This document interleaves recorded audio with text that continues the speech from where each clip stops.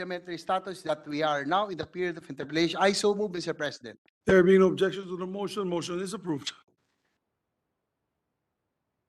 I move that we consider the budget of the Office of the President, its attached agencies, and recognize the distinguished sponsor of the Committee on Finance, Senator Sonny Angara, to sponsor the same and to interpellate our minority leader, Senator Aquilino Coco Pimentel. I so move, Mr. President. Before we recognize the good sponsor, I just see in the room our distinguished Executive Secretary, former Chief Justice, is with us today. Welcome to your Senate, sir. Maraming salamat sa pagdalo niyo dito. Senator Angara is recognized, the chairman of the committee, together with the minority floor leader, to interpolate the said budget. Thank you. Thank you, Mr. President. Thank you, Majority Leader. Dear colleagues, good morning. Just want to acknowledge, you've mentioned already our distinguished Executive Secretary, former Chief Justice Lucas Bersamin, Senior Deputy Executive Secretary Hubert Guevara, DES Annalisa Logan, DES Amante Liberato, DES Naelia Aguinaldo, DES Rico Judge Echeverry, USEC Leonardo Cervantes, from the PMS, Senior USEC Attorney Elaine Masukat, USEC Rodolfo Palatao the fourth, USEC Crisostomo Beltran, and USEC Mark Jimenez. Thank you. We're ready to accept questions. Mr. President, for the record, the budget of the Office of the President is 10,645,573,000 pesos, Mr. President. And for PMS, it is 812,968,000 pesos, Mr. President, for the record.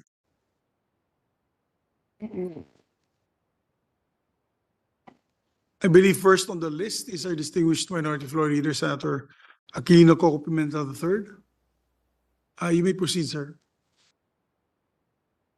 Thank you.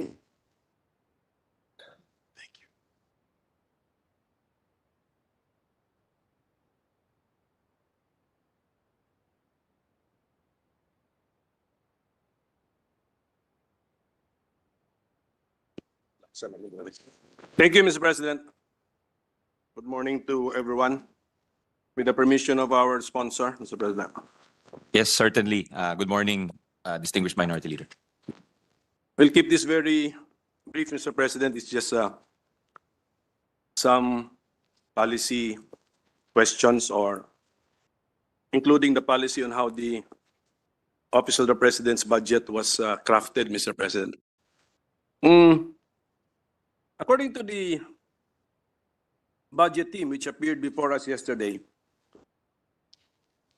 their procedure in granting confidential intelligence funds was composed of the first step of the agency requesting for the said funds. So my assumption is that the President, kasi the Office of the President has both confidential and intelligence funds.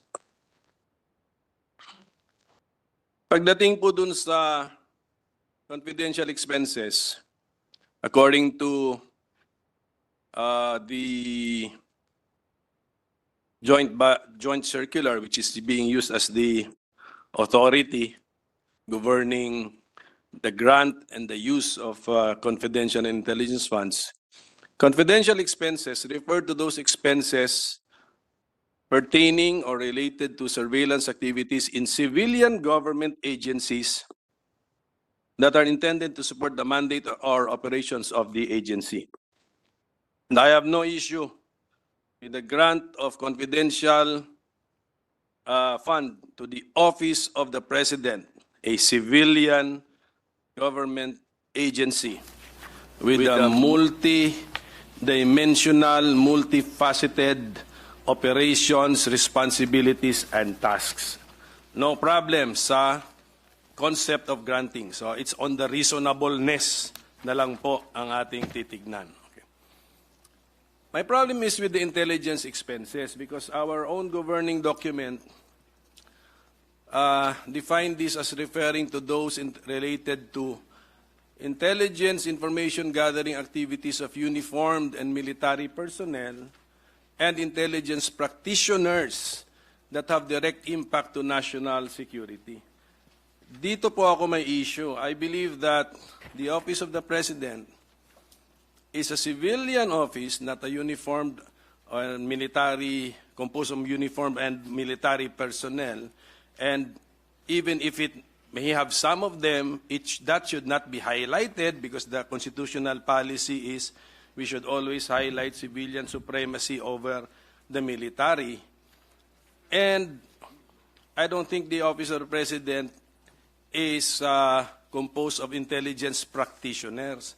The President himself, and as well as his office, are consumers of intelligence already gathered and organized by the intelligence practitioners under, which are the agencies, some agencies under the Office of the President in the executive branch. So that is actually my question, Mr. President. Why did the Office of the President request for intelligence funds and at the level found in the NEP, which is around 2.3 billion pesos, if I remember correctly, Mr. President? Tama ba ako? 2.3 ba? Kailan siya naging 2.2? 2020. Yeah.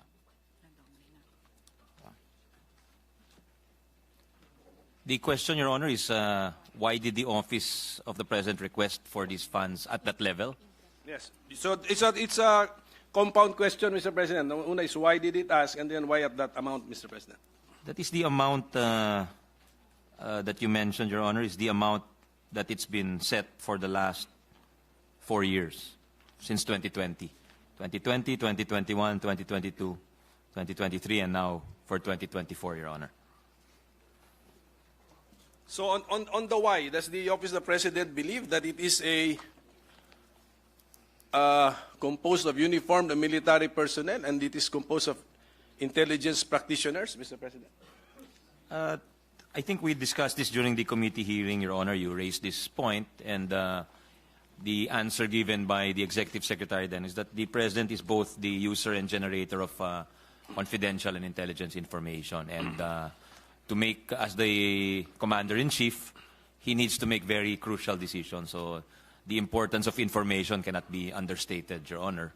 And the possibility that he gets filtered information should be bypassed or should not be there, Your Honor. He should be the one getting, although perfect information is impossible in this day and age, but he should be receiving as reliable and as good, as wide as possible information, Your Honor. Well, Mr. President, the President of the Republic is the National Chief Executive. Control yun eh. The power of the executive branch is actually control, unless I'm mistaken. I will be corrected by our Chief Justice and Attorney Hubert Guevara.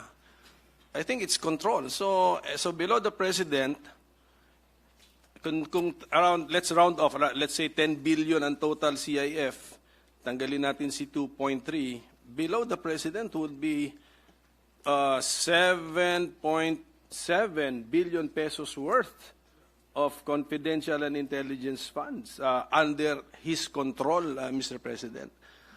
So, and then, similarly, ang Pilipinas, pinattern naman natin yung system of government natin sa United States of America.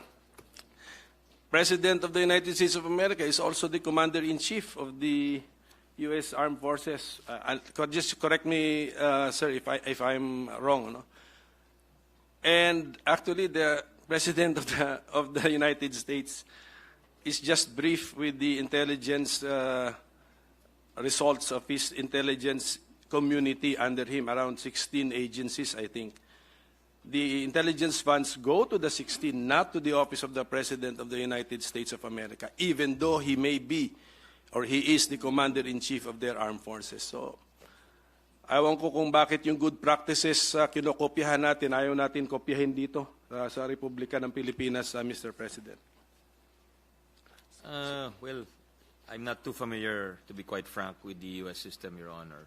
But I know they also have what they call the black budget, where certain budgetary expenditures are not disclosed publicly if they refer to spending on classified items, and they're In fact, unauthorized disclosures are punishable under certain laws, especially if it benefits a foreign government or it's seen to be detrimental to the U.S. government. But although we do borrow a lot of our institutions from the U.S., we also modify them to match or meet local contexts and conditions, Your Honor. So if you look at our Constitution, for instance, like the U.S. now is facing a shutdown because of the budgetary deadlock. So hindi mangyayari ho yun sa atin because we have our own innovation. We have the reenacted budget. So I guess, you know, although we borrow, we also adapt. So siguro, maybe I would like to think that our current budgetary setup is although it's not a static condition, and we here in the Senate, in fact, work to amend it, to make it better, to reform it. His Honor is certainly one of the most hardworking in this respect. So, you know, so I think it's a response to how the actual experience, sabi nga ni Justice Holmes, diba? It's not only logic but experience which shapes the lawmaking process, Your Honor. So thank you for mentioning that black budget, Mr. President. Actually, yun totality of the 16 security agencies, Mr. President. And then, hindi kasama dun yung Office of the President of the United States of America. Well, my point, Mr. President, is that this joint circular actually is a joint circular of the COA and the DBM. The DBM is part of the executive branch under the direct control of the Office of the President.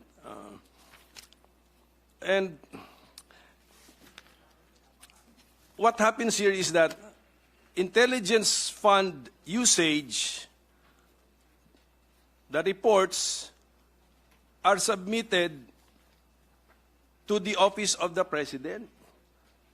Or before the intelligence funds can be tapped, they have to be requested from the Office of the President. And then our system says that that office itself has its own intelligence fund. So nasira yung controls and the checks system po natin. I mean, that's the entire checking system eh. That there is that Office of the President which controls, regulates, supervises, and checks the usage of intelligence funds.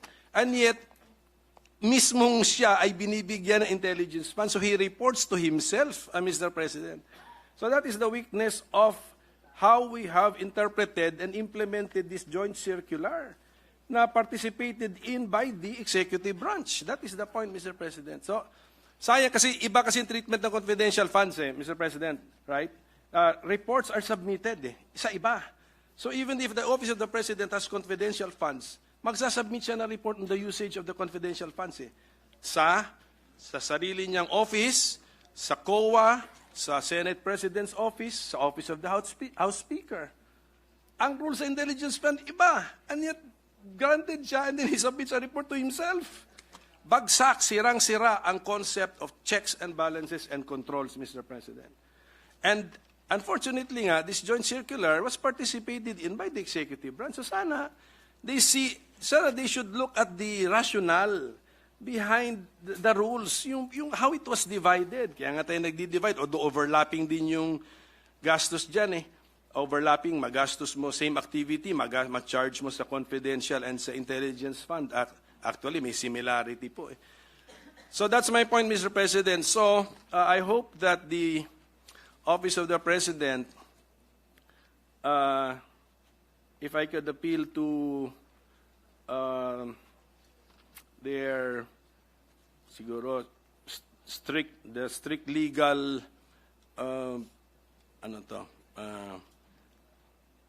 strict legal aptitude of the people behind the Office of the President, let us be consistent with the issuances that we have signed on. No?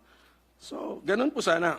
Ganun po sana. You are civilian office, wag natin i-confuse yung nature natin na meron tayong intelligence fund.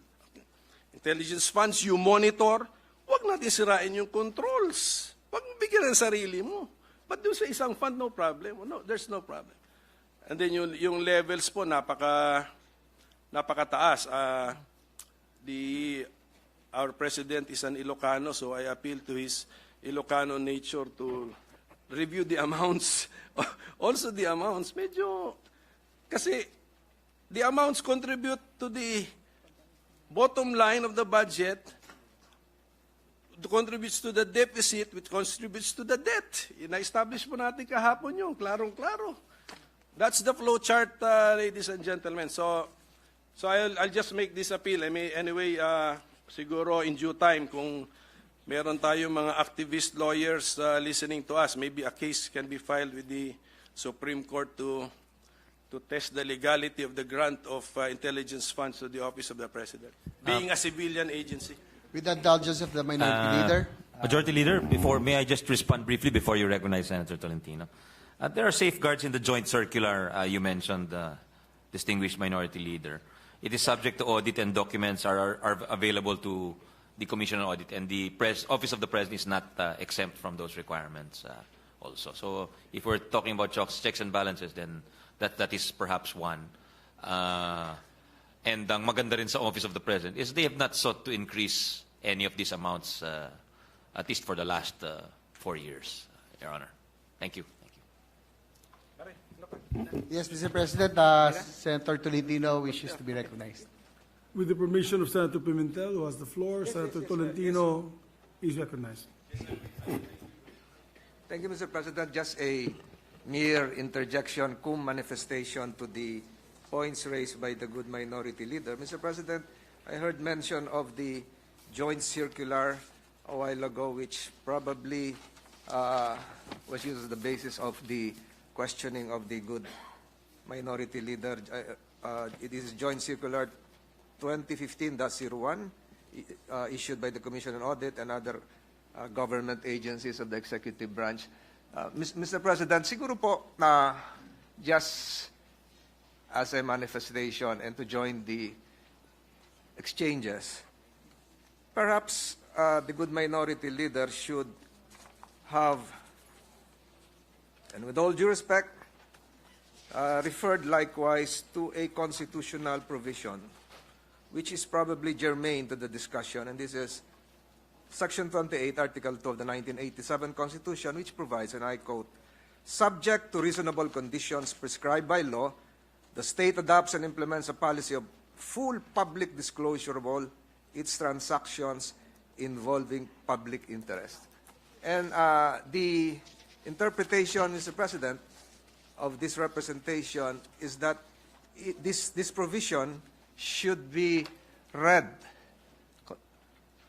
hand in hand with all the circulars, with all the provisions concerning disbursement of public funds. And, Mr. President, it would end up as a consequence, as a logical and legal consequence, that Joint Circular number 2015-01, although given recognition and imprimatur of various Congresses in several General Appropriations Act, should be supplanted by legislation, Mr. President, because under the provision which I mentioned a while ago, it made reference to subject to reasonable conditions prescribed by law. So it is incumbent upon the Congress to prescribe the conditions. So what I'm saying is that, Mr. President, the Congress, the Senate, can and should amend that joint circular, because that joint circular, as perceived by this representation, is not by virtue of a valid delegation of legislative power. We cannot abdicate, Mr. President. This is power over the purse. So binigay na po natin lahat sa kanila. Sila yung nag-define. I have here the copy of the joint circular referred to by the good majority leader, Joint Circular 2015-01, dated January 8, 2015, and it made reference to all the terms, confidential activities, intelligence practitioners, referred to by the good gentleman. Perhaps if the intention is really to question the contents of this, a legislation should be made, Mr. President. Dapat tayo po yung gumawa ng guidelines, ng parameters. Although the Commission on Audit, as a constitutional body, can act. But, as again mentioned by the good minority leader, dadaan ulit sa Office of the President, iikot, involved sila yung mag-approve. Perhaps, Mr. President, it is about time that we pursue legislation giving flesh and muscle to the provisions of Article 28, Article 2 of the 1987 Constitution, defining the reasonable conditions prescribed by law. Siguro po, tapos na lahat yung pag-uusap ngayon. Intelligence funds, confidential funds, discretionary funds, liliwanag po lahat. If the good minority leader would agree.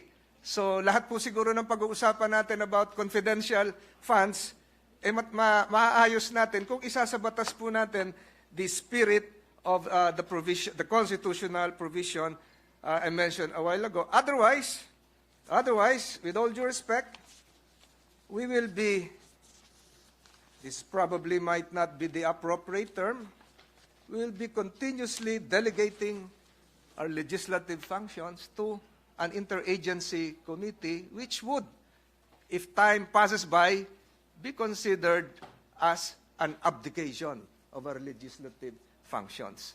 Yun lamang po, Mr. President. Lahat po ng pag-uusapan po tungkol sa confidential funds, siguro dahil hindi natin nagawa pa yung batas patungkol dito, and I have here the full transcripts of the Constitutional Commission deliberations tungkol sa discretionary funds. So, dapat po siguro tayo yung gumawa ng batas patungkol po dito. Hanggang saan po yung parameters? Is this was there a complete standard? Kung meron nga, sufficient standard? Were there constraints? Alam na po ito ni good minority leader. Was there an avoidance of undue delegation, etc., etc.? Was there a determinate or determinable standard? I don't think there is any. Kaya po tayo nagkakaroon ng ganitong usapin. Yun lamang po, Mr. President. If the good minority leader would want a response, this will be my continuing manifestation when we tackle all confidential funds issues, Mr. President. Mr. President, I completely agree with Senator Tolentino on his need for perhaps a law. Everything he said, I agree, except that he said his manifestation would be short. Mr. President. It was indeed short, Mr. President. That is already short for his standards, Your For Honor. his standard. That is already short. We welcome the Thank you, Mr. manifestation. President. We welcome the manifestation of our colleague, Mr. President. We are open here in the Senate. Mr. Senate President, we welcome interventions from our colleagues. And I think, I don't think Senator Tolentino was present when we met in executive session for the Oversight Committee Yes, the on this. Oversight Yeah. And I Committee, think that is the stand of the Senate President, that nothing prevents us from reviewing this joint circular and suggesting improvements, and if these are not entertained, by doing this by law, if Yes, necessary. that is correct. I think that's one of the. That will be actually one of the recommendations, Your Honor, Yes, of our committee. If you just go over the rules of our committee, of that committee, when we drafted it, that was one of our intentions. So the manifestation of Senator Tolentino is in line with the intention of the Senate President, supported by a number of us here in the Senate. Well, siguro, if I can just ask the lawyers in the Office of the President to look at 3.15 of that joint circular and then 3.16. Yun na nga yun. Intelligence expenses are defined in 3.15. Uniformed and military personnel and intelligence practitioners. 3.16 defines intelligence practitioners. In-enumerate yung mga ahensya ng gobyerno. Wala ang OP doon except doon sa dulo na 3.16.7, other NGAs which are expressly provided budget allocation for intelligence funds under the GAA and other laws. So it's the GAA which is now the legal basis for the grant of intelligence fund to the Office of the President. But where did the GAA emanate? From the Office of the President, the executive branch, di ba? Yun, umiikot eh. The grant of the authority or the power, umiikot, circular. the checks and balances, doon lang din, basically. But anyway, at any rate, Mr. President, that's just an appeal. So that, because one of the issues, of course, during budget season would be the ballooning debt of the country. So, kung saan tayo makahanap, makakat, especially kung questionable naman yung legal basis, alisin na po natin. Or kahit na clear yung legal basis, but yung amount masyado naman pong unreasonable na, we should also cut. That's just an appeal, Mr. President, because from my basic knowledge of the Constitution, the budget emanates from the executive branch. And the leader of the executive branch who controls the executive branch is none other than the President of the Republic of the Philippines. Okay, Mr. President, may I just find out how does the Office of the President fund the offices of the positions of presidential advisors, Mr. President? Saan doon sa programa ng Office of the President kinukuha yung funding ng mga yun?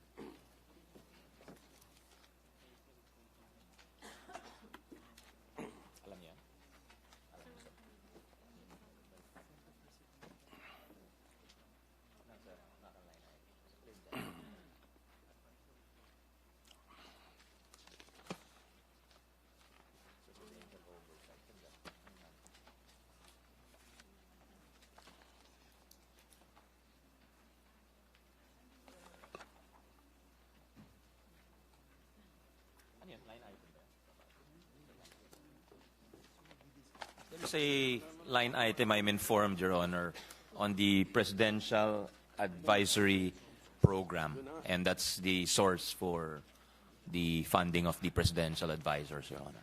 How much would that be for the 2024 budget, Mr. President?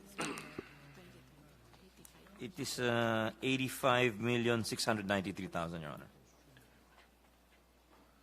How about special envoys?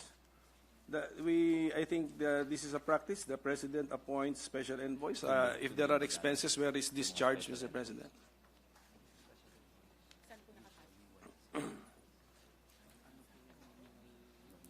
I was told that special envoys are usually just nominal titles or titular figures with no actual salary. Yes. I remember when my father was special envoy to the EU, he received only a 1 peso salary. Your Honor. No incidental expenses incurred by the special envoy chargeable to government? None, Your Honor. And so that I will not be confused, Mr. President, ito pong budget natin for the maybe salaries and expenses, related expenses of the presidential advisors is found in the OP or in the budget of the PMS, Mr. President? OP siya. This is the OP, Your Honor. Yeah. Okay. Who spent for the ad campaign, We Give the World Our Best, which was seen in the London buses, Mr. President?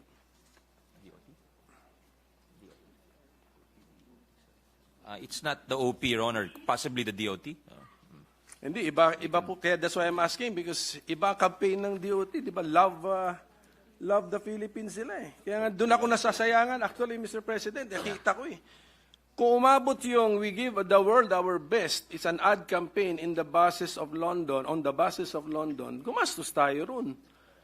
Tapos, a couple of days or weeks later, Love the Philippines naman ang linonch. It was not the Office of the President, Your Honor. It was not the Office of the President. Okay. So it was not a certain presidential advisor. Kung ganun. Kung meron man, it was not official funds, malamang. Baka initiative niya personally, di ba? Maaring ganun.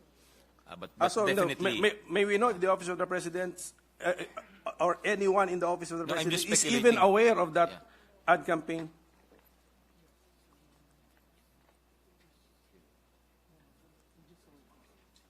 They're only aware of it in the sense that they also saw it, Your Honor, but they don't really know where the funding came from it. But definitely not the Office of the President, not the OP, Your Honor.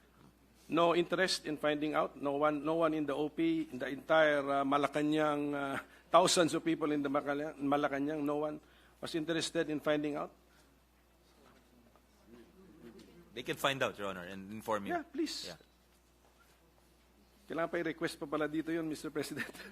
Hindi rin nila alam, Mr. President. Walang kusa, walang interest. Wala tayong interest sa what's happening. That's an ad campaign. It mentions our country. Sa London, wala. Nobody lifted the finger to find out. Background information, wala. No one. Okay, sige. Anyway, Mr. It President. was still during the time of Paul Soriano, Director Paul Soriano, Your Honor. That's what I'm told. So, baka siya nakakaalam mo. We will ask. Wala na ba siya ngayon? Wala na po. Wala. Wala. Pero dapat ang mga institutions natin o agencies, may mga institutional memory naman. I mean, di ba? Pag-alis ng tao, wala nang may alam. What's happening to our government agencies, Mr. President? Wala tayong memory. So, okay, so si Papa Larry Gadon, nandiyan pa? Still with the government? I was hoping to meet him here and... He's a presidential advisor. He's the presidential advisor for poverty alleviation, Your Honor. Kaya nga, I would have wanted to listen to his plans. Ano bang plano? I mean, that's a big challenge, Mr. President. Anyway. So how much are we supporting that poverty alleviation office? The salary for secretary. How about staff? Ilan ang staff niya? So wala pa siyang staff. He receives a salary, Your Honor, but as of the moment, I think he has proposed a staff, but that is not reflected yet in the budget proposal because nung na-propose na nila yung budget for the Office of the President, hindi pa na-take up yung staffing niya. But siguro may space naman dun, Mr. President, to accommodate. Kasi ang bigat nung I mean, that's poverty alleviation po ang mandate niya. So, let's give him all the support that is necessary, needed, Mr. President. In-appoint po siya eh. Yeah, they said they can find from their MOE possible assistance to his office, Your Honor. Kasi ang questions ko sa mga agencies is paano kayo nararamdaman ng taong bayan eh. Ganun eh. So, ganun din. Baka kung mag-appear siya sa Senate, tatanungin ko siya. Di pa kita nararamdaman na Papa, Larry? Wala pa. He's Papa because he's presidential advisor on poverty alleviation. I see. That's it. Thank you. What did you have in mind? What did you have in mind, Mr. I was wondering, it's a curious designation, Your Honor. Okay, Mr. President. So ito na lang po, we have to address this kasi kumakalat sa you appoint special envoys, but has Malacanang appointed a certain Michael Ma as a special envoy of the President? Is he anything? Is he a presidential advisor? He was a special envoy, but no longer, Your Honor. Once upon a time. So can I get the period of time that he was special envoy? We will furnish, Your Honor.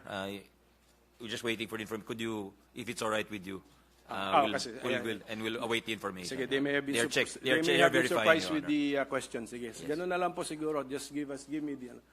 So it is true that once upon a time, Malacanang designated a certain Michael Ma as the President's special envoy to the People's Republic of China, if I'm not mistaken. Yes, that's correct, Your Honor. Okay. That may have been true once upon a time, but no longer true today. Yes, sir. Okay, sir. Yes, Your Honor. So I think, Mr. President, thank you. That would be all. Kasi we need to clarify these things. Actually, kayo rin na nasisiraan. So if you don't clarify, if you allow these allegations or chismis siya before, but it turns out hindi pala siya chismis because it had some factual basis. It had some factual basis. Okay. So, thank you for the forthrightness of the truthfulness and the honesty of our resource persons, Mr. President. Thank you also for their understanding and patience. Thank you to the distinguished minority leader. I was also honest and forthright in my answers. Not just the resource persons, Your Honor. Yes, I'd like to... I'm just kidding, Your Honor. Before I recognize the majority floor leader, I'd like to put on record as well that all the CIF of these agencies, confidential intelligence funds, are submitted by report to the Office of the Senate President together with the Office of the Speaker of the House. I just want to put on record that the CIF, or the Confidential Intelligence Funds report of the Office of the President, is one of the most detailed and comprehensive reports that I have seen. It is the most detailed among all the other agencies, Your Honor. And I think, I'm not sure if you were there in that meeting, Senator Angara, but it was about 2 books detailing each and every Yes. disbursement.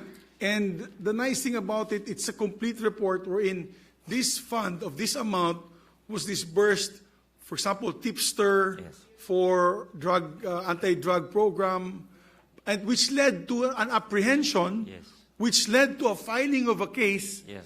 and actually the case is ongoing. So, napaka-detalyado ng report. I must commend. I confirm that, Mr. President. I Yes. was there.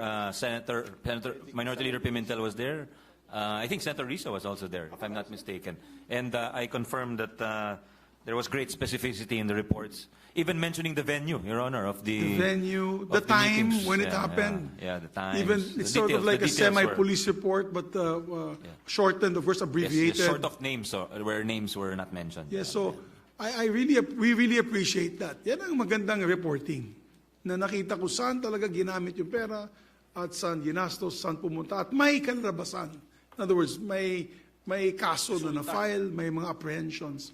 So we appreciate that. The others just filed 5 pages, 2 pages. Kaya pati kami naguguluhan dun sa mga CIF ng ibang agencies. Pero sa inyo po, I salute you guys. Your reports were very comprehensive and I would like to say detailed. Thank you. Just for the record. Thank you, Mr. Minority Leader, I President. think, And, also wants to comment. Yes, and I have also I have started actually going over the reports, Mr. President. Yes. Nakita ko na rin yung iba. So we're done with the OP. I just saw a question with the PMS, Mr. Sponsor. Yes, of course, Mr. President. We have noticed the great reduction from the GAA 2023 level for the PMS to the NEP of the PMS. Can we get an explanation? Mga 47% reduction? Ano yun? Ano yun? Tama po ba yun? This was because if we compare NEP to NEP, it's hindi nagkakalayo, Your Honor. But Congress introduced some changes and amendments in this year's budget. Correct. Kaya may we know what initiatives, on what PAPs were the congressional initiatives which were given This year, to this year. the PMS, Mr. President? Ito sir, galing PMS, hindi ko naman po. Ito yung increase natin. Hindi sir.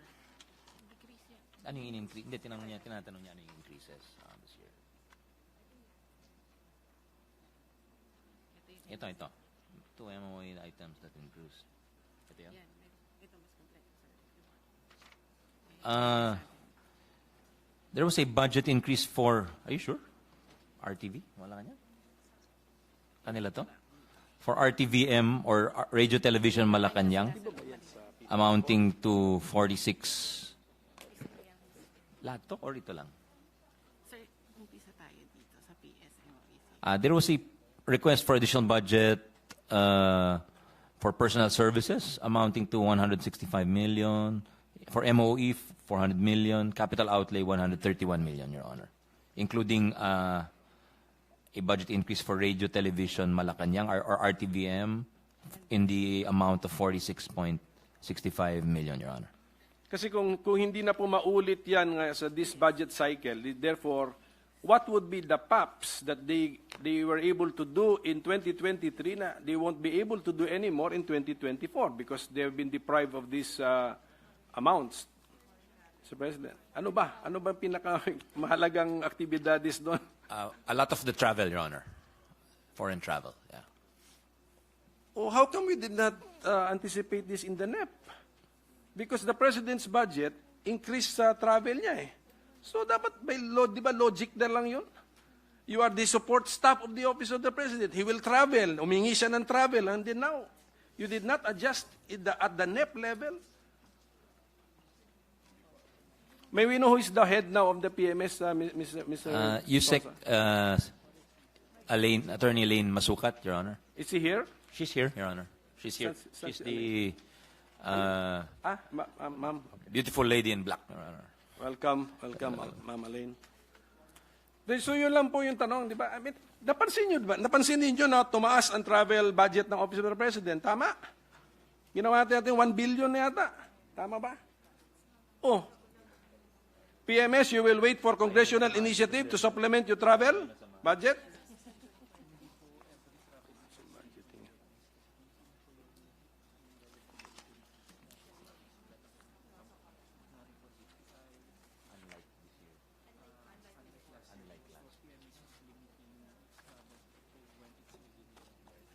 Well, PMS is not always accompanying the President, Your Honor, unlike previous year. So they're only on a as needed basis, Your Honor. It's usually, going forward, it will usually just be the agencies that are really needed for those travels, Your Honor.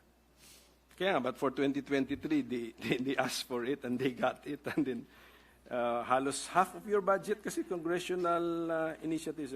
But at any rate, I just want them to know that this has been observed. I mean, so Yeah.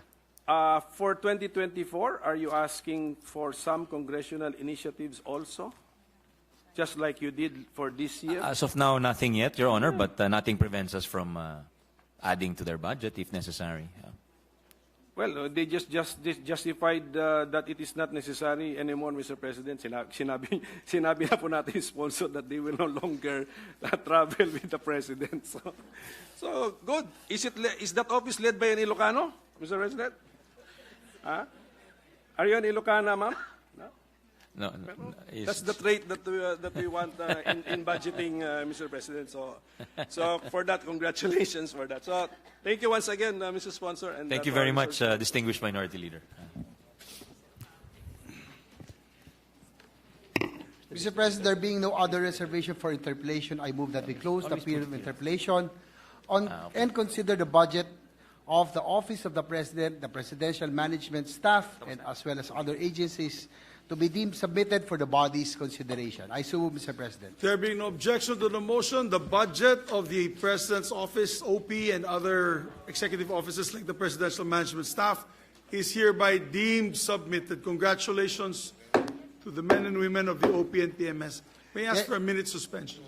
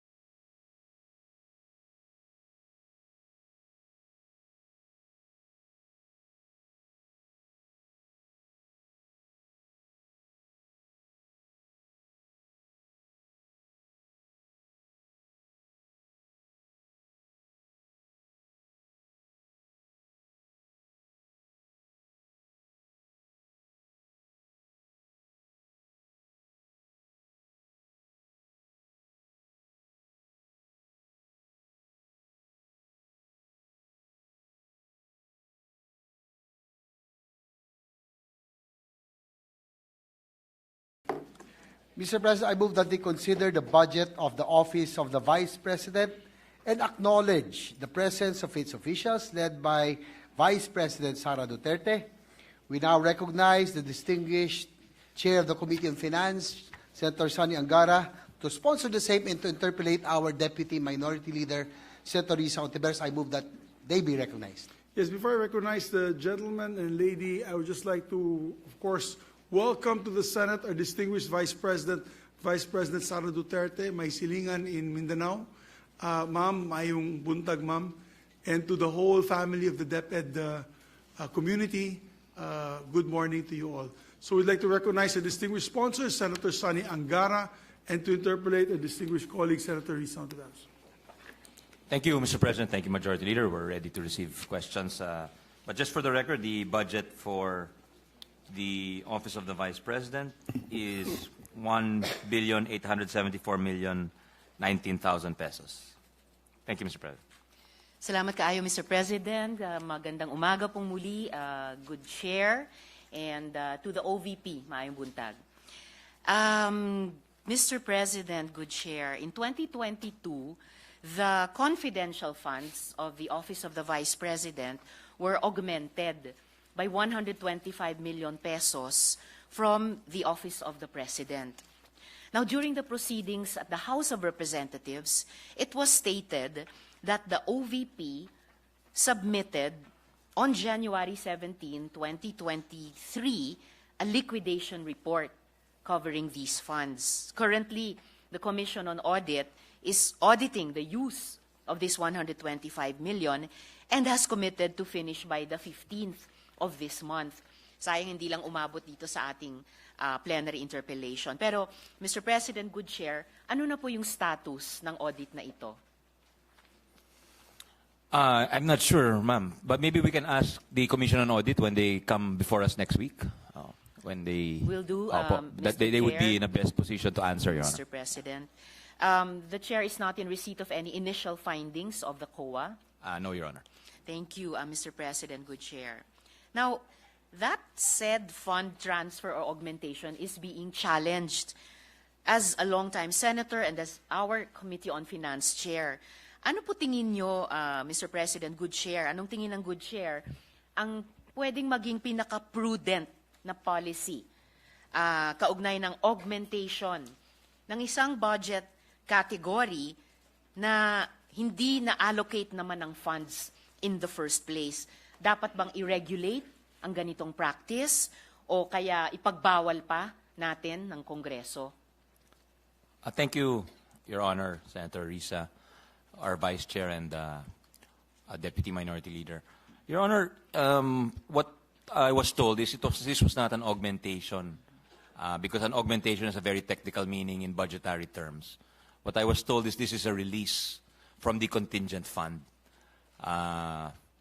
thus not subject to the rules set forth in laws and jurisprudence, which pertain specifically to augmentation of savings, which are authorized to be done by the Senate President, by the Chief Justice, and other officials who are permitted explicitly by the Constitution. Salamat, good chair.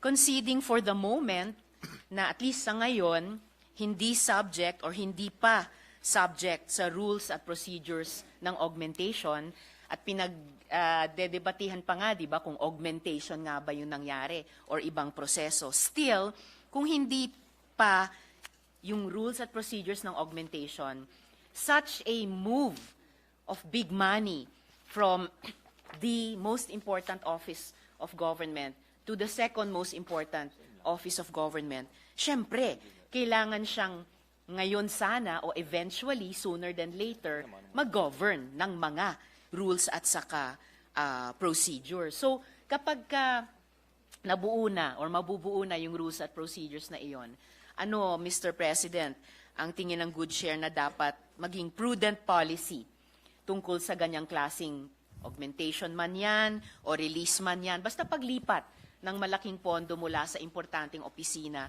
papunta sa importanteng opisina.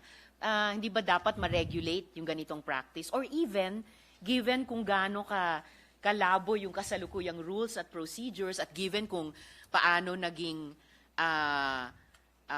kontrobersyal itong mismong paglipat ng mismong perang ito, hindi kaya dapat ipagbawal ng Kongreso? Sa akin, ma'am, medyo specific na ho yung nasa batas ho natin ngayon, kasama na po yung mga desisyon ng Korte Suprema, specifically yung Araulio decision. Dahil doon, nakalagay doon na kung ano yung mga patakaran sa paglilipat ho ng pondo. And again, I'm referring to the transfer or not transfer rather, but the augmentation of budgetary items, meaning specifically savings. At doon, pag yan ang pinag-uusapan, yung kategoryang yan, meron ho talagang mga very specific rules dun sa, bukod sa konstitusyon or sa ligang batas, meron din ho nakalagay ho sa mga desisyon. So yung bawal po yung cross-border transfers, kailangan existing po yung budgetary item bago ma-augment siya ng ibang pondo galing sa savings. Ito pong nangyari dito sa OVP, ito po ay release mula sa contingent fund ho, which for 2022 was 13 billion pesos and it's still the same amount to this day. At ito pong contingent fund ay sumasagot sa mga pangangailangan po ng gobyerno at lahat po, iba po ang patakaran dito. Hindi po itong dahil hindi nga ito augmentation ng savings, iba po ang patakaran pagdating ho sa pag-release or paglabas ng pera mula sa contingent fund, Your Honor. Salamat, Mr. President. Good sponsor. Kaya nga, interesante at tingin ko rin po importante yung sinimula nating pag-usapan kahapon na simula dun sa kasalukuyang special provision tungkol sa contingent fund na nagpapayag at nagbabawal din sa mga specific kinds of releases. Nagbabawal halimbawa sa paggamit ng contingent fund para sa motor vehicles. Kaya po binuksan ko na rin kahapon, Mr. President, good sponsor, yung posibleng at the proper time pag-amyenda na ipagbawal din mula sa contingent fund ang pag-augment or ang pag-release o paglipat patungo sa CIF ng ibang opisina. At kaya lalo din, Mr. President, good sponsor, yung diskusyon nga natin ay magiging very timely at the appropriate time. Siguro, Mr. President, good sponsor, yung susunod na punto ko, pwede po bang mag-provide ang good share ng mga kahit general details kung paano yung 125 million na iyon ay ginastos, no? Considering yung said amount ay inexpend sa loob ng 11 araw. Malay natin, may election dito, best practices ng OVP, na yung ibang mga ahensya, gamit ito, pwedeng pagandahin yung kanilang absorptive capacity, considering na yung underspending, gaya ng sinimula nating pag-usapan kahapon, major problem pa rin, no? Tulad sa ating diskusyon sa interpellation kahapon. At ito po yung akibat po nung pag-implement nung yung safe implementation of the programs, activities, and projects of the Office of the Vice President to alleviate poverty and promote the general welfare. At nakita natin nung sa komite, Your Honor, napakarami pong program ang OVP from libreng sakay, yung pagbubukas po ng maraming satellite office, yung pagbibigay po ng tulong sa libing, sa paggamot, sa napakarami po. There's so many services that were provided by the OVP, Your Honor. So ibig sabihin, Mr. President, good sponsor, yung 125 million ginastos sa 11 araw o on average mga 11.3 million a day ay ginamit lahat yan para lang ligtas na maimplementa ang mga libreng sakay o paghahanda para magbukas ng satellite offices o magpalibing, magpagamot na itong lahat, yung pagsisiguro ng kaligtasan nito, iyan ay umabot sa on average 11.3 million pesos a day, Mr. President? Yung 11 days, yun po yung period of disbursement nung pera ho. But if you include the period for obligation, it was actually 19 days. And if we look at the services performed or the use of the funds, goes beyond actually the 11, or whether there's 11 days or 19 days. 19 days pertaining to the period from when the SARO was issued, which allows the agency to obligate the funds to the day it's finally paid for, where the services or any contracts are paid for, and thus the cash is considered disbursed. Does not mean that all the services or all the information, for instance, will be given on those days. Meaning, the information could have been given subsequent to the contracting and disbursing of the money, Your Honor.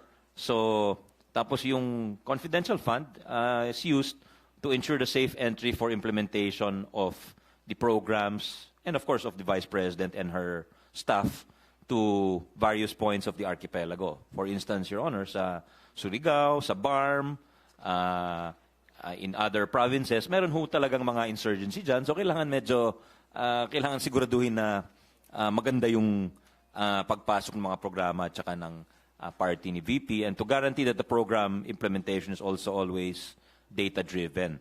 So thus, the OVP was able to enter several geographically isolated and disadvantaged areas.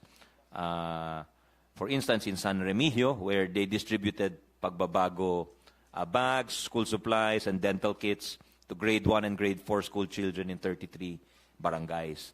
And the CF is also used for purposes of continuous monitoring and validation of claims, especially for those made in or lodged in the satellite offices. So sa Bulacan po, for instance, the Office of the Vice President validated complaints that there were persons selling OVP assistance and forms.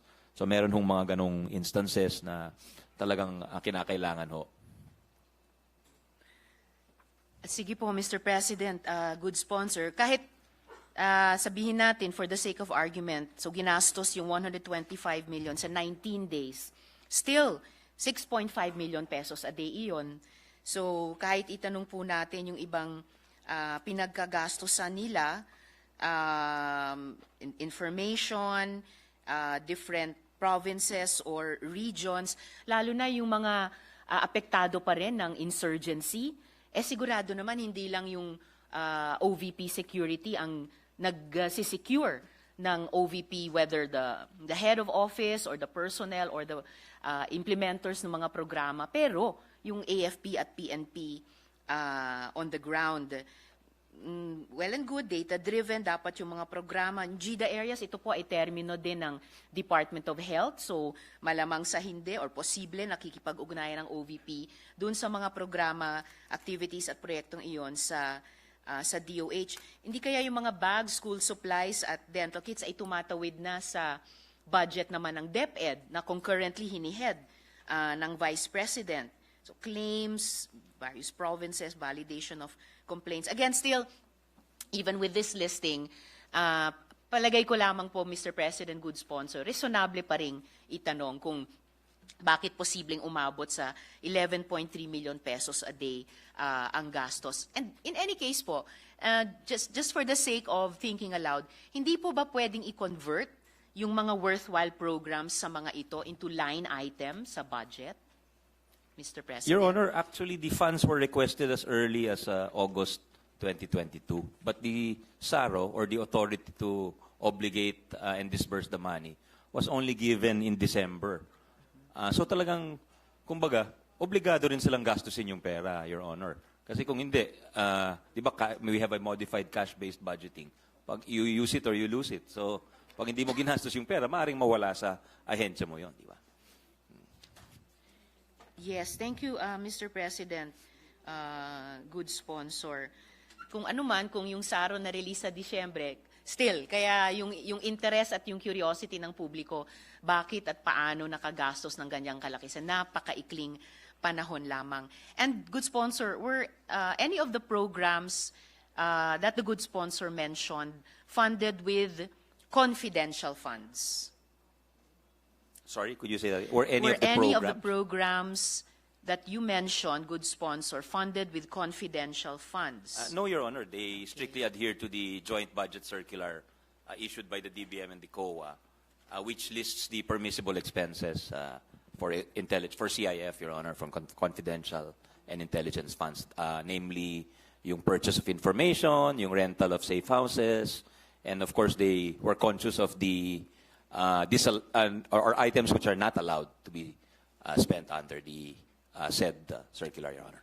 So kung hindi po, paano sila pinondohan kung hindi dun sa CIF? Mr. President. Well, they have regular budgets also, Your Honor, which they can access for, they have budgets for MOE, for capital outlay. Those are all at their disposal.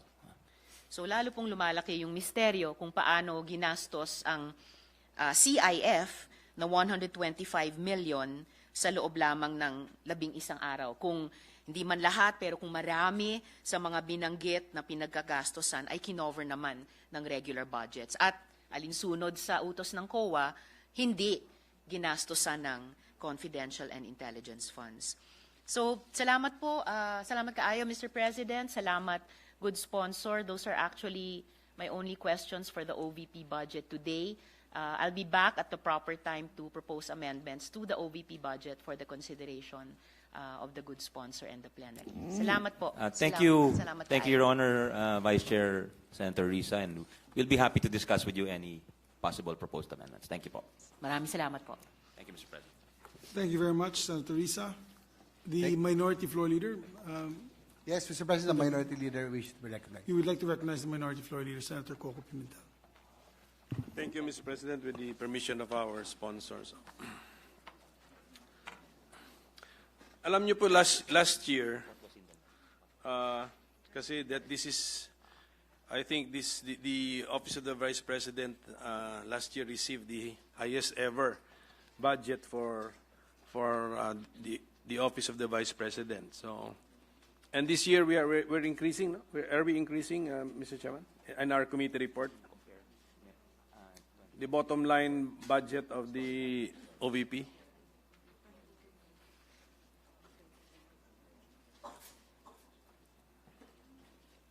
For 2024, it's increased by 30.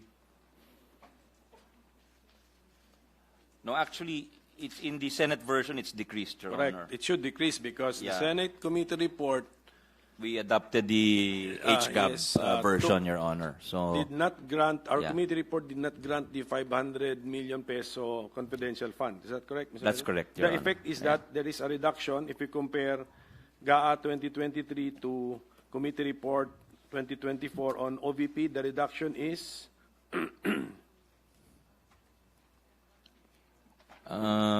500.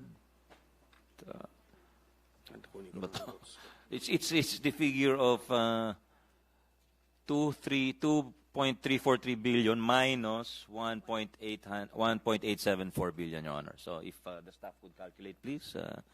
Only Senator Bongo can do these calculations without a calculator.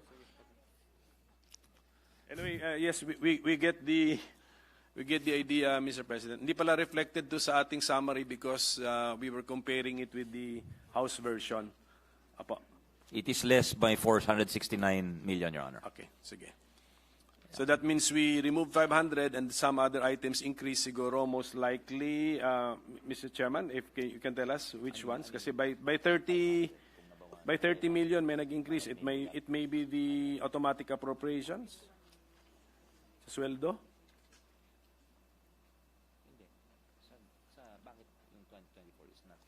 So, sweldo siguro. Sweldo. No, we're not talking about 2020. We're talking about 2024. Why is it only 469 when tinanggal natin yung 500? It should be 500.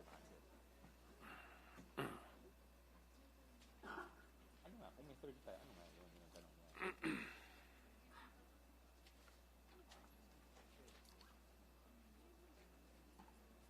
You get it? Because if we do 500, it should be less by 500. Yeah, yeah.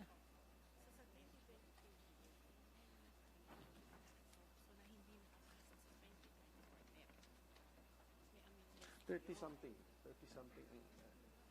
Binawasan ng 500. No, but he's talking about the 2024. Ng 30 million ang sum items. Oo. Ano kaya?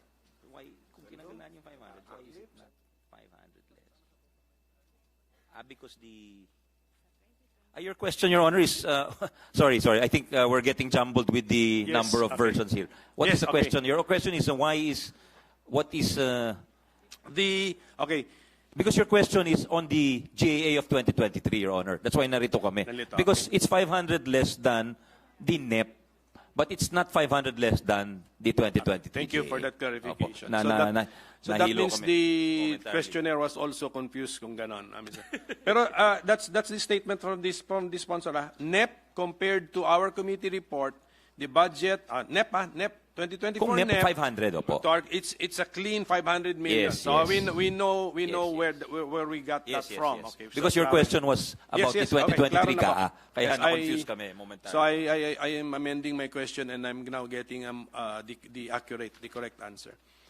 Hindi po ba the budget, itong pag-appear ng agencies is the time for them to make some appeals?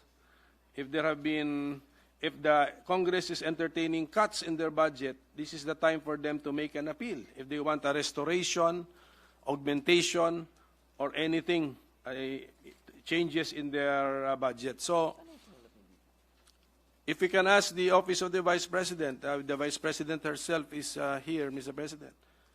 Is she making an appeal for the restoration of the 500 million confidential fund to her budget, Mr. President? Your Honor, actually, we're in receipt of a statement from the Vice President we discussed earlier. And according to her, the OVP can only propose a budget to support the safe implementation of its PAPs, or programs, activities and programs, to alleviate poverty and promote the general welfare of each and every Filipino family. Nonetheless, they will no longer pursue the CIF or CF. And the reason why is because it is seen to be divisive, and as the Vice President, she swore an oath to keep the country peaceful and strong. So just as I commended the Office of the Ombudsman, the Department of Migrant Workers, and the other agencies which willingly gave up their CIF or the CF or did not even ask for these funds, given this latest manifestation by the Vice President, I commend her, Mr. President, for now categorically stating to this House that it's not a deferral to our wisdom. She does not want it anymore, Mr. President. So if that is how I understand the statement, I commend the Vice President. Senator Tolentino. Senator Tolentino is asked to be recognized. Senator Tolentino. Thank you, Mr. President. Just a quick manifestation cum intervention again, and to remind this committee that I made a continuing manifestation a while ago relative to the existence of the joint circular emanating from COA and various agencies, and the possible remedial legislative measure that would enable Congress to comply with the reasonable conditions provided for under the Constitution. Mr. President, perhaps the minority leader, with all due respect, should be reminded that budget proposals coming from the House, going to the Senate may propose or concur with amendments. That would be the operative words coming from the Constitution itself. So it's no longer lodged with the Office of the Vice President, but the decision should come from this chamber, Mr. President, just to manifest that constitutional provision. But we agree that there was a nod, a concurrence coming from the head of the office itself. Thank you, Mr. Thank President. you for that reminder, Mr. President. Although the Constitution is on my desk, I don't think I need reminding anymore, Mr. President.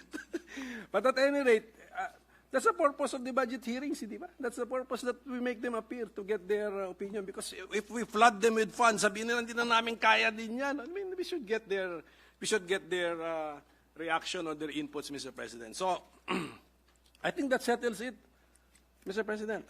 That's a statement of the Vice President. Tama? That is the And she is statement. here, so okay na yun. So, that settles everything, Mr. President. Yes, hopefully, Your Honor. So, again, just as kinommend ko yung ibang ahensya ng gobyerno, with that manifestation, I commend the Vice President and the Office of the Vice President.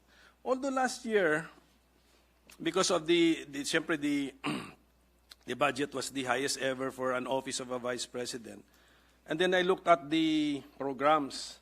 Sabi ko nga, parang duplication of some programs of the other agencies of the government.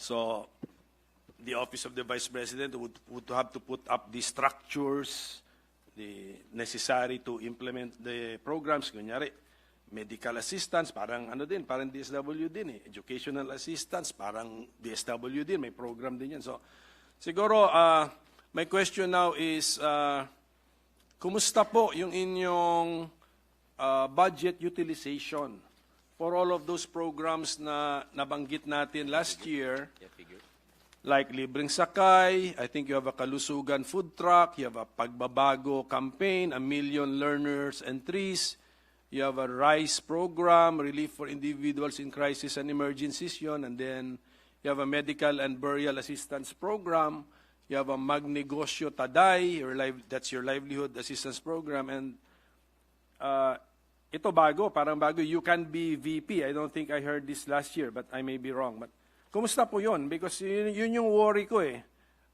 We have hundreds of millions for each program, and then they look similar to existing government programs of other agencies. Ang problema, we have to now set up the structure to execute and implement the said programs. Obligation rate of the Office of the Vice President, Your Honor, is 73% as of September 30. Obligation is 73%. Okay, that's obligation. That means the funds are now, anong tawag mo doon? Obligated. So ano na siya dyan? Earmark na siya for a certain expenditure. Yes, and the disbursement rate yes. is 84%, Your Honor. 80, of what, ano po to? Compare it to appropriations? Over Allotments. over amounts obligated, Your Honor. 84% of the amounts obligated. And then the 70 plus of the obligation rate is over Obligations over allotments, Your Honor. allotments. And then the how much of the appropriations have been allotted or released, di ba? Ganun yun? That's the term. Allotted means released. Fully released, Your Honor. Fully released. Okay, sorry. Okay po. And then, itong ano kasi, the Office of the Vice President has been, I think has in its plans the construction of an the physical Office of the Vice President. And is it correct that there is an entry in the unprogrammed funds of 2 billion in connection with what is this, the construction of the OVP? Is that the building or the acquisition of the land, Mr. President? Tama ba ako? May 2 billion. It's for the land, Your Honor, but I think they're still under negotiations. There's still talks ongoing as to, so there's nothing final or nothing contracted out as of yet, Your Honor. Yes, but it is correct to say that in the 2024 budget, there is a 2 billion entry or item in under unprogrammed appropriations. Tama That is po ba correct, yan? Your Honor. It's for land acquisition of the Office Land of the- acquisition, Your Honor. So if there have been negotiations, so may kausap na. So where is the intended location of the Office of the Vice President? May we know, Mr. President? They're talking to a few, Your Honor. So Not just one, not just one. So it's still open. So in different areas of the country, no? So we cannot even say it's in Luzon, Visayas, or Mindanao. Just in NCR, Your Honor. It's in NCR. Okay, thank you for that, Mr. President.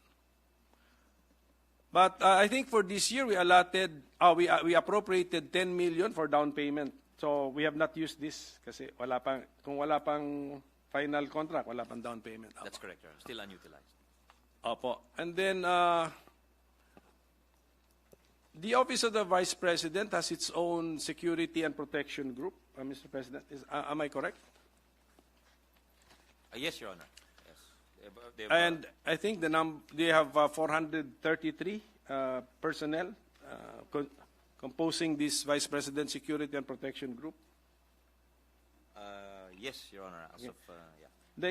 The expenses for this VP Security and Protection Group are not lodged with the Office of the Vice President. It's lodged with some other agency. Am I correct, Mr. President?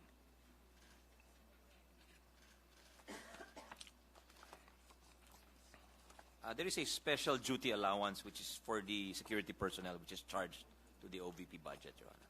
Which item under, maybe you know under what item, and then what is the total amount for that item, or is it charged against a program? Yes, we're just finding out which program, Your Honor. It's charged to the OVP budget. Yeah, there is a, this is the, there's an item for special duty allowance in the amount of 25,308,000, Your Honor. For 1 year na po yan. That's for Opo. 2024. Yeah. Yes, for 1 year, 25 million. Kasi yung bulk ng compensation ng mga security personnel would be found in their mother units siguro. So Yes, may we know, so that when the time comes, may we know from what agencies the VP security group come from? PNP and AFP, Your Honor.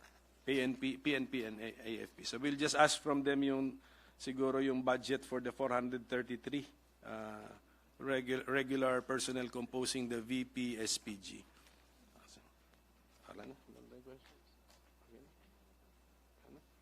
Okay, so I think, Mr. President, yun na lang po. It's good that the OVP can still efficiently execute their programs, their planned programs, Mr. President. So pero yung pagbabago yata, the plan is a million bags. You want to distribute 1 million bags. That's the long-term plan. What is this for the entire 6-year term? Is that the plan? Yes, Your Honor. 1 million bags.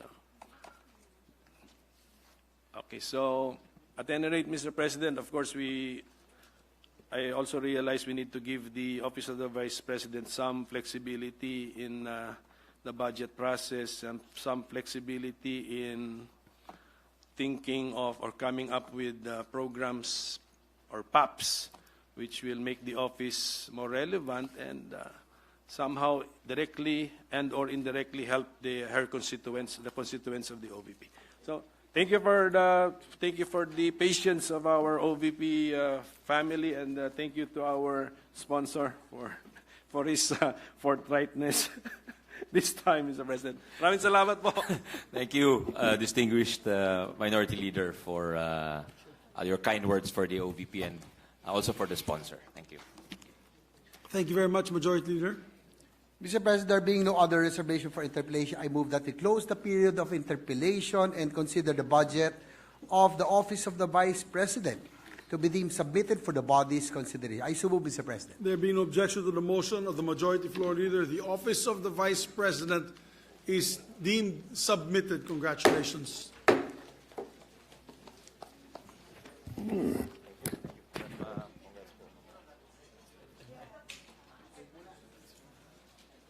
Session suspended for 1 minute.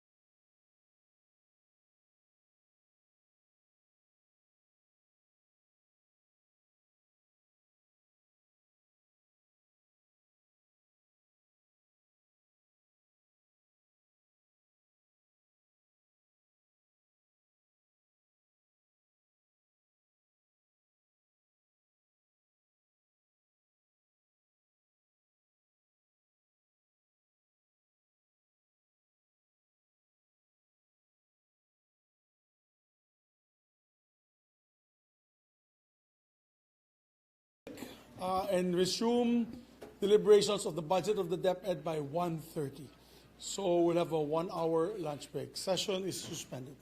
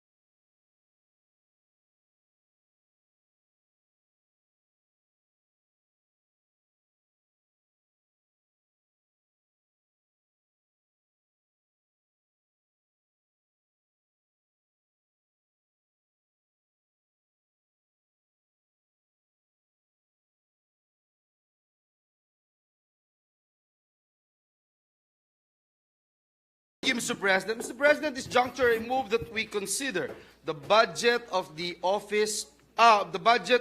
Department of Education and its attached agencies, the Office of the Secretary, Early Childhood Care and Development Council, National Book Development Board, National Council for Children's Television, National Museum of the Philippines, Philippine High School for the Arts, National Academy for Sports. And we'd like to acknowledge the presence of its officials led by no less than our Vice President, the Secretary of Education, Vice President Sara Duterte. Mr. President, we now recognize the distinguished sponsor of the measure, Senator Pia Cayetano, and first to avail of the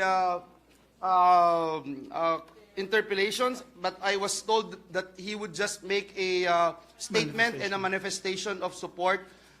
May we recognize the distinguished gentleman from Davao and Batangas Province, no other than Senator Christopher Bongo. So move, Mr. President. Before we recognize them, we'd just like to once again welcome back Vice President Sara Duterte, and of course the DepEd family. I made a mistake earlier when they came.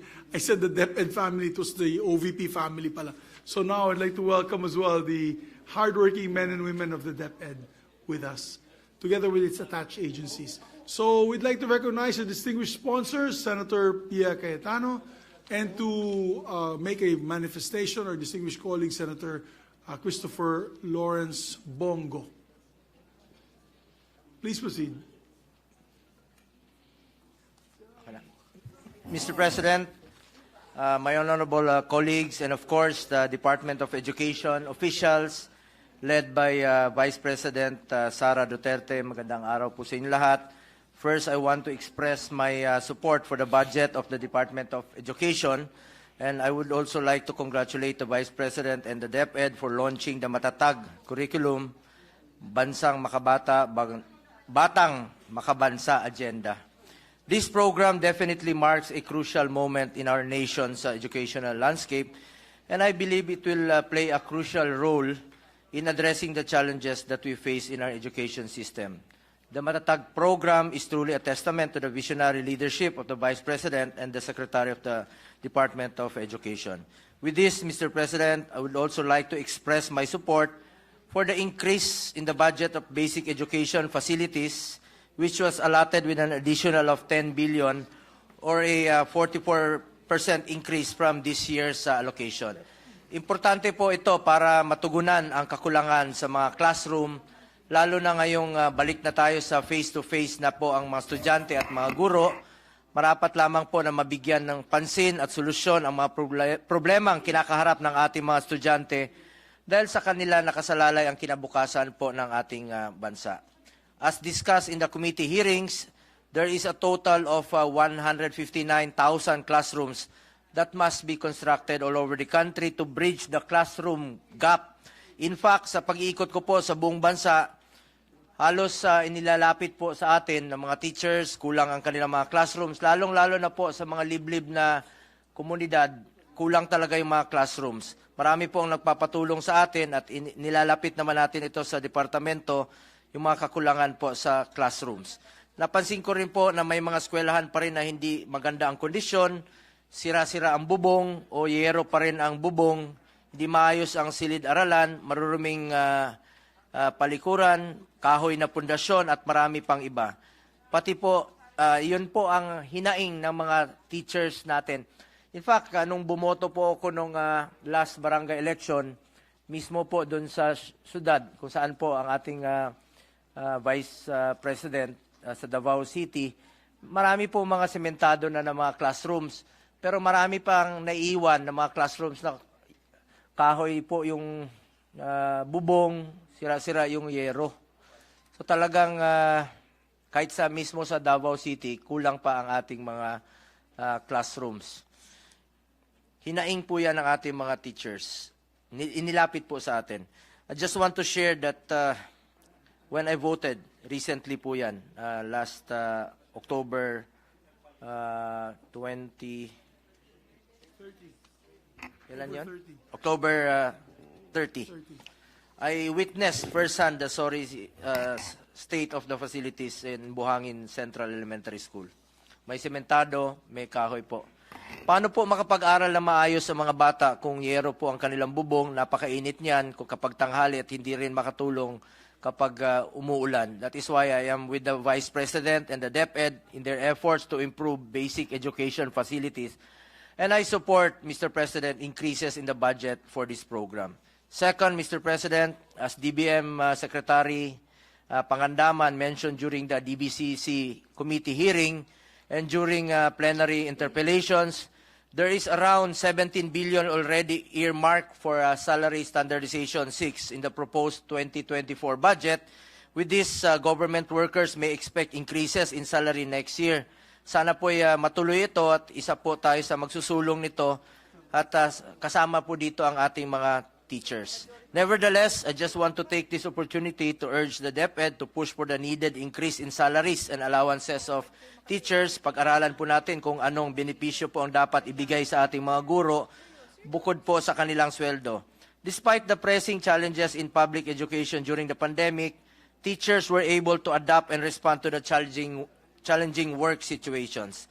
They went above and beyond to ensure the delivery of education for their learners. It is therefore just incumbent upon us to recognize their devotion and invaluable contribution to the formation of our youth and society. Additionally, Mr. President, I would like to mention for the record the reduction in the proposed budget of the National Academy of Sports. As one of the authors of this law, along with the sponsor, Senator Pia Cayetano, Senator Sani Angara, and Senator Win Gatchalian, during the 18th Congress, we want to highlight the importance of NAS in developing the athletic skills and talents of the students in world-class sports facilities, while also focusing on their secondary education. Dito po sa NAS, pwede silang mag-aral, yung mga atleta at the same time mag-training, pwede po silang mag-training at the same time mag-aral. Wala pong masasakripisyong oras.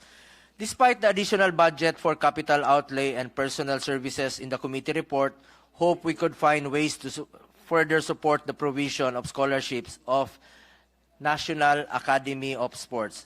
Lastly, Mr. President, I laud the Senate for adding 3 billion in the budget of the Department of Education.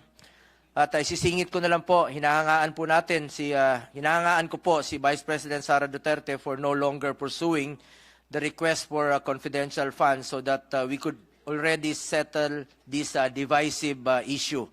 Nananatili po ang aking tiwala sa ating Vice Presidente at sa ating Secretary po ng DepEd.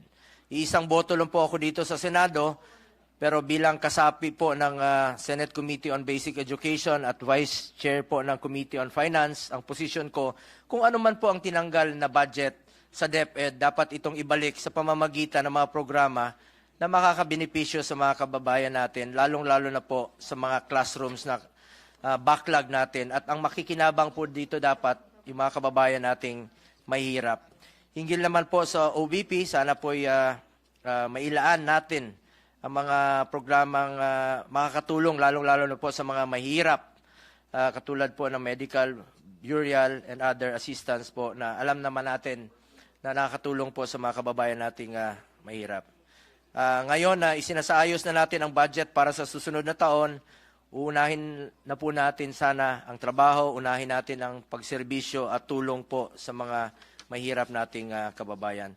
That is all, Mr. President. I have no doubt that with the leadership of Vice President Sara Duterte and the continued support of all stakeholders, the Department of Education will achieve even greater milestones for our students and the education sector as a whole. Maraming salamat po, Mr. President. Thank you very much, Senator Bongo. Majority Floor Leader. Thank you, Mr. President. Mr. President, next to ask questions, Mr. President, is the distinguished gentleman. Yeah. Actually, may opening statement pa po. Yes, Mr. President, May you recognize may I the just sponsor? Yes. move that we recognize the sponsor of the measure, the Senior Vice Chairperson of the Senate Committee on Finance, Senator Pia Cayetano. So, Senator Cayetano is recognized. Thank you. Just to put on record, Mr. President, the budget. I'm ready to sponsor the budget of the Department of Education, the Office of the Secretary, with a total new appropriations of 715,839,092,000 pesos. Also, the Early Childhood Care and Development Council with a total new appropriations of 290,166,000 pesos. The National Academy of Sports with a total new appropriation of 230,587,000 pesos. The National Book Development Board with a total new appropriation of 178,471,000 pesos. The National Council for Children's Television with a total new appropriation of 82,080,000 pesos. The National Museum of the Philippines with a total new appropriation of 1,364,202,000 pesos. And the Philippine High School for the Arts with a total new appropriation of 98,241,000 pesos. With this, Your Honor, I'm ready to accept questions from our colleagues. Thank you very much, our dear sponsor, Majority Floor Leader, who are next in line to propound some questions. Majority Leader. Mr. President, first to ask questions on the budget of the Department of Education is no less than the distinguished gentleman from the great province of Isabela and the Davao region, no other than Senator Raffy Tulfo. I move that he be recognized. Our distinguished colleague from Isabela and Davao, no other than Senator Raffy Tulfo, is recognized. Thank you, Mr. President. Thank you, Senator Pia Cayetano. Mr. President, I would like to put it on record that I fully support the 715 billion pesos or more, the budget of DepEd for 2024. I don't have any problem with that whatsoever. However, just like before during the committee hearing, I just had some few concerns, and those concerns weren't really answered because for the lack of time, and I was informed that I need to produce certain documents to justify some things that I did mention during that particular hearing. Ang concern ko lang po talaga, for the longest time... May I just, before the gentleman proceeds, the Senate version is now 718.08 Okay, billion 718. Let's make it 719. No, we have to be accurate on it. Okay, sige. 700. Billion. Like I said, I don't have any problem whatsoever pagdating po sa budget ngayon for 2024 para sa DepEd. Wala po tayong question dyan. Regardless, kahit na po medyo kumulang, wala pa rin po akong problema. Thank you. Para maging klaro po tayo.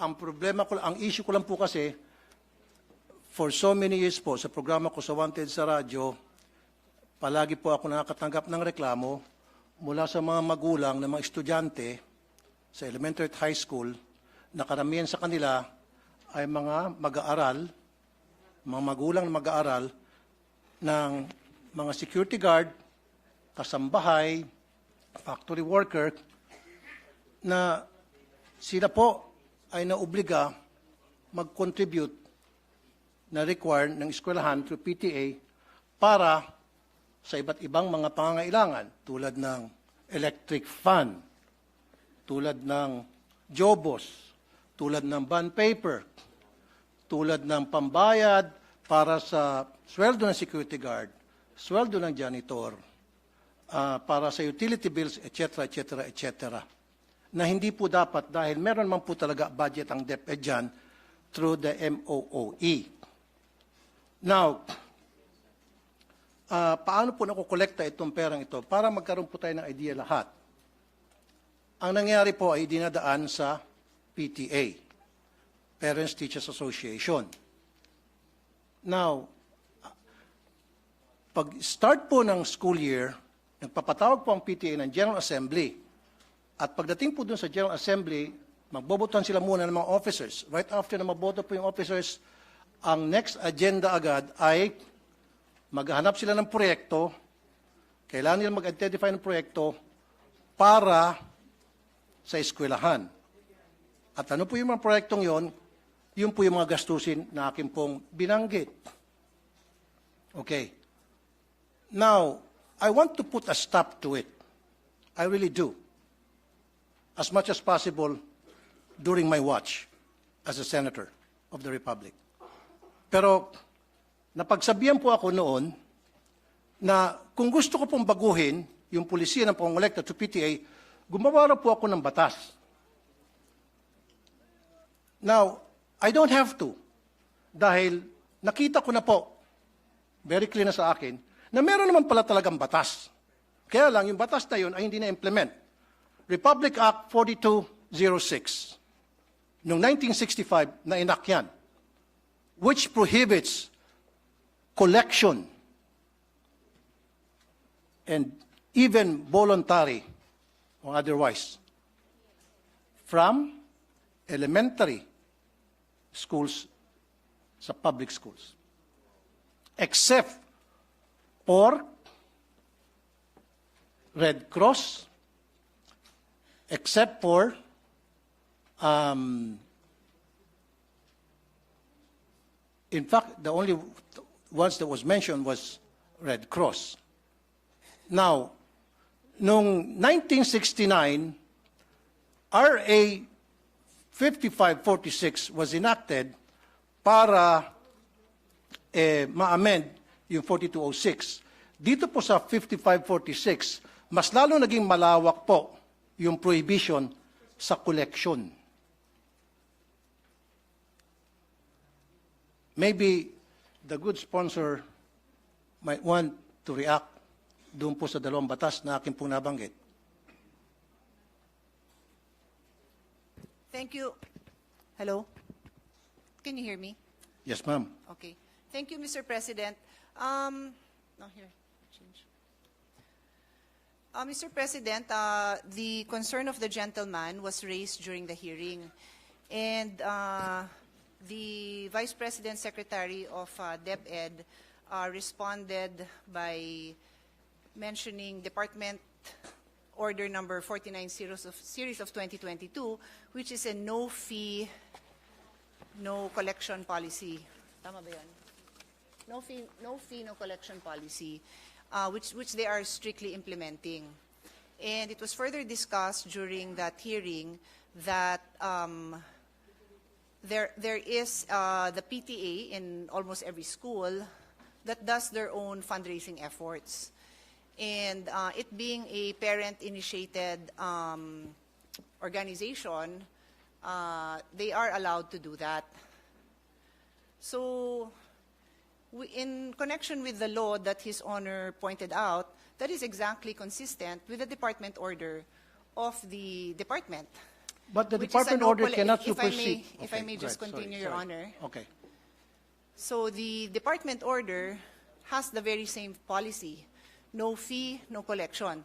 The department and all their subordinates, meaning the teachers, are not allowed to initiate or to tolerate these collection efforts. But this does not prevent the parents from having their own fundraising. This system has been practiced for decades. Ayan, finally lumakas. This system has been practiced for decades, and it has been a private initiative of the parents that has allowed many projects to see the light. No? Anything from gate, fencing, gardening, events. It's a PTA initiative, and I think that's why it was mentioned that if there is a desire to change that policy, there must be a law, because currently the DepEd order is consistent with the existing law mentioned by His Honor. Okay, Mr. President, may I ask the good sponsor kung sabihin niya sa akin yung bang department order na yon at saan po doon sa dalawang batas na binanggit ko, RA 4206 and RA 5546, alin doon na nagsasabing pinapayagan na mangolekta ang mga eskwelahan o mga magulang para sa kontribusyon sa eskwelahan. Can you please show it to me?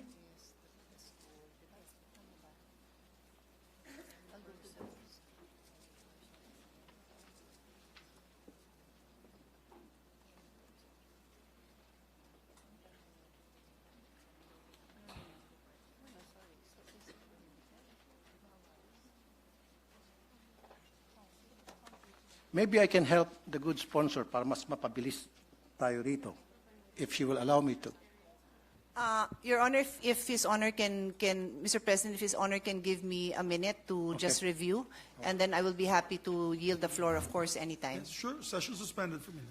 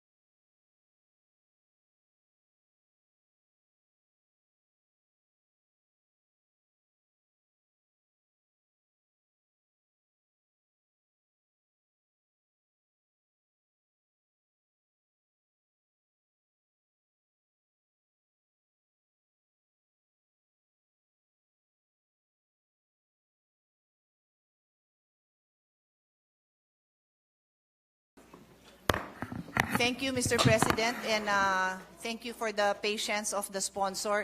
As His Honor had pointed out, it's a 1965 and 1969, no, the first one was 65 yata, and 69 law, so this representation had to refresh herself on those laws, Your Honor. Hindi pa ho ako pinapanganak nung 1965. Nung inamend, pinanganak na ako, pero hindi ko pa ito nabasa, inaamin ko naman po. Anyway, if we may go to the very important point of the gentleman, no? First of all, let's put on record that we respect His Honor's concern for the parents, no, who have expressed their problems, no, who have reached out to share their problems. No, we respect that, Your Honor, and we totally respect and appreciate His Honor's persistence in bringing this to the attention of DepEd, so that if there are solutions that can be made, they can be made. With that in mind, Your Honor, the question of His Honor, if I may paraphrase it to be sure that I respond accurately, is meron namang batas na nagbabawal na magkolekta ang PTA. Tama ho ba ang intindi ko sa tanong? Is that a correct understanding? RA 5546, bawal po talaga ang contribution, collection sa mga estudyante whatsoever, whether yan ay voluntary or otherwise, except for Red Cross, Girl Scout, Boy Scout, and Barrio High School. Yun lang po talaga minention sa 5546. Wala nang iba pa. Kaya kung meron pong ginagawang collection other than those mentions, then that is against the law, against 5546, which is happening right now in so many public elementary high school. And marami pong lumabas na mga department order, and I can mention a few of them, na they're trying to circumvent the law para lamang matuloy yung gusto nila mangyari ng eskwelahan na kumolekta. Ang point ko lamang po dito, Mr. President, Your Honor, Madam, mag-implement na tayo ng policy. Meron tayong law, then dapat it's up to the executive para ma-implement itong law. Because the last time I was informed na gumawa ako ng batas para ma-implement na raw, mag-implement ng batas. Nagagawin ko, I don't have to because meron na palang dalawang batas, Your Honor. Yes. Your Honor, Mr. President, His Honor is correct in his paraphrasing or delivering the provisions of RA 5546 kung saan ho, and I will just read it, no, para clear, Yes, maintindihan din ng mga kasamahan natin yung issue po na malapit po sa puso ng ating kasamahan. The Section 1 of RA 5546 states, the sale of tickets and or the collection of contributions in any form whatsoever by any person for any project or purpose, whether voluntary or otherwise, from school children, students and teachers of public and private schools, colleges, and universities is hereby prohibited. Tama po, sir, no? Yan, Mr. President, yan po ang tinutukoy ng ating kasamahan. Tama po. Tama ho ba? I agree. Yes, okay. So, nung ako ho ay nakikipagdiskusyon sa DepEd, aware po sila dito na bawal talaga ang collections of contributions in any form from school children, students, and teachers. And that is why in their Department Order number 49 series of 2022, known as the Promotion of Professionalism in the Implementation and Delivery of Basic Education Programs and Services, prohibits DepEd officials and employees from seeking contribution, support, solicitation of any kind, or any kind of intervention from non-DepEd entities. It goes on to say, likewise, the department implements a no-fee collection policy wherein no fees shall be collected from learners in kindergarten up to grade 4, while fees on certain memberships may be collected from learners in grade 5 and above, strictly on a voluntary basis, e.g. Boys and Girl Scouts, Philippine National Red Cross, parent-teachers associations. So ito po yata, sir, ang implementing order na hinahanap nyo, Mr. President. Is His Honor, do I respond to His Honor's question by pointing out this DepEd order number 49? Thank you, Mr. President, Your Honor. Pero can a department order supersedes a Republic Act? Mr. President, in my humble legal opinion, this department order is consistent with the law. But I am very open to hear His Honor's concerns kung meron dito sa department order na inconsistent. Kasi isa po ako sa naniniwala na hindi talaga dapat nagsusupersede ang Correct. isang department order. We are one with that. And Thank you. I let the record show that the minority floor leader is nodding his head because for more than a decade, magkakasama kami always reviewing this department orders. Hindi ho tayo Okay. nagtotolerate na nag-e-exceed. Exactly. So, nagkakaisa po tayo dyan, Mr. President. Pero dito po sa RA 5546, Mr. President, Your Honor, Madam, totally pinagbabawal ang any form of collections, voluntary or otherwise, except Red Cross, Girl Scout, Boy Scout, and then donors for the support of Barrio High School. And I have a definition of Barrio High School with me. Never did this RA mention about PTA. Yes, Your Honor. We noted that the mention of PTA is now in that department order. Upon further review and discussion with the DepEd, we are now looking at the entirety of RA 5546, wherein it states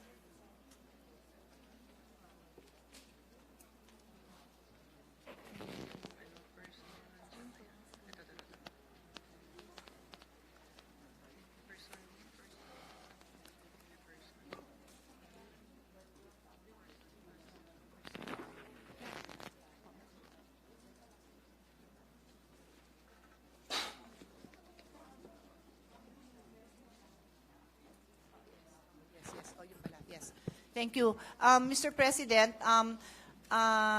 when we look at RA 5546, Section 1, and I will read it again, the sale of tickets and or the collection of contributions in any form whatsoever by any person for any project or purpose, whether voluntary or otherwise, from 1, school children, 2, students, and 3, teachers are hereby prohibited.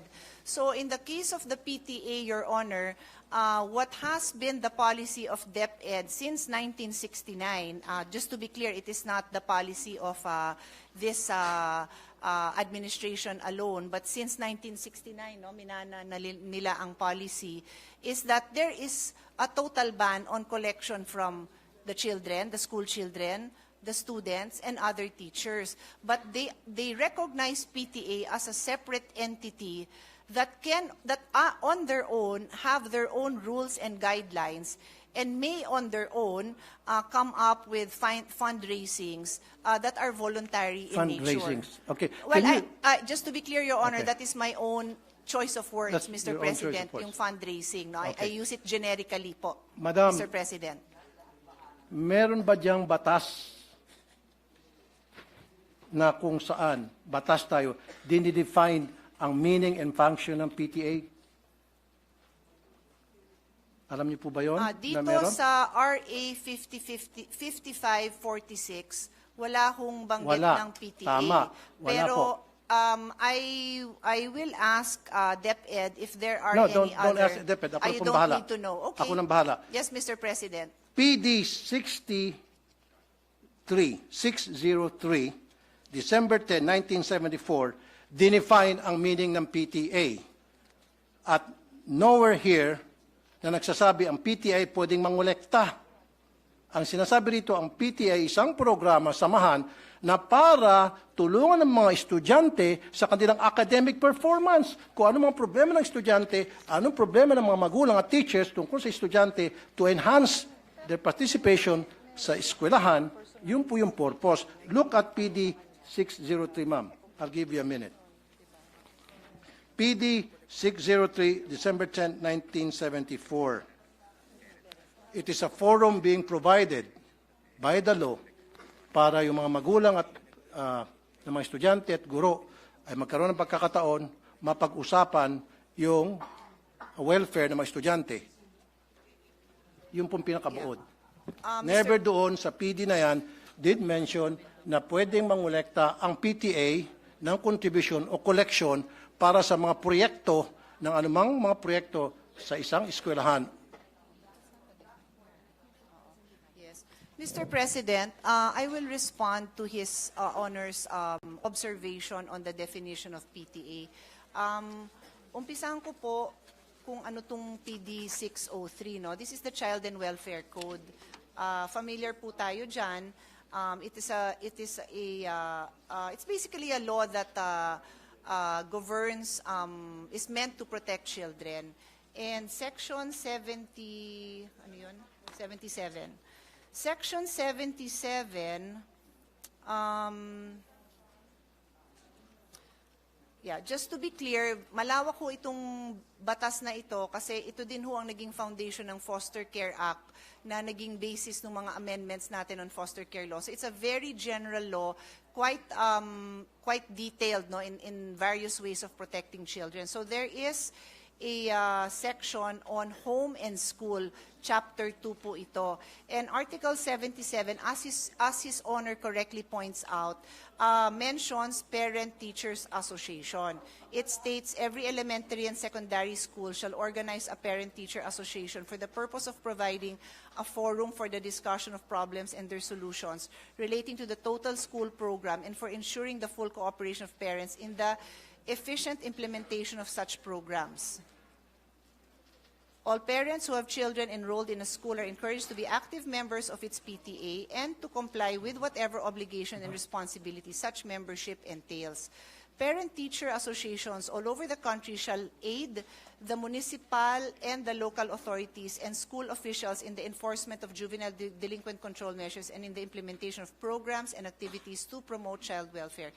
Mr. President, in response to His Honor's concern or conclusion that the Parent-Teachers Association do not have the authority to collect. Tama ho, no, sir? Mr. President, that is the question, no? That the Parent-Teacher Association, by definition here in PD 603, do not have the authority to collect. That is the question, Let correct? me rephrase what I said. Mr. President, Your Honor, I want a clear definition in our law that states that the PTA is allowed to collect contributions, voluntary or otherwise. Saan po sa ating konstitusyon, saan po sa ating batas. Yun po gusto ko para maging malinaw po sa atin lahat. Yes, Dapat po understood. nandito, meron po ba? In fact, ang nakita ko lamang pong definition ng PTA, which is, sabi mo, very vague, general, is PD 603, pinakamalapit. However, dito sa PD 603, hindi po sinasabi na ang PTA ay binuo para mangolekta sa mga estudyante ang mga eskwelahan. Mr. President, Your Honor, Madam.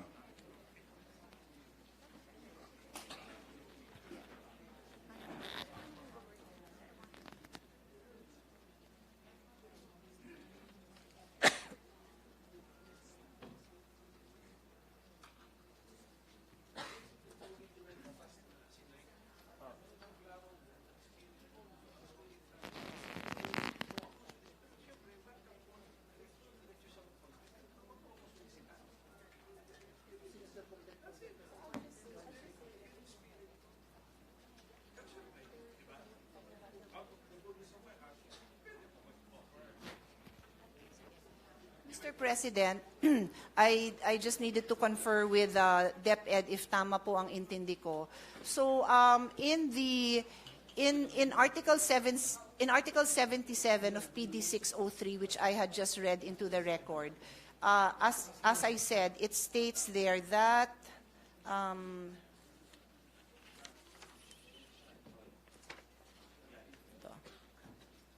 that every elementary school shall organize ito nga hong PTA relating to the total school program to ensure full cooperation of parents in the efficient implementation of such programs. To address, they are meant to create a forum to address the problems and the solutions. So the practice of DepEd has been to support to allow the PTA to follow the mandate of Article 77, and if they need to raise funds to be able to address these problems and solutions, including the implementation of the programs, then they are governed by their own guidelines in implementing those I'm programs, sorry, Mr. including President. yung at tapusin ko lang po, Sige po. including yung fundraising. Yan po ang naging practice ng DepEd since 1969 po. Practice is different from what the law says. You can practice anything you want. Pwede mag-practice ang DepEd. Lahat ng klaseng practice na gusto nila. Pero dapat nandoon sa batas. Pero kung wala sa batas yan, then yung practice na yon ay labag sa batas. There is actually, Mr. President, no sandali po. prohibition. Sinabi mo kasi, Madam, fundraising. So pwede mag-fundraising ang DepEd. It's been a practice through the DepEd, magkakaroon silang fundraising under PD 603. Pero, Mr. President, Your Honor, sa PD 603, wala talaga ako makita rito, kahit na letter by letter, tinitingnan ko, wala talaga nagsabi rito na pwede mag-fundraising, na pwedeng humingi ng contribution, humingi ng tinatawag na voluntary contribution. Wala talaga. So it seems to me na yung DepEd ay gumagawa-gawa ng sarili nila ng guidelines sa isang batas. Gumagawa sila ng sarili nilang IRR. Mr. President, I'll go back to what the Republic Act states. It prohibits collection and contribution from students. And so the policy of DepEd has been to allow the PTAs to follow their own guidelines wherein contributions among the parents are allowed. So Okay. to be clear, just to be clear, Mr. President, importante po na maliwanag yung pagsagot ko sa napakamahalagang tanong ng ating kasamahan. Bawal talaga ang pagkolekta sa estudyante, and that is being honored by DepEd. In other words, hindi pwedeng maglabas ang DepEd, ang principal, ang teacher ng request or request for contribution na ibinibigay sa estudyante. Bawal po talaga yon. Bawal. But, so kung bawal po, bakit po Correct. nangongolekta pa rin sila sa mga estudyante, especially po sa mga Mr. hirap? President, I would like to clarify, never po sila nangongolekta sa estudyante. Wala po silang collection sa estudyante. Ang meron, so I'm that sorry, we can beg to identify disagree. the issue. I issue beg to disagree, ma'am. Ito po, lahat ng mga nagsumbong sa akin. Sir, the These are issue, the I don't These think, are the list of parents na nagsumbong sa akin, iba't ibang eskwelahan sa buong Pilipinas, na kung saan sila po ay sa pilitang kinukolektahan ng mga electric fan at kung ano pang mga gamit sa eskwelahan, na meron man pong budget sa MOE ang DepEd for those things. yes. Mr. President, first of all, may I request that that list is Yes, submitted I'll be so more than that happy to we give it to can you. give it to DepEd kasi I believe they have committed in the hearing pa lang na any violation po, iimbestigahan naman po nila. They made that commitment po. The only item left for the discussion on the floor right now is yung authority mismo ng PTA. So any direct contribution o collection sa estudyante, talaga hong iimbestigahan nila. So tama, ang pagkaintindi ko, Mr. President, sa issue is, so si PTA ba pwedeng mangolekta? And ang sinasabi po sa atin ng DepEd, the policy since 1969 has been to recognize the PTA's authority to decide among themselves. They have their own rules, they have their own guidelines to do their fundraising, that is a generic term that I'm using, among the parents. Hindi to sa bata, hindi apektado yung pagpasok ng bata, hindi apektado ang grade ng bata. Bakit ginagawa ng parents yun? Kasi kulang ang pondo. Yung sinabi ng ating kasamahan na nasa MOOE yan, meron yan pambili ng electric fan, dagdag ko na rin doon, ano yung mga kakulangan, di ba? Yung pagpaganda ng garden, driveway, entrance, kung ano pa man. Lahat naman po yan nilalagyan ng MOOE. Pero if I may call the attention of our chairman, talaga naman wala na ho tayo, nagbibigay ho tayo ng maraming pondo, but hindi ho talaga nakokompleto, no? In fact, ako na magsasabi, because baka may magtanong, yung mga repairs, no? Pagpalagay mo ng may electric fan dun sa loob ng classroom, o di kaya yung picture na pinakita ni Senator Bongo, medyo bumagsak yung kisame. Lahat po yun falls under repairs of basic facilities. Pero natanggalan po yan ng pondo, na ilipat po sa ibang pondo yan, hindi ho ng Senado. So may mga issue pong ganyan. I think I want to assure our colleague that hanggat makakaya, sinusuportahan ng ating chairman yung ating recommendation to increase the MOOE. So that basic principle, I think everyone in the Senate supports His Honor, na mapondohan sana ng lahat na yan. So remaining na lang po yan, kung ano ho, hanggang saan ang kakayahan ng PTA to among themselves decide to fundraise parent to parent. I cannot add to my answer kasi yan po ang policy. Hindi ko naman ho kayo bobolahin, Mr. President, na iba yung policy. Yan po ang policy na ginagamit po nila. So kung may recommendations, suggestions ang ating kasamahan, this representation is happy to relay at nandito naman ang DepEd para pakinggan ang mga suggestion ng ating kasamahan. Thank you, Mr. President. Thank you, good sponsor, Honorable Congresswoman Pia Cayetano, Senator Pia Cayetano, sorry. Thank you. Pero gusto ko lang pong balikan, Mr. President, Your Honor, yung sinabi mo, it's been a long time practice. Tama? Policy po. Policy, okay, sige. I stand corrected. It's been a long time policy na pinapractice sa DepEd for so many years na ilan sa atin hindi pa pinapanganak dito. Of course, ako pinanganak na ako dyan. Pero dapat a policy should be dictated by the law. So is there a law na kung saan sinasang-ayunan ng policy na sinasabi nyo matagal na pinapractice ng mga taga-DepEd? Dapat lahat ng mga bagay na ginagawa sa ating mga eskwelahan, lalo sa DepEd, na who's receiving a lots and lots of budget by the billions, dapat nandoon nakasaad sa batas. Hindi pwede po silang gagawa-gawa ng sarili ng policy na wala po sa batas. Dapat lahat po ng polisiya nandoon po. Mr. President, may I respond to that statement? Mr. President, as I said, no, kaya ho ako nag-abalang ipaliwanag na ang PD 603 is a very broad law intended to protect the rights of children. Kaya nga po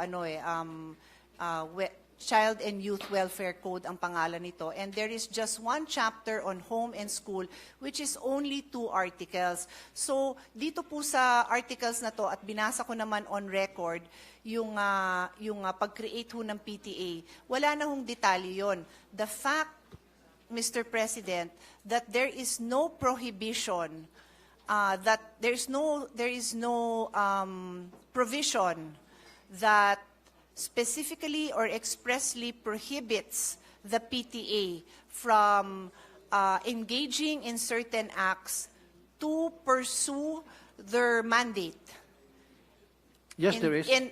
Mr. President, if I may just continue. My statement is, the fact that there is no provision that expressly prohibits the PTA from pursuing their mandate is in itself an accepted principle that there is no violation. It is a rule of statutory construction that what is not expressly or impliedly prohibited by law may be done.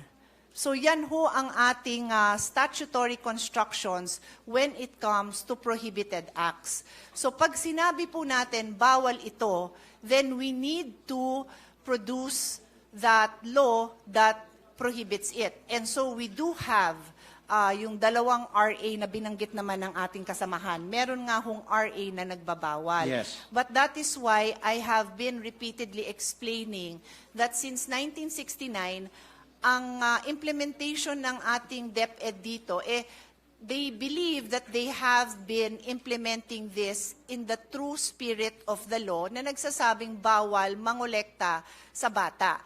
They cannot collect contributions from school, children, students, and teachers. Yun ho ang specific wording of the law. Exactly. Sige, pagbigyan ko po, I yield my floor to Mr. President, Minority Yes, Leader. Minority Floor Leader. thank you. With the permission of my colleagues. The good sponsor mentioned statutory construction, which I used to teach in law school. We have to harmonize, and I'm thankful for the discussion. At least we brought out the RA 5546, and then Article 77 of the Child and Youth Welfare Code. Kung makikita po natin, yung RA, bawal mangolekta sa bata. Okay. Actually, sino kinokolektahan mo kung nangongolekta ka sa bata of elementary school age? Hindi ba magulang din? So if you look at the spirit of the law, bawal mangolekta sa bata at sa kanyang magulang. Ang proviso sa dulo, kung out of the goodness of the heart of the parent, willingly, without any prompting or solicitation, magdodonate siya sa school, hindi bawal yun. Okay. And then, if you look at Article 77, shall organize the PTA, in-enumerate ngayon yung purpose ng PTA. Wala po dun because it should solicit funds to financially help the school. Wala rin po dun sa Article 77 yun. So if we harmonize the two provisions, not only looking at the letter, but also looking at the spirit, I would tend to agree with the point of our interpellator, Senator Tulfo, na bawal. And if there is a department order na may interpret na pwede for the PTA to prompt or solicit or to ask contributions from the parents, let's review this department order because in my humble opinion, it violates the law, Mr. President. So thank you for the time, sir. Thank you, Minority Leader. With the indulgence of our colleagues, may we recognize, Mr. President, our Senate President Pro Temp for her interjection? With the Our indulgence. distinguished Senate President Pro Tempore, Senator Lauren Legarda is recognized. Thank you, Mr. President. May I humbly suggest that since the GAA is the most important piece of legislation, it may be applicable only for the next 12 months, however, but you can keep on making it a special or a general provision. If it is the advocacy of the good gentleman, the interpellator, and if the vice chair and the chair would agree, then perhaps a draft of a special provision to reiterate an old law or a policy that may be general but may apply to that may be reiterated in a special provision for the DepEd budget to use a better word, prohibit, not encourage, no forced contribution when applicable, when reasonable. I leave it to you how to draft it. If, based on the conversations, discussions I've been hearing, while it is a very important thing and there are many other issues in the education sector, perhaps the way forward for the solution would be a special provision, if the chair and the vice chair would agree. That would refer to policies, department orders, and the old law from the 1970s, which I heard. So that's my humble suggestion, Mr. President. How that provision will sound, will be drafted, I leave it to the body.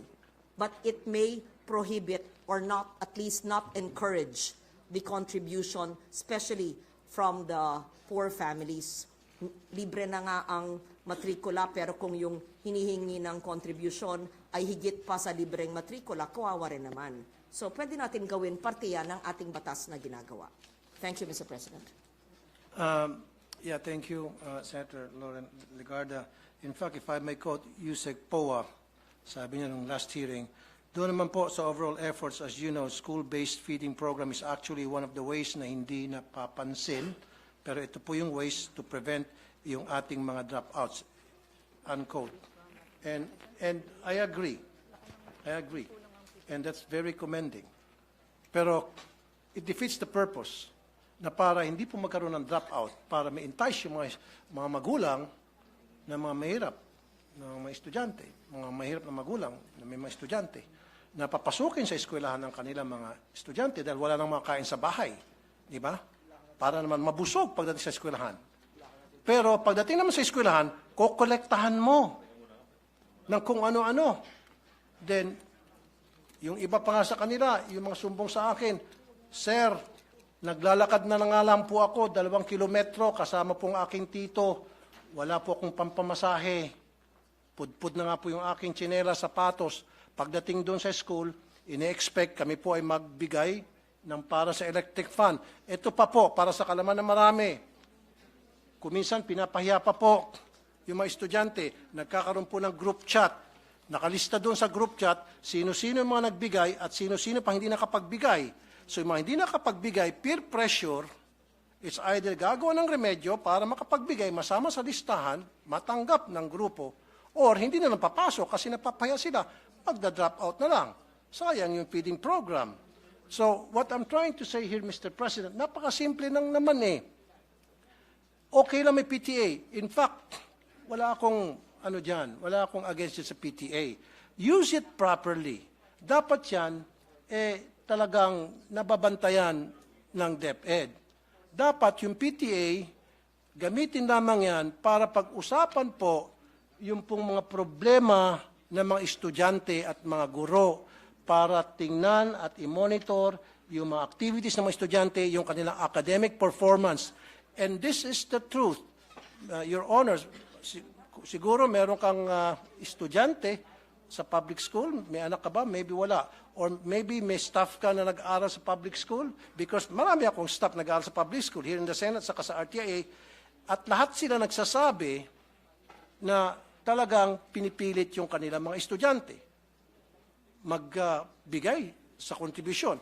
Pag hindi ka nag-contribute, anong consequence? Hindi ka na maging paborito ng teacher. Ikaw ay pwedeng maiwan, ikaw ay mag-scrub ng sahig. Ikaw ang mag-erase ng mga nakasulat sa blackboard. Marami pa pagawa sa iyo. Pero kung ikaw nag-contribute, go home ka na, maganda pa ang grades mo. Yan po ang madalas na mangyari sa iba't ibang mga eskwelahan. At yan po'y documented. At yan po'y in-interview ko po lahat ng mga staff ko na may mga estudyante sa public school na nire-require po talaga sa PTA pa lamang, binoboto na agad kung ano yung mga pwedeng ma-contribute, ano pwedeng may ayos sa eskwelahan. Just imagine, Mr. President, Your Honor, every single year, kailangan mag-contribute ang mga estudyante para sa electric fund. Kung ipon-ipunin natin yung contribution sa electric fund every year, siguro baka marami ng warehouse ng electric fund dyan sa DepEd, kung saan dinadala yung electric fund.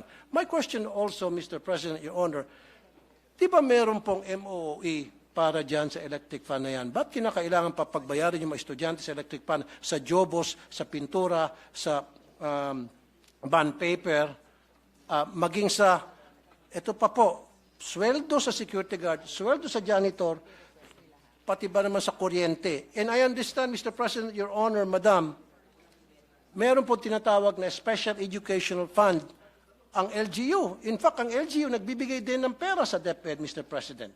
Sana pupunta yung SEF. Now, my question is, maari siguro ang problema hindi nakakarating sa mga eskwelahan ang MOOE. Saan na pupunta yung MOOE? Kailangan siguro i-audit natin yung MOOE. Yan po ba ay nakakarating ng tama o baka naman nakakarating sa mga eskwelahan pero hanggang sa principal lang?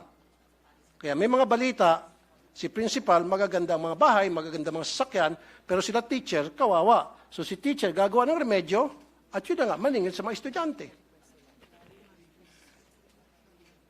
Kaya nga po, sabi pa nga nung mga nakakausap ko po, doon sa mga listahan, I think we interviewed more than 100. Sabi, kaya nga po kami pumunta sa public school dahil wala po kami pambayad sa private school. Sila po ay mga tricycle driver, pedicab driver, labandera, kasambahay, factory worker, na mga underpaid, na maliliit lamang sweldo. Salamat nga, sinabi ni Secretary Yusek Poa, and I commend you for saying that, yung programa nyo yan, na merong feeding program para hindi na po tumaas pa yung cases ng dropout para ma-entice yung mga magulang na papuntahin sa eskwela ng kanilang mga estudyante dahil meron ng pagkain. Gutom kasi sila, kaya hindi sila pumapasok, pero kung bigyan mo ng pagkain, papasok na sila. However, pagdating naman sa school, yung libreng pagkain, parang siningil mo lang dahil pagbabayarin mo para sa kung ano ng contribution. Sir, ano po yung tanong nyo? I'm just making a statement, Mr. President, Your Honor, kung ano po yung sentimiento ng mga pumunta sa akin, mga magulang, libo na po, sinasabi po sa akin. So what I'm saying is, we have to stop this wrong policy na kung saan nagbabiolate ng law ang kung ano-ano pong department order na ipinapalabas po ng DepEd para lamang pipilitin na makakolekta sa mga estudyante. Sabi pa nga ni Minority Leader Coco Pimentel, pag kinolekta mo estudyante, wala naman pera yung mga estudyante, parang sino kinukolektahan mo talaga? In essence, yung mga magulang. So, for me, change that policy. Huwag na ho tayo mangolekta. Zero collection na talaga, voluntary or otherwise, tulad na nakalagay sa batas. Okay? Except for Red Cross, Girl Scout, Boy Scout, and Barrio High School. Let's stick to what the law says. Stop na natin yan. Huwag na ho tayo magpalabas ng mga department order para we try to circumvent the law para makakolekta. Tuloy, ang duda nitong mga magulang, baka siguro gusto nilang magpalabas ng kung ano mga department order para makakolekta sapagkat gusto nilang yung MOE hindi na makarating sa mga eskwelahan.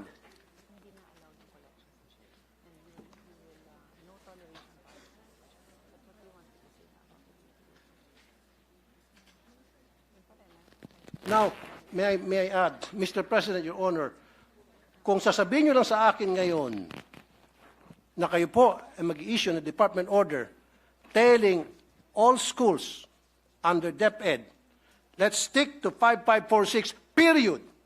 And I will sit down. Otherwise, kapag hindi, magpipilit kayo, abutin tayo dito hanggang madaling araw. And I will not stop because I know I'm right. Mr. President, just a short response. The policy of DepEd is very clear. They have a no toleration policy on the collection from students. So, itong huling mga nabanggit ng ating kasamahan na yung mga estudyante, nagko-collect, paulit-ulit din na sinasabi sa akin ni Vice President, DepEd Secretary na no, they will not tolerate that and they commit to investigate that. Thank you. So clear po tayo dyan. On that note, may I ask for a minute suspension, Mr. President? Thank you. Session suspended for 1 minute.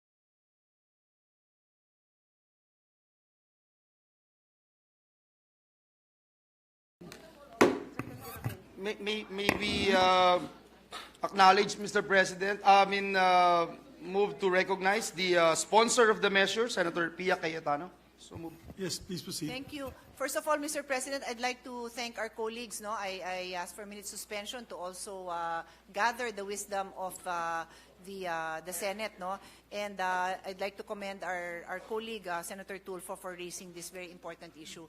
We also took the opportunity to ask DepEd what actions, if any, have they taken upon receipt of similar complaints, and they confirmed that upon receipt of similar complaints, they have received similar complaints, and they have actually suspended airing PTAs. So on that note, Your Honor, they are prepared to issue a department order strengthening the law.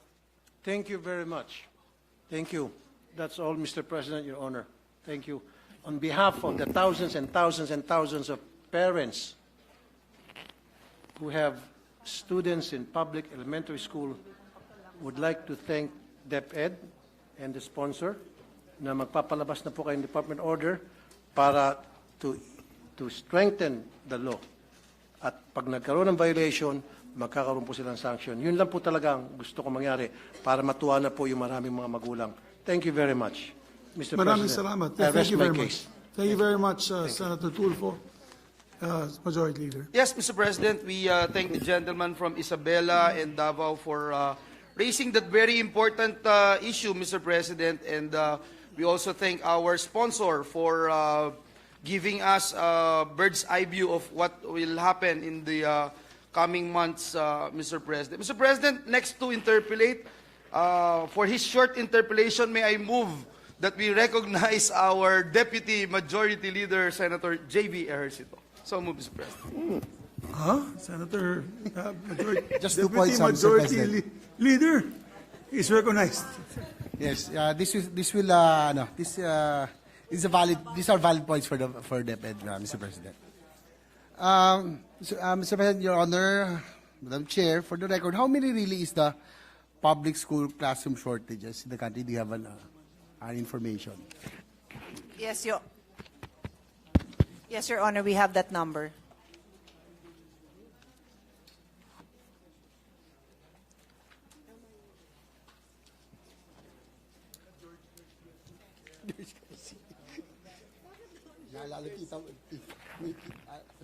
So, Mr. President,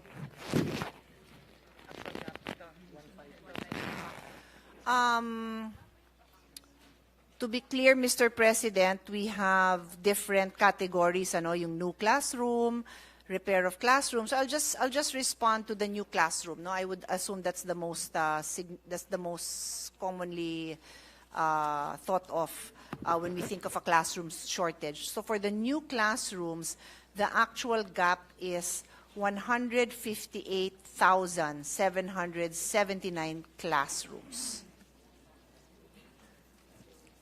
So for the record, that's 158,000 classrooms. Almost 159, Yes, almost 159,000. 158,000. And likewise, is it true, Madam Chair, that of that number, a total of about 440 classrooms were destroyed in storms or other disasters?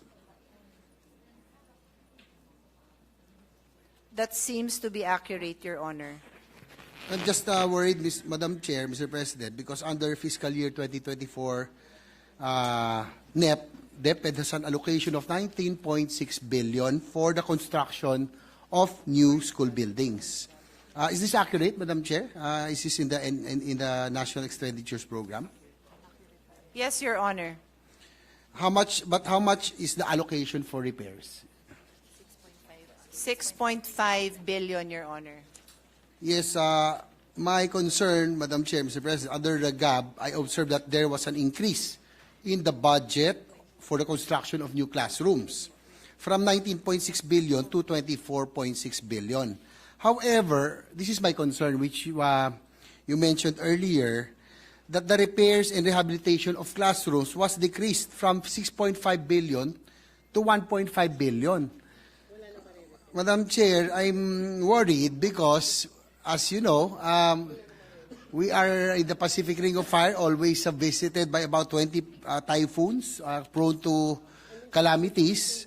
And this is a low-hanging fruit, Madam Chair, because I was also a chief executive. I was a mayor once in my lifetime, and I know for a fact that it is much easier, faster, to rehabilitate and repair classrooms that can be used right away than to construct new classrooms. Kaya po nag-aalala po ako, what is the reason for the increase in the budget of construction of new classrooms and the decrease in the budget of repairs and rehabilitation? Because this is a new low-hanging fruit, Madam Chair. Yes.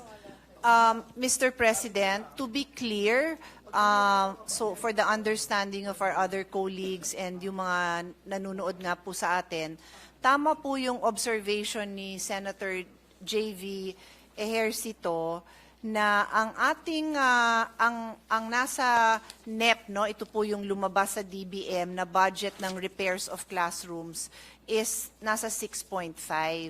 Tapos po nung dumating sa atin ang GAB, ito po yung version ng House of Representatives, lumiit po ang repairs of classroom from 6.5 to 1.5. So factual po yan, bumabaho ng 5 billion.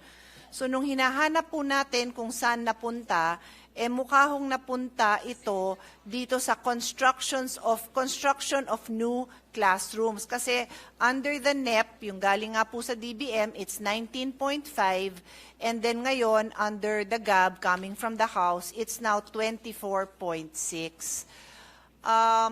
So there's an increase, Madam Chair, of 5 billion Of for 5 new. billion. That's why for ang new. conclusion natin is nilipat po iyon doon. Siyempre po, tayo naman, lahat naman tayo dito, happy naman tayo, of course, for the construction of new classrooms. But we always study saan nanggaling yung pondo because we have limited funds. So kung yan ho ay nanggaling nga dito sa pang-repair, as His Honor pointed out, Mr. President, nakakahinayang naman kasi maraming repair na kumbaga sa less, it makes sense naman po, di ba? Imbis na magpatayo ka ng 4 walls Mas madali and magpatayo.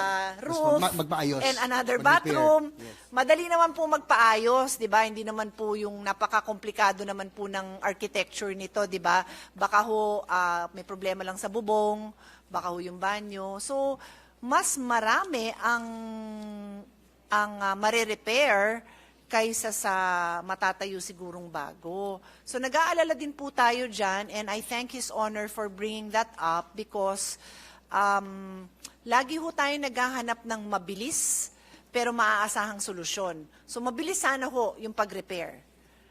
And likewise, yung classroom shortage that you mentioned, about 109, yes, yung binanggit natin. 59,000, I think it will be faster for us to be able to utilize classrooms that can be repaired Yes. or rehabilitated than to construct new ones. Yes, and we had the opportunity to discuss this issue with the Secretary and kinonfirm po niya na kailangan din nila yung pondong yan para po sa repairs. Anyway, I also have information, Madam Chair, Mr. President, that 24.6 billion allocated under the GAB, but only 9.8 billion from the allocation is left to the discretion of DepEd. Is this accurate, ma'am? Because if this is so, from what I know, if it's DepEd, this will be needs, based on needs, Your Honor. Yeah. So again, I'll repeat the numbers, no. Nasa 24 billion ang budget ng DepEd for the new construction. Pero nung dumating ho sa atin ang galing sa House, na-identify nila ang roughly 10 billion or 14.8 billion. Therefore, parang ang naiwan na lang na budget for DepEd to construct schools that they believe are priorities is less than 10? Less than 10 billion. Is that accurate? Less than 10 billion. So, we have also discussed this with DepEd because, syempre po, Mr. President, we look to the agencies we look to their wisdom for the implementation of their programs. We assume that they are the institution that knows the state of education of the whole country. Kung hindi naman ho issue ang funding, syempre lahat patatayuan natin bukas na bukas, lahat. Wala naman hong issue sa kagustuhan natin na lahat ng barangay magkaroon ng sariling eskwelahan. But given the shortage, I have to assume that alam ng DepEd kung sino yung kailangan bigyan. For example, may malaking syudad na maluwag pa naman ang ibang classroom, so pwede sigurong yung isa munang syudad ang bigyan, di ba ho, Mr. President? So katulad din yun na naging mayor, I'm sure may time na mag-share muna ang barangay, di ba, ng facilities. Then later, saka sila magkakanya-kanya. So, as chairman of the budget of DepEd, I do hope that with the wisdom of the Senate, we can assist DepEd in having a bigger say on the distribution of those schools, because we just really want to ensure, Mr. President, na makakarating sa bawat barangay ng Pilipinas, lalo na yung mga nangangailangan talaga, ang classrooms na kailangan sa lugar nila, Mr. President. Before I end, Madam Chair, Mr. President, if example, the 24 billion, for example, can the DepEd be able to utilize this, 24 billion, to be able to build new classrooms? Mr. President, sorry, can you please repeat? For example, we will be able to give the DepEd the discretion to have new construction, the new school buildings or classrooms. Can they be able to utilize? Kaya po naman po nila. Yes, Mr. President, itong 24 billion na pinapag-usapan natin, kumbaga nasala na yan, kasi from the past experience of this representation, we always discuss with them to ensure na kaya nilang ma-utilize yung budget, kasi ayaw ho ng DBM na nakatenga lang po yung pondo doon. Mr. President, pwede ko lang hubang idagdag dun sa sinabi ko, DepEd has their prioritization for new constructions. It's important that we put this on record. Galing po ito kasi meron po tayong EDCOM kung saan we are constantly in coordination with DepEd and other sectors. So ito po yung prioritization ng DepEd. Schools with learners having classes in makeshift or open spaces and other alternative learning spaces. Number 2, schools with remaining classroom requirement shortage. Kung kumbaga may school na, dadagdagan na lang. 3, replacement of school buildings totally damaged by typhoons and other calamities structurally. 4, schools located geographically isolated, disadvantaged, and conflict areas, it's otherwise known as GIDCA, with high incident of poverty. 5, schools damaged by calamities that are not included in the QRF, the Quick Response Fund, and schools with no program construction for the past 5 years. So ito ho yung set of priorities ng DepEd, and as their sponsor, the sponsor of their budget, nais ko din naman po na masunod itong priorities. Thank you, Madam Chair, Mr. President. Likewise, I would like to reiterate that we're hoping that the budget, the allocation for repairs and rehabilitation will be restored. Because as I mentioned, I'd like to reiterate, this is a low-hanging fruit that the students will be able to utilize as soon as possible. Because as I mentioned, we are being visited by a lot of calamities or even storms every year. May nakita ko mga nakatiwangwang because of lack of funding for repairs. So I'm hoping that we can restore this, Madam Chair, because I think it will be more practical and it will be, it can be utilized easily by our students. That's all, Mr. President, Madam Chair. Thank you.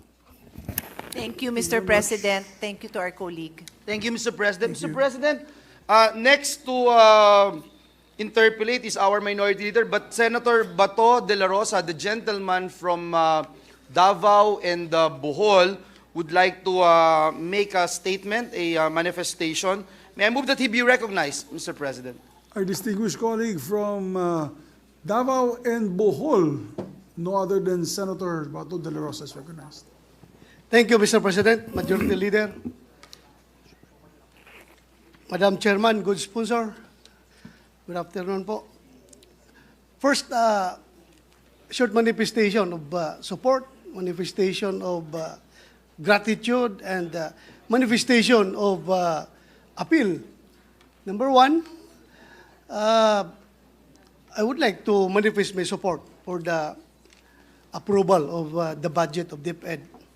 And number two, ako po'y nagpapasalamat from the bottom of my heart to our DepEd Secretary for forgetting about the confidential funds. And it spared the Senate from debates regarding this issue.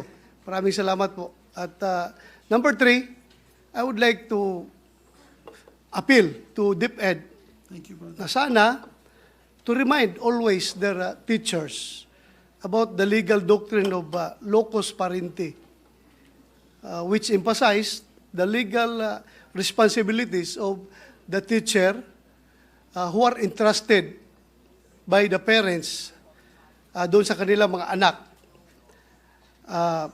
And in line with this, remind ko rin sila, itong Article 218 of the Family Code, the schools, its administrators and teachers, or the individual entity or institution engaged in child care shall have special parental authority and responsibility over the minor child while under their supervision, instruction, or custody. Authority and responsibility shall apply to all authorized activities, whether inside or outside the premises of the school, entity, or institution. Kaya ko ito binanggit, Mr. President, dahil nga, sana, appeal ko sa kanila is that, Madam Sponsor, even without the confidential funds, sana siguruhin natin na wala na mga bata na ma-recruit ng CPP-NPA doon sa kabundukan at makipaglaban sa ating gobyerno at mamatay. Yun lang appeal ko, Mr. President, good sponsor, dahil nga, noong 18th Congress, the last Congress, no? We were together with a good sponsor nung nagkaroon tayo ng hearing about those missing minors. Lumalabas talaga sa investigation natin na ang mga bata na nawawala at napunta sa CPP-NPA ay nanggagaling dyan sa senior high school, grades 11 and 12, which is under the care of DepEd. So, Mr. President, good sponsor, sana isipin palagi ng mga teachers kung bilang second parents ng ating mga anak, these children are entrusted to them. Alam natin, during the hearing, palaging ini-emphasize ng mga school authorities na we cannot do otherwise because of academic freedom. They are free to choose kung gusto nila mag-rebuild or what. But sana, very clear dito sa ating family code na dapat may responsibilidad ng mga teacher pagdating sa pag-alaga ng ating mga kabataan. Kung ang parents ay ayaw na magiging rebelde ang kanilang mga anak, you, being the second parents, ay dapat gano'n din ang paningin natin sa mga bata na dapat hindi ito ma-recruit ng CPP-NP, hindi ma-radicalized, hindi ma-recruit, hindi aakyat sa bundok, mag-armas, lumaban sa ating gobyerno at mamatay na walang kasaysayan yung kanilang buhay. So yun lang po, good sponsor, ang aking apila sa ating Department of Education. Sana po nakikinig yung ating mga teachers ngayon. At sana, hindi na magdadaan. Because we are on the last stretch of our campaign against this insurgency. Pero ngayon medyo nabuhayan sila. Nabuhayan yung mga komunista dahil nga parang lumalabas na talagang panalo sila. Nahinto nila yung DepEd from having their confidential funds which supposed to be used doon sa paghinto, sa paglaganap ng recruitment doon sa mga kabataan sa senior high school. Another topic, Madam Chair, good sponsor, is about the salugpungan schools. Alam natin na itong mga salugpungan schools ay they are being run by the CPP, NPA, and during the last Congress, mainit ang bakbakan dito about this. And I was assured by the then Secretary, Madam Liling Briones, Secretary Briones, na wala na daw existing na salugpungan schools ngayon sa buong Pilipinas. And I hope, kasi itong mga salugpungan schools na pinapatakbo ng CPP, NPA, NDF, ay ito yung nag-sprout dahil sa kawalan ng DepEd sa kanilang area. So sana lahat ng barangays mabigyan natin ng proper educational institution, particularly sa basic education. Dahil susulpot na naman itong mga salugpungan schools at kawawa ang ating mga bata at a very young age ay napupunta na sa armado ng CPP-NP. Kasi nga, as you record, according to DepEd, 55 lumad schools operated by the Salugpungan, Taitang Egkagunon Community Learning Center Incorporated sa 2019. I hope hindi na ito maibalik. And 12.3% of the rebels who surrendered in 2016 to 2020 were minors aged 12 to 17 years old. Ito mga edad na ito ay obviously nasa basic education ito na edad. So I hope, Madam Chair, good sponsor, through the DepEd officials, i-remind palagi natin yung ating mga teachers about the doctrine of locus parente. Maraming salamat. Mr. President, Madam Chair, thank you po. Salamat. Yes, just like to add that we support the efforts of Senator Bato and all the government agencies to reduce the insurgency in our country. But I would like to ask Senator Bato de la Rosa, did you accept the Vice President's invitation for you to climb Mount Apo? Well, I Mr. think there was a President, challenge. Well, Meron Mr. President, yatang Mount Apo challenge. because of my eagerness to accept her challenge, na-overtrain ako, Mr. President. Nagkaroon ako ng injury dahil every morning nag-treadmill ako for more than 1 hour. Kaya ito ngayon, back to zero na naman ang preparation ko. But kahit na halos kalahati lang yung edad ng ating DepEd Secretary sa akin, lalabanan ko siya sa akyatan kahit saang bundok dito sa Pilipinas. Basta bigyan mo lang ako ng Bawal tamang helicopter, preparation. Senator Bato. Lakad talaga. Lakad talaga ito, Mr. President. Lakad talaga. Sige. Thank you. Alright, Thank you, Mr. President. Thank you, Senator Bato. Thank you. Thank you, Mr. President. Mr. President, next to make a very short manifestation is the distinguished gentleman from the province of Cavite, Senator Francis Tolentino. I move that he be recognized. My Mr. distinguished President. colleague, Senator Francis Tolentino, is recognized. Thank you, Mr. President. I totally associate myself with the manifestation of our dear colleague, Senator De La Rosa, especially as to the locus parenti doctrine. And I fully know that the DepEd family is doing the best efforts to address the concerns, especially in areas far from the urban centers. And Mr. President, the good sponsor knows fully well that I'm multitasking. I'm also preparing my lesson plans for today. I have a class within 2 hours. I'm also a teacher. So again, that locus parenti doctrine do not fully explain in the GAA or even in existing laws, aside from those mentioned by the good gentleman from Davao, is still the correct concept. The DepEd, the teachers, should be the parents of the students. Yun lang po, Mr. President, at dagang salamat. Mr. President, thank you. Senator Jinggoy Estrada would like to ask just one question, Mr. President. So will give way to his one question. I move that he be recognized, Mr. President. Thank you, Mr. President. Thank you. Our distinguished colleague from San Juan is recognized. If the sponsor will yield to just one question. Thank you, Mr. President. Thank you, Your Honor. Your Honor, during the last election, the BSK barangay SK election, there were reports that I have received. In fact, I have a video here showing that teachers, some of the teachers in one of the cities here in Metro Manila, have been accused of cheating. And I also have a picture here that a teacher read some official ballots with the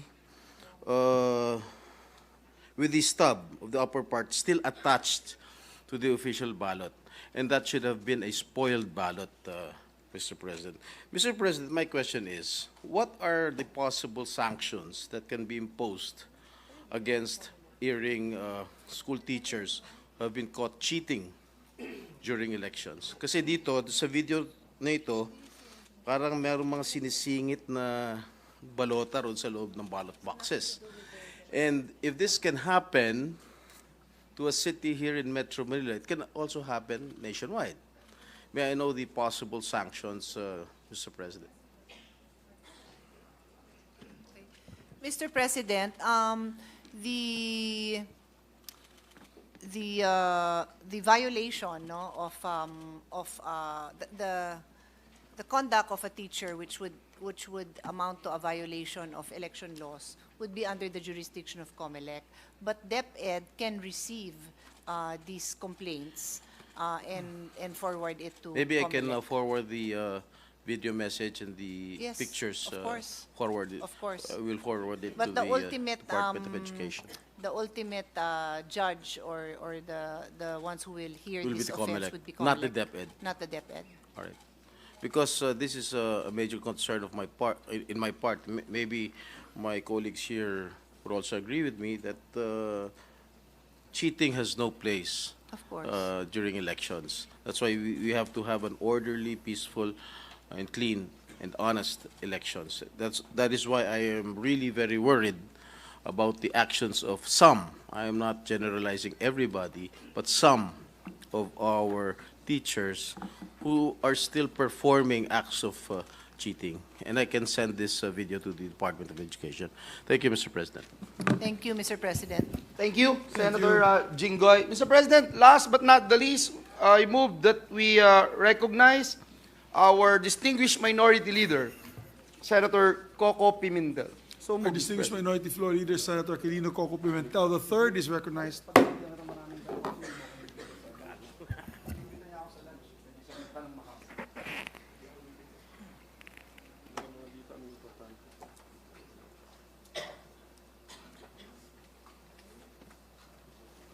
Thank you, Mr. President. With the permission of our sponsor. Of course, Mr. President. So, we are discussing the Senate Committee on Finance, the subcommittee, report, Mr. President. Sure. Our report increases the budget of the department, of the family, by 3.499 billion. May we know, Mr. President? 3.499, tama ba? Yes, with the Office of the Secretary getting 3 billion increase under our committee report. Yes, Mr. President. May we find out where all of this went and why? What is the question? Can you find out? The distribution of the 3.499 billion okay. increased by our committee. I think we used as the draft the House GAB, 3 billion. and then over and above the GAB level, we added 3.499 billion. So 3 billion. 369. So ito lang. Okay. So Mr. President, the breakdown would be as follows.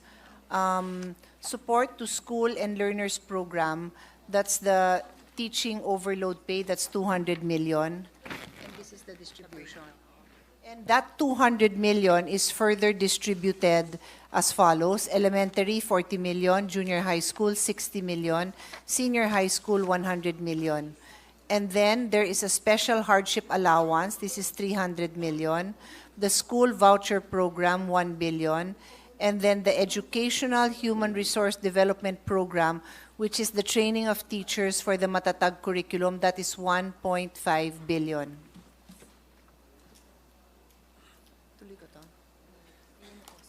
Ito lang yung tinanong niya. Oo. That's for DepEd, and then there is additional 69 million for ECCD, that's the early childhood. Then there's 35.42 million for National Academy of Sports, then 25 million for NBDB, and then 20 million for NCCT, and then 350 million for NM, National Museum. For the attached agencies. Thank you, Mr. President. The latter one were all attached agencies, Your Honor. Thank you. So, so how does this amount of our committee report, this 718 billion, compare with the NEP level for the DepEd family, Mr. President? From the NEP, is it an increase?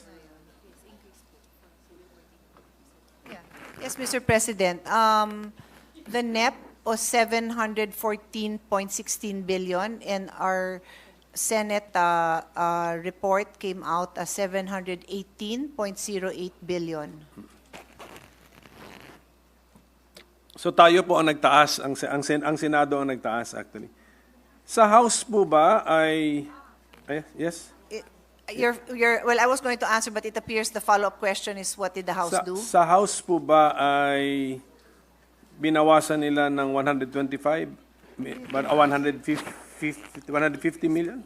No, Mr. President. So, ang Senate, nagtaas po tayo ng almost 4 billion. Yes. Ang House, nagtaas ng 395 million. Nagdagdag pa pala. Oo, Okay. pero pwede niyo akong tanungin kung saan napunta yun.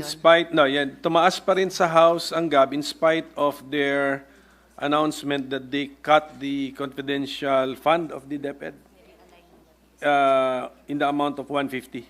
In spite of eliminating that amount, the House bill still increased the budget for the DepEd family. We're talking about the family muna. The family with the attached agencies. Yes, that's accurate, Mr. President. So meaning to say that the confidential fund of the Office of the Secretary in the amount of 150 was not taken out of the DepEd family. Nandun. Yes, again, we are talking about the House. Yes, the House. And yung sa House. yes, I think in the Senate also. I think we are not in the Senate. We did not restore that 150, Yes. and yet imbis na bumaba nga ang budget, that higher pa nga by 3.499. So it's a Senate committee which augmented the budget of the entire DepEd family. Correct. Yes. I hesitate to answer, Your Honor, because I don't want to violate executive session, because there was some kind of decision made there, Your Honor, no? So, can I ask for a minute suspension? Session suspended.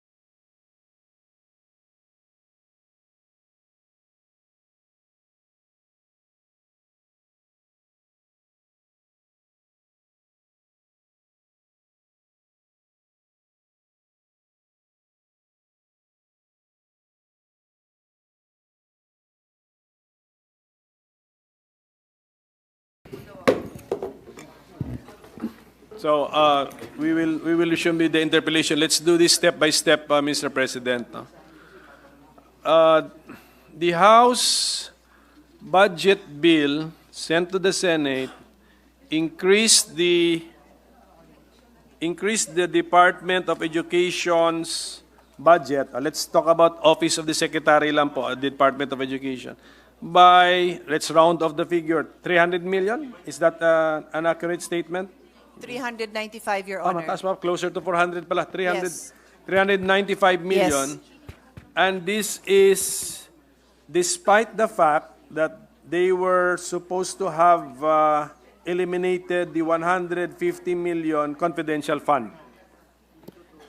What they did, Your Honor, what the House did upon examination of the budget, the gap that was submitted to us, is they put it under the government assistance and subsidies, educational service contracting. Ito po yung tinatawag na GASPE. Okay.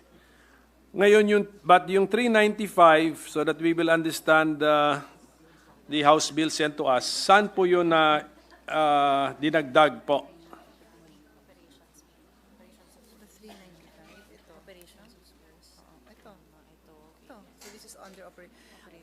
It's under the operation of schools, tama? Under operation schools specifically. Operation of schools, ano ba yan? Oh, wait. 395 was here.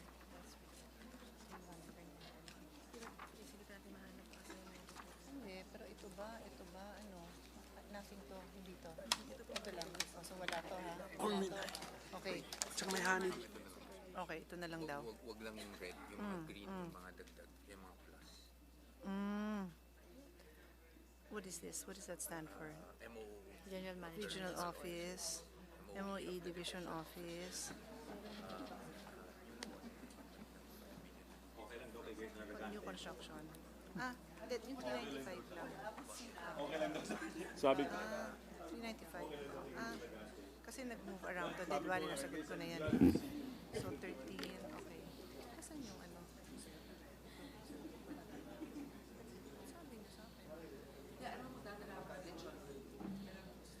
Mr. President, I apologize for the delay. I am reconciling different responses that I'm getting.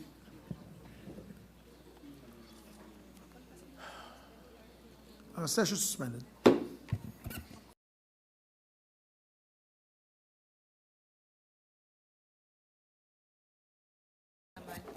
Mr. President, obviously, we received this over the weekend. Yeah, no? no nga, that's So, the problem. our LBRMO, our in-house department assisting us, and the office of the DepEd need to reconcile. I would rather isa lang ang maibigay kong sagot kesa sa, so if His Honor could move on to a different issue, because I didn't know that they had different numbers, Your Honor. Ito yung danger, Mr. President, na certified bill ang budget eh.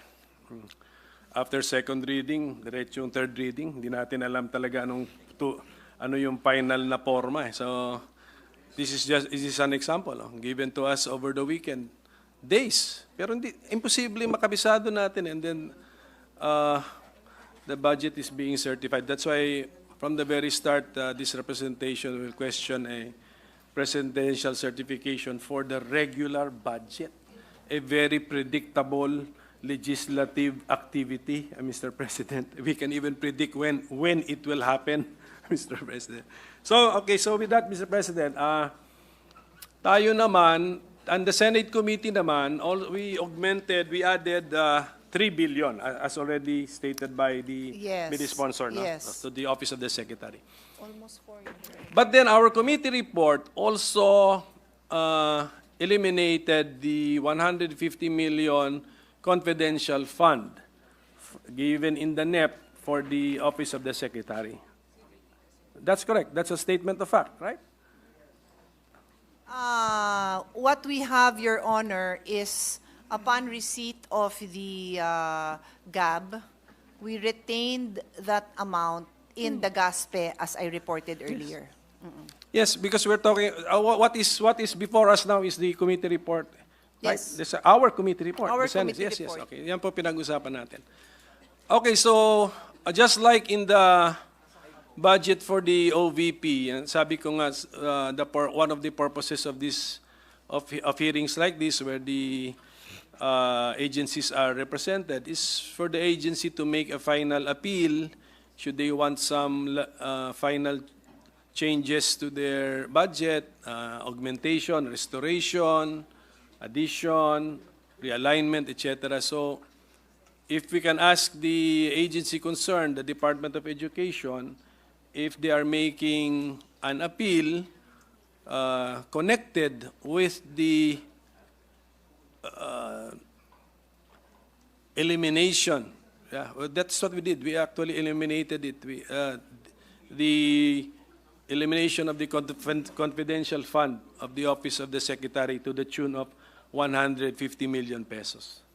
Mr. President, the Office of DepEd, the VP Secretary, has a statement, and I'll read it. We are all parents who want to protect our children.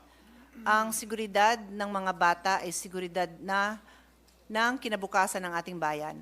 Nonetheless, DepEd will no longer pursue confidential funds. We humbly request that the funds be realigned to the National Learning Recovery Program because we do not expect good scores for the 2022 PISA results coming out this December. So thank you for that, Mr. President, for that manifestation. And once again, I commend our Vice President, who is the Secretary of Education, for that posture, Mr. President, for that position, Mr. President. So may we know about what is that program where the Vice President and the Secretary is requesting us to put the money of... Mr. President, ito yung National Learning Recovery Program. Ito po yung extra effort and initiatives to train or to provide additional training for our teachers on the most basics, yung kanilang reading, comprehension, math, which is really the foundation of learning, Your Honor, Mr. President.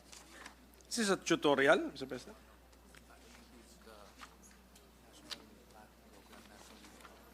Within the regular school hours.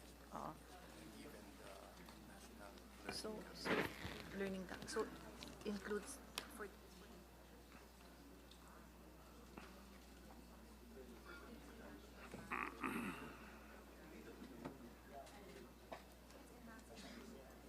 Anong pangalan? National Recovery? National Learning. So may program, may 5 basic programs siya.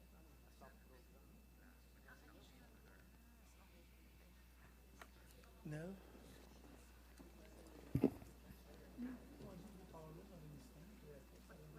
Complicated ng...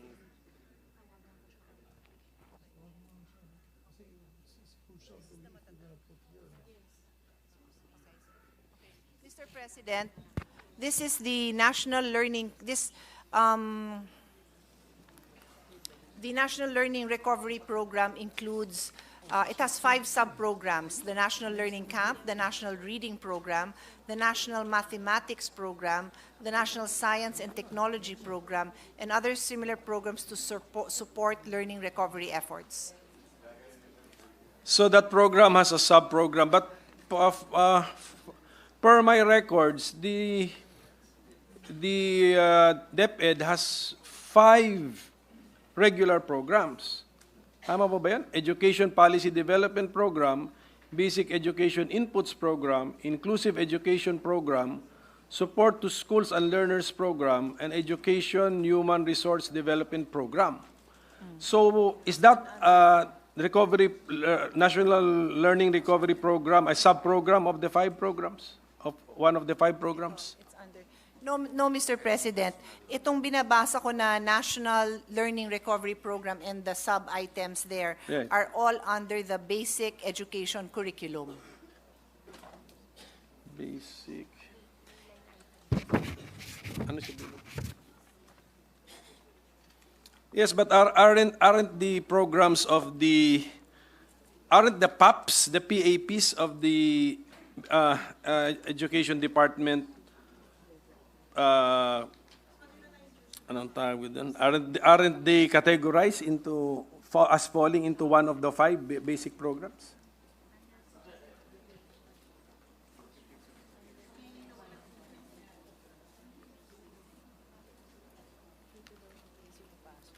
According to our planning, ma'am, that falls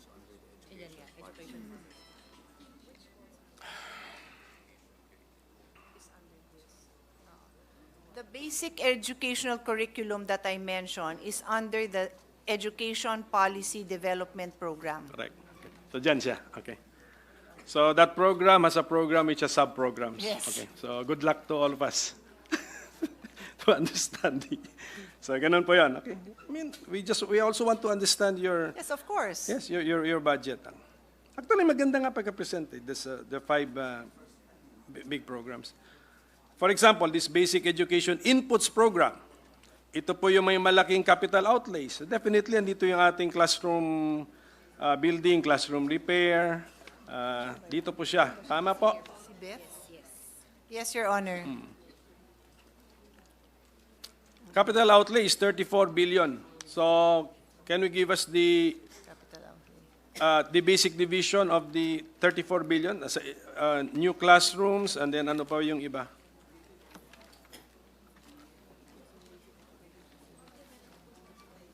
Capital outlay. What's under capital outlay? Number 6 lang?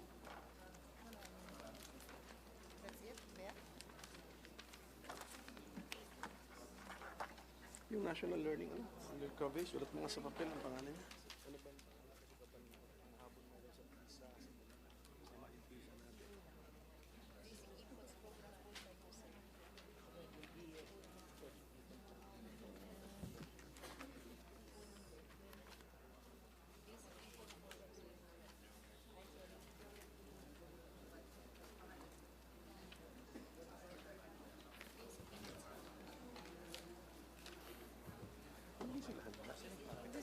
Masyado malaki yung na budget. Masyado malaki.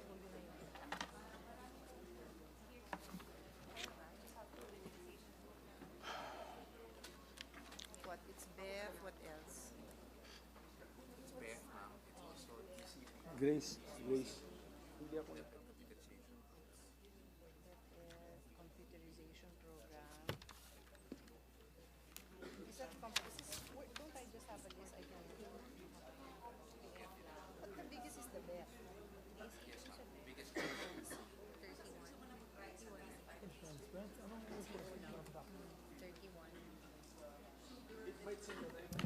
Again, sorry Mr. President, hindi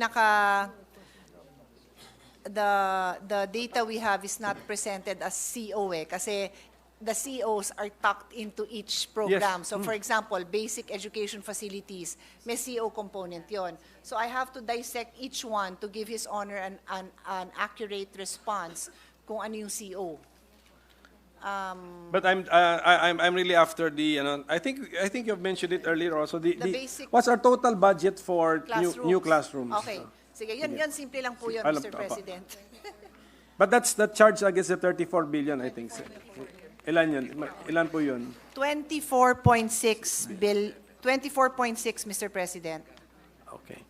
That would be good enough for what is our cost per classroom? Ngayon po ang ating 2.5 million, pero that includes a budget for parang support, no? Like nakakompute po yun na for how many classrooms, may bathrooms, ganun po ang computation on Mr. President.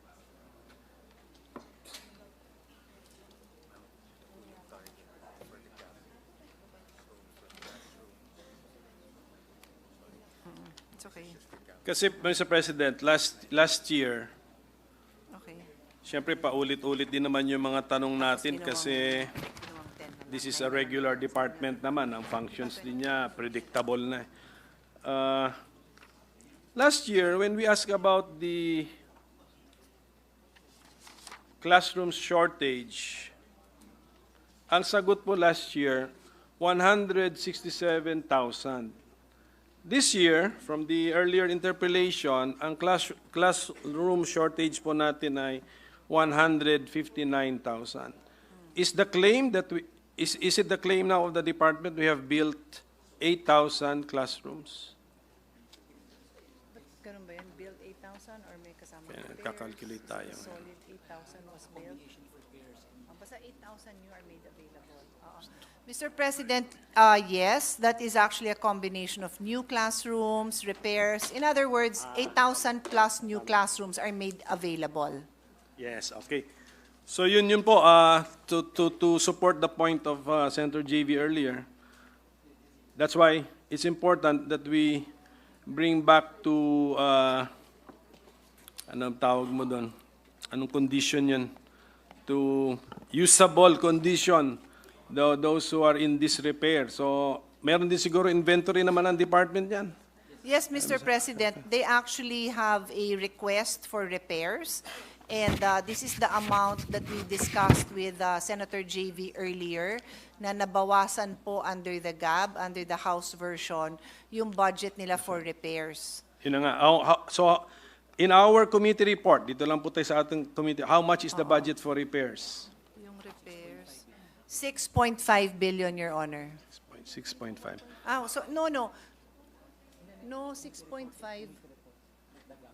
6.5. Our committee report is 6.5. Our committee report, the Senate committee report. Yeah.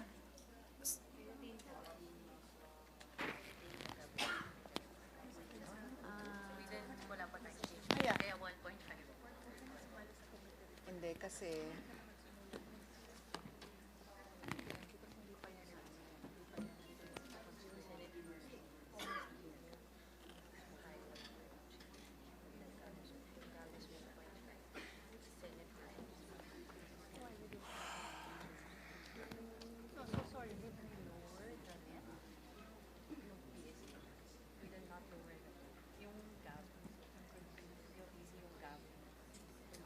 Yung mga hiring ng teacher, ano ba matatanong ko doon? Hiring ng teacher. Tapos of course yung curriculum kasi bakit meron yung curriculum na wala pang Mr. President, let me explain.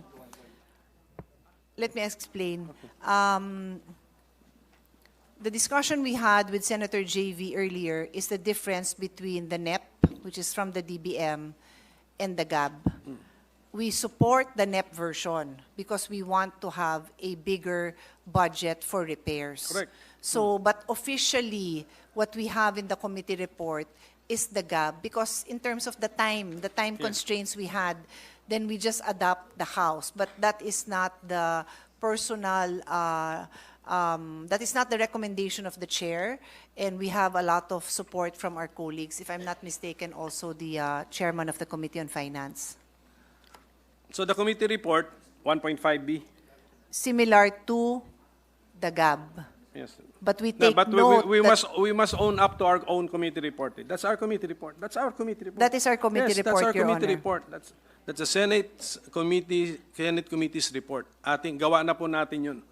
Even if we borrowed it from somewhere else, gawa na natin yung pinirmahan. May pirma tayo ron sa committee report actually, Mr. President. So, 1.5 billion repair of classrooms. And if the House bill retained or even exceeded the level of the NEP, and yet there was a 5 billion reduction in the classroom repair level of the NEP, where did it go? Sa loob ng House bill or... Yes, Mr. President, as pointed out in the previous interpellation of our colleague Senator J.V. Ejercito, the House put 5 billion into the new construction.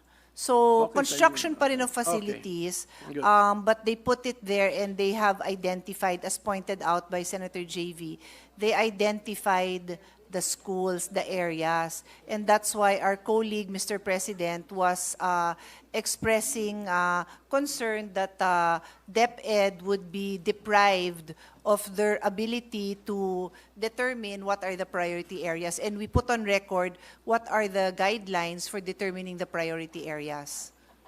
Correct. We should concede that DepEd has the data, the relevant data on where the classrooms are most needed. But then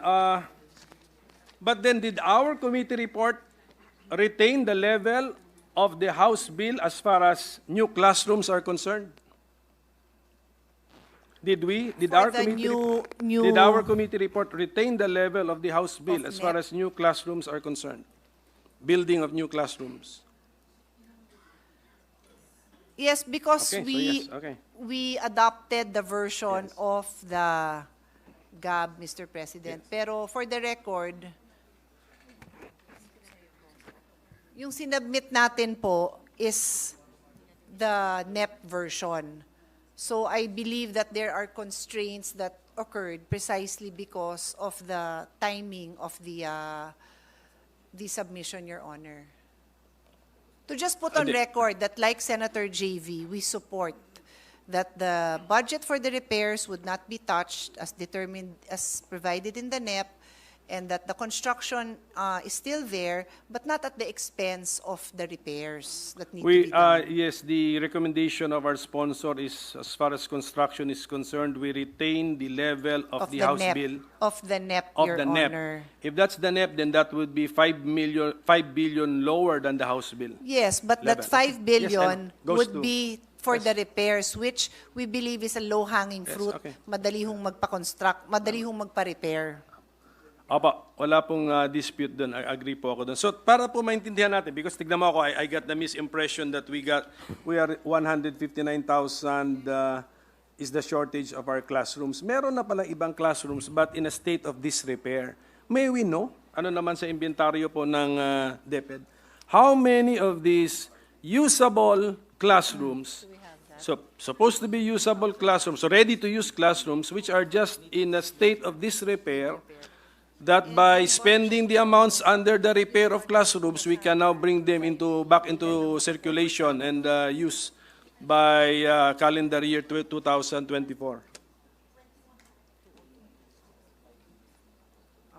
Mr. President, there are 202,000 classrooms in various states of disrepair.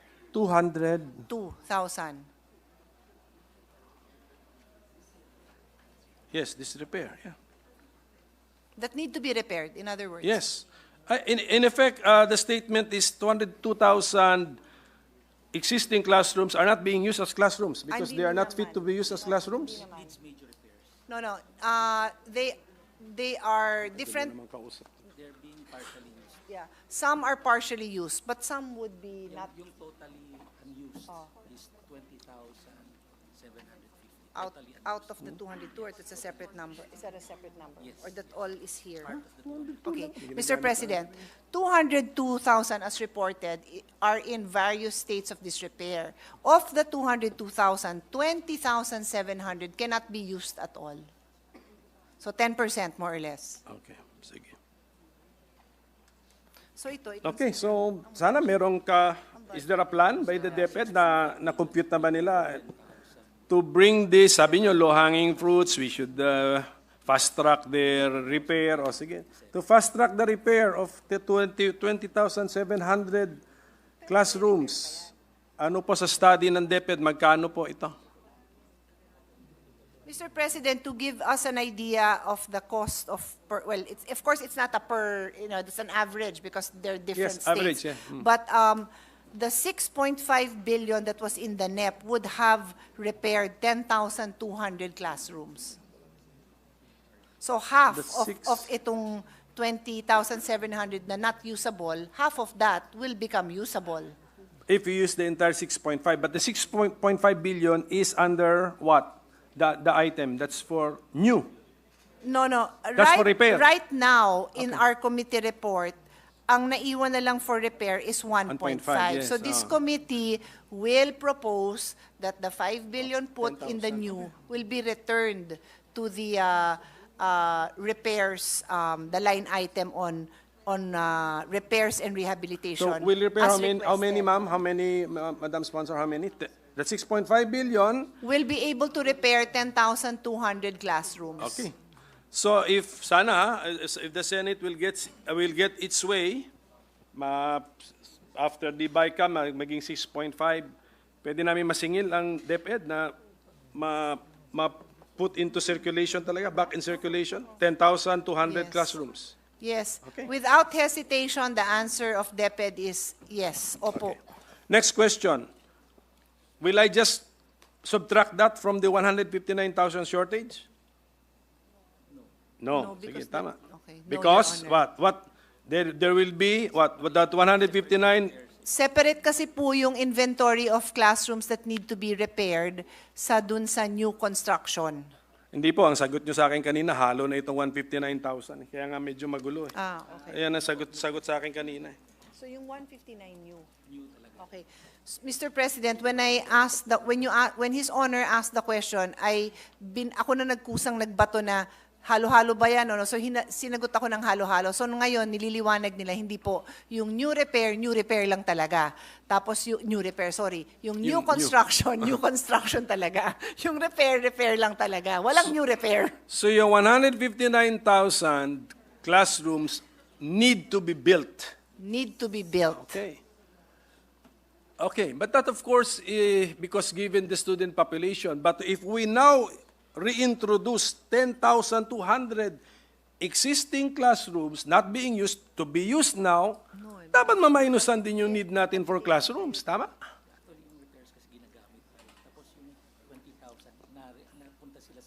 In other words, hindi itong 202 mo, let's say lang napondohan yan.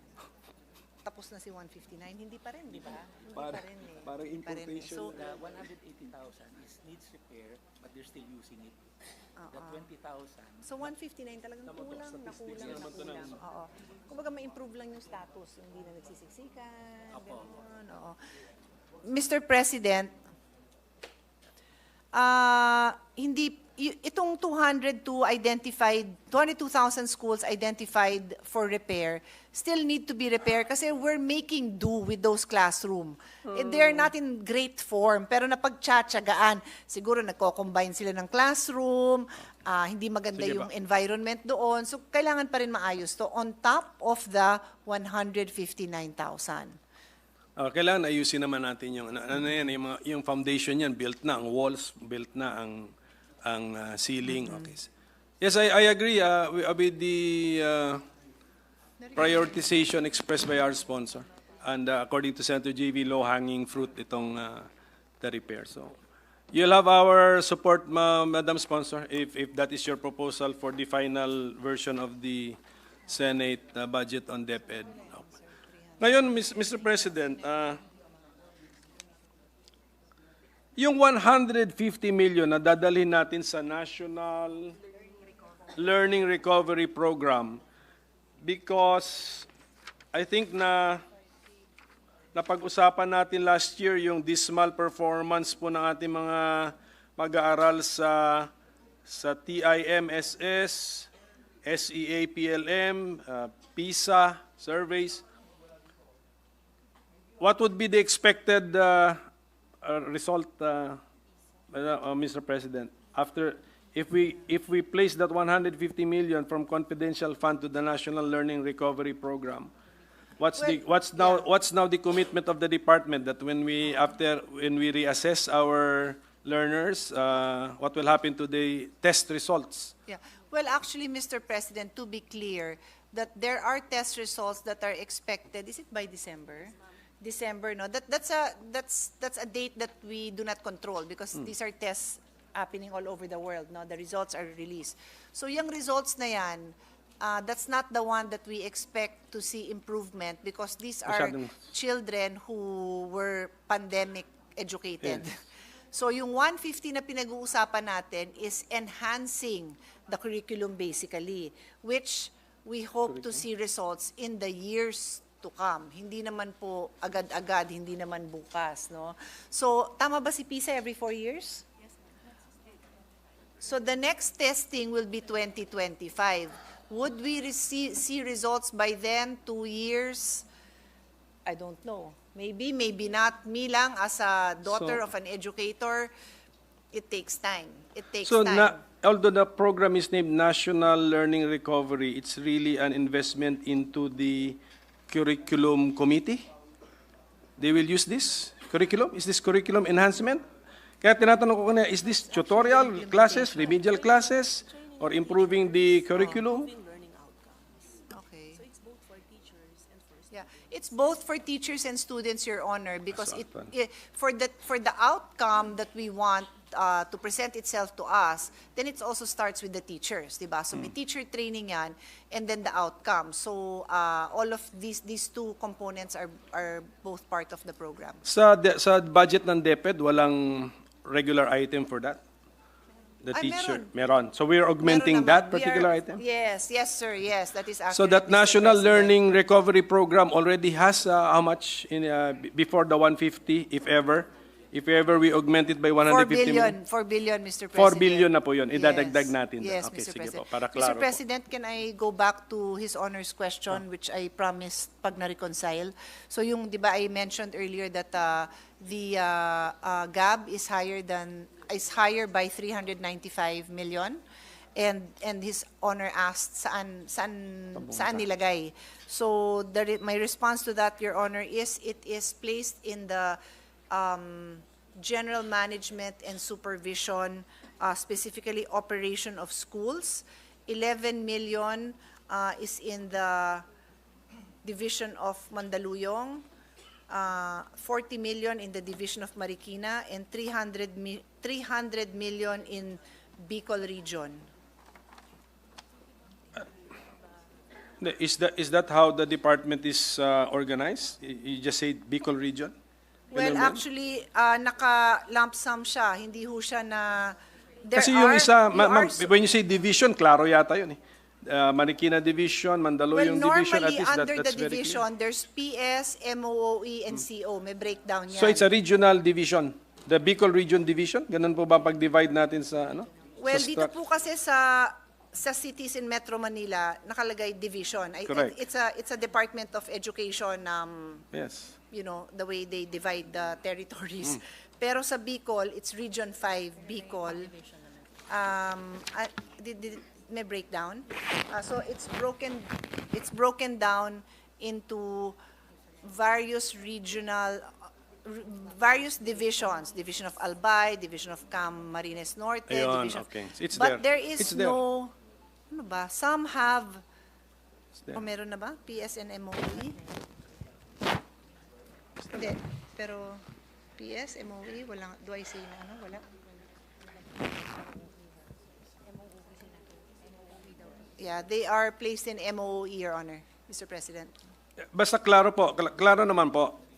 We just say 300 billion to Bicol, but sa schools division offices identified na.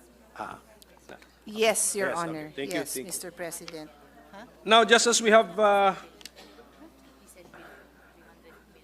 Mr. President, it's 300 million. yes, 300 Yes, million. oo. What did they say? Did they say billion? Yeah, 300 million. million. Yeah, 300 million. So Sorry accounted for that. so far yung 355 million. Yes.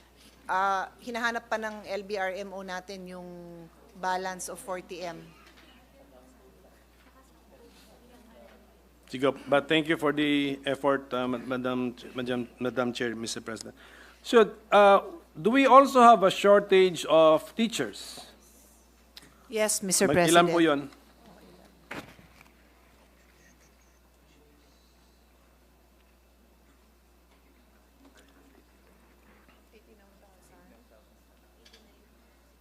Our shortage, Your Honor, is 89,506.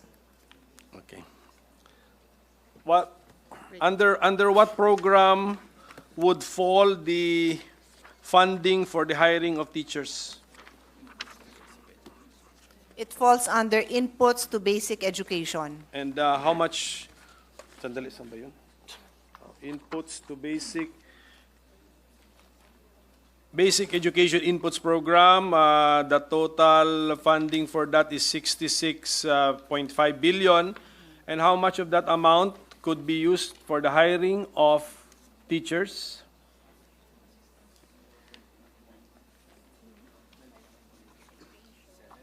Is for hiring. 21.7 billion is for the hiring of teachers. And that amount would be good to hire how many teachers? That will cover 20,000 teachers.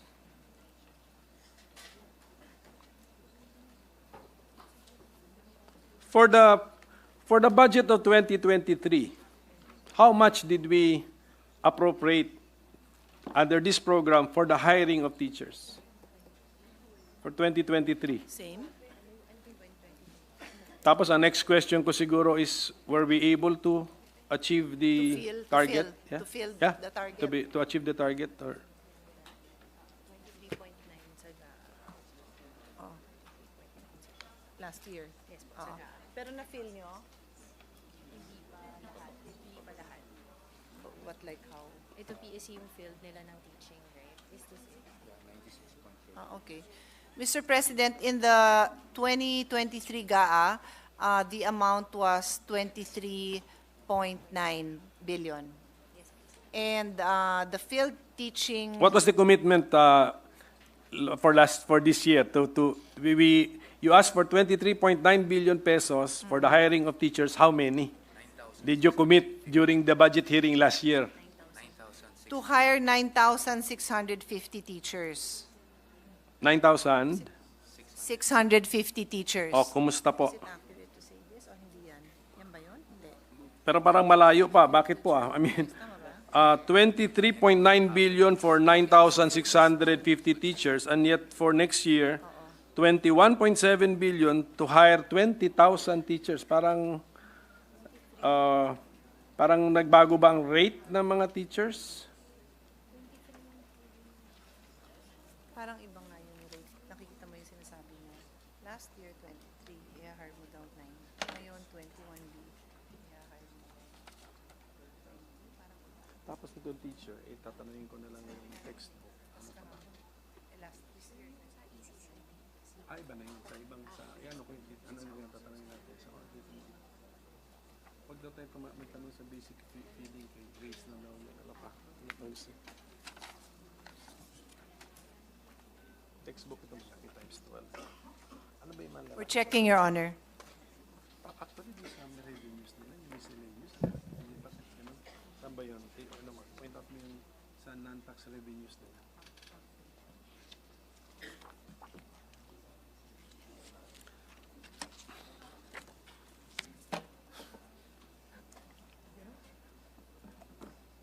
I mean, it's suspension. Session suspended.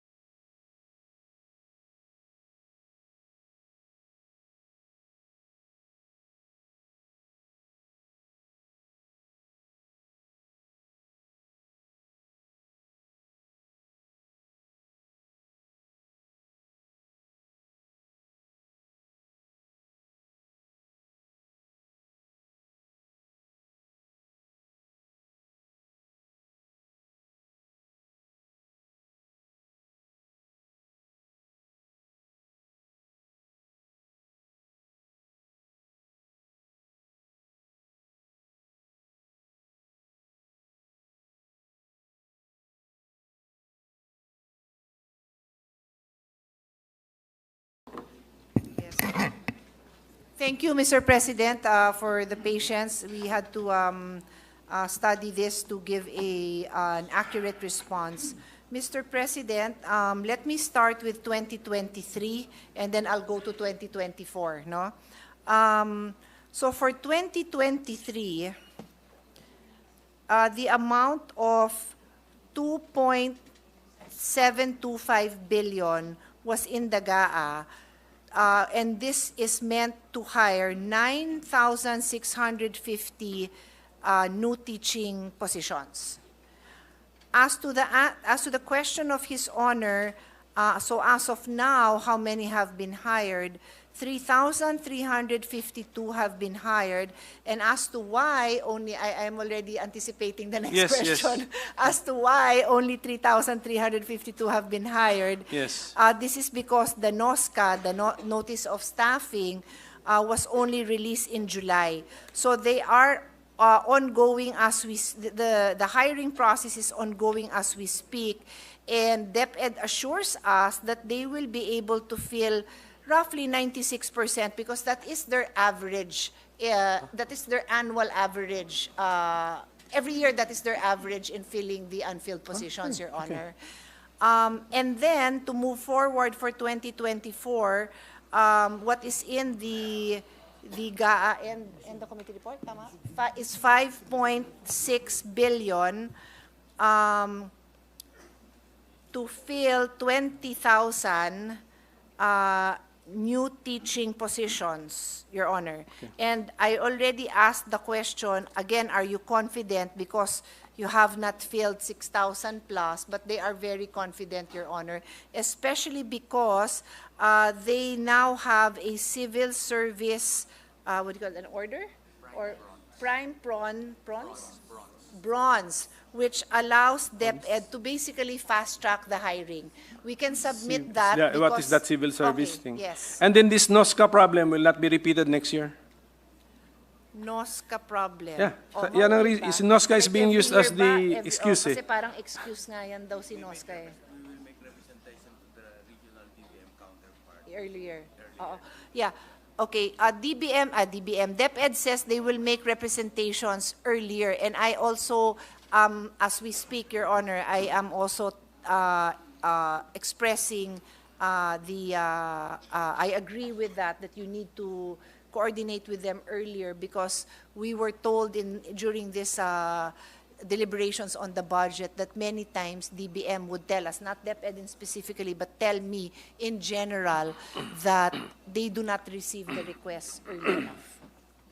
So that serves as a reminder, Your Honor. So the facts that we're getting are as follows. As of the moment, November 9, 2023, DepEd has hired 3,352 new teachers out of the committed 9,650 during the budget deliberations last year. Yes, Your Honor. And you claim that we will be able to comply with your commitment up to 90% by December 96% by December average. 31, 2023. Is that the claim of DepEd? By the end of the school year, Your Honor. Mr. Mr. President. So that would be ano na bang school year natin ngayon? What's June? the end of our school year? July, Your Honor. July of 23. Okay, so I get it. So, okay. That I now see where the confidence is based, Mr. President. Okay. So ganun din yung hiring of 20,000 teachers, ganun din yung cycle pala nun. It's July, it would be July 2023 to July 2024. That's our cycle. Okay. So this December you'll be yeah. So as early as December they are already recruiting for the following year, Your Honor. Thank you. So will this be a record number of hires if we are able to fulfill it, 20,000? Is that the record number of hires for one school year by the DepEd? 20,000 daw. Record ba yan? O? No, the highest was in 20... Ba't din natin gawin yun? Yung highest, kaya pa wala nila eh. Gawin, ambition That's not the record, Your Honor. What's the record, ma'am?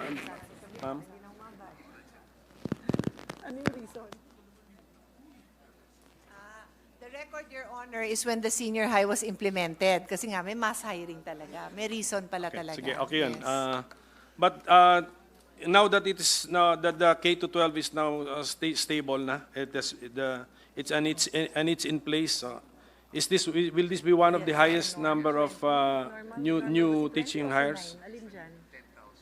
Around 10. Do you know why bigla kayo nag-20? Hindi, ang laki ng gap. 6 lang ambisyon nila ngayon, but next at 20,000 times. Okay, we wish them all the best. Okay. Which is just implemented this year? Oo.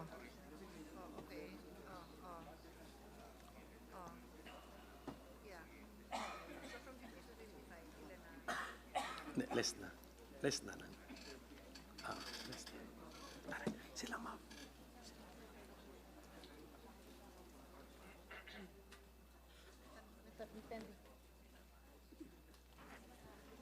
Mr. President, did you have a pending question? I'm not sure now. Yes, yung hindi yung during if magiging normal. during an abnormal time or you are starting a program. So but they see that the number of 10,000 is about the norm? Okay. Yes. So, and then, kaya nga, and in the budget for next year, the commitment of the DepEd is you are going to hire 20,000.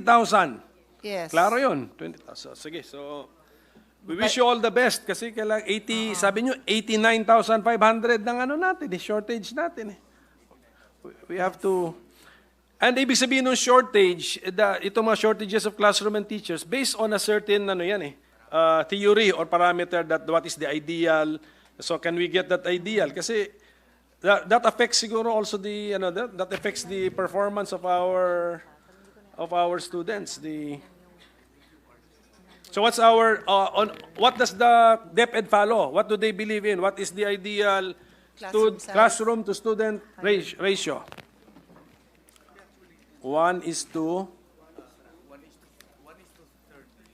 the ideal. Okay. Okay. For different stages, alam mo, establish na ito sa committee hearing. Check mo kung yung sagot nila tama sa sinasabi nila sa committee hearing. So, but where are we? Are we following this? I'll give him, the next question is going to be... 1:35 yung sagot nila kanina. I'll say each, tell me what the reality is, okay? Ano yun? So ano na yung sagot? Ano yung actual? Okay. Okay, Mr. President, the response to that depends on the age of the student. So for kindergarten, 25 learners or maximum of 30 learners per session, and one teacher for 2 sessions. Okay na to, I'll just read it as isa. that's a problem. And then for the multi-grade classes, maximum of 25 learners consisting of 2 consecutive grades, grade 1 and 2, grade 3 and 4, grade 5 and 6, 1 teacher per class consisting of 2 consecutive grade levels, or 3 teachers for every grade, for every multi-grade school. Grade 1 to 3, 30 learners per class, maximum of 30 learners, 1 teacher per class. Grade 4, 40 learners per class, maximum of 45 learners, 1 teacher per class. Grade 5 to 10, 40 learners per class, maximum of 45, 5 teachers in every 3 class, or 5.3 as specialization factor. Grade 11 to 12, maximum of 40 learners per class, 9 teachers in every 6 classes, or 9.6 as specialization factor. Special needs education, maximum of 15 learners, 1 teacher for 15 learners. Alternative learning system, minimum of 75 learners, 1 teacher for 75 learners. Okay, so umabot pala sa 1:75 pagdating sa alternative learning. But alternative learning is a non-classroom setting. Sorry, what's the question? Alternative learning is not in a classroom setting. Non-classroom setting, so yes. I will not use that 1:75 kasi it's a class. It's the class, but not the classroom, no? It's a class, not the classroom. Correct. Yes. So, okay, as far as the classroom is concerned, DepEd has the minimum specs for a classroom. The minimum specifications for a classroom. Kasi ang smallest natin na ratio is 1:25 eh. Yan ang narinig ko sa explanation po ng ating... 7 by 9 meters would be the specifications for a small classroom. Yes. Yan na yun. Yan na yun, the smallest that the DepEd can approve as a classroom, to be used as a classroom.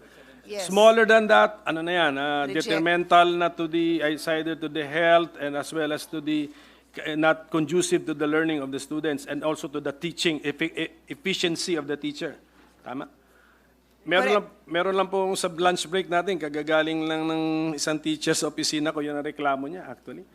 Very cramped yung classroom niya, Quezon City ito. Yeah. Well, Ginagawa ba natin na yung isang classroom na in accordance with specs ay dinivide po natin in such a way na yung resulting area to be used as classroom, lagay ko ng quotation mark, would be less than our minimum specs? Because they'll split it. Yan ang problema nila. Yeah, sadly, Mr. President, there are what they call coping strategies where, let's say, a bigger classroom would be split, and then that split would be smaller. The split is below the minimum specification. Yes. And in-establish natin kanina, minimum specifications, masama na sa either sa health, hindi na conducive sa learning. So in effect, ang theory doon, the entire time spent in that classroom is wasted, actually. Maybe not wasted, Yeah, but let's not say the bulk, not maximized. the bulk of the time is wasted. possibly Why did we allow inefficient. this? Well, I guess the alternative is to close it, and where will they study? A lot And of isn't the alternative, guys, precisely to bring back into circulation those classrooms in disrepair or build new classrooms? So, of course, Your diba? Honor. Kasi baliwala lahat yung mga may minimum specs tayo for Yes, of course, Your We Honor. we augment national learning recovery and yet... But in some areas, Your Honor, the problem is buildable space. So, if I may even add my personal advocacy is outdoor space, and hindi na yun talaga makakomply sa mga urban areas. Ang reklamo ng teacher, hindi na daw sila maka-group work. Di ba? May mga ganyan ba? May mga group work ba? Wala na daw. Parang wala nang movement, wala nang elbow room to move. Anyway, I'm just giving you that feedback at, during the lunch break. Ako po yung They appreciate it, Your nakausap Honor. ko. So malaki ang problema because even if we have money pala, there is no buildable space. So what is now the yung solution ng ating DepEd sa mga ganyang situation? Yeah. Mr. President, they're introducing mid-rise classroom. Which Demolish existing. Kasi lack of buildable space lang sa ang ating inaano eh. So we demolish the existing? If there's buildable space, dun pa lang sa space na yon, multi-storage, Okay, no problem doon sa na. with buildable space kasi nga isabi ko nga. Well, I let's guess eventually they will demolish that, but it's not a priority if it's a good classroom. So Okay, so hirap talaga. Actually, tama. That's why mahirap po talaga maging Secretary of Education at saka itong Department of Education. mahirap po, naiyak na nga sila. Mahirap And they mahirap. appreciate your pain, that you share their pain, Your Honor. Yeah, we are here to help actually, Mr. President. Okay. Yes, they know that. Thank you.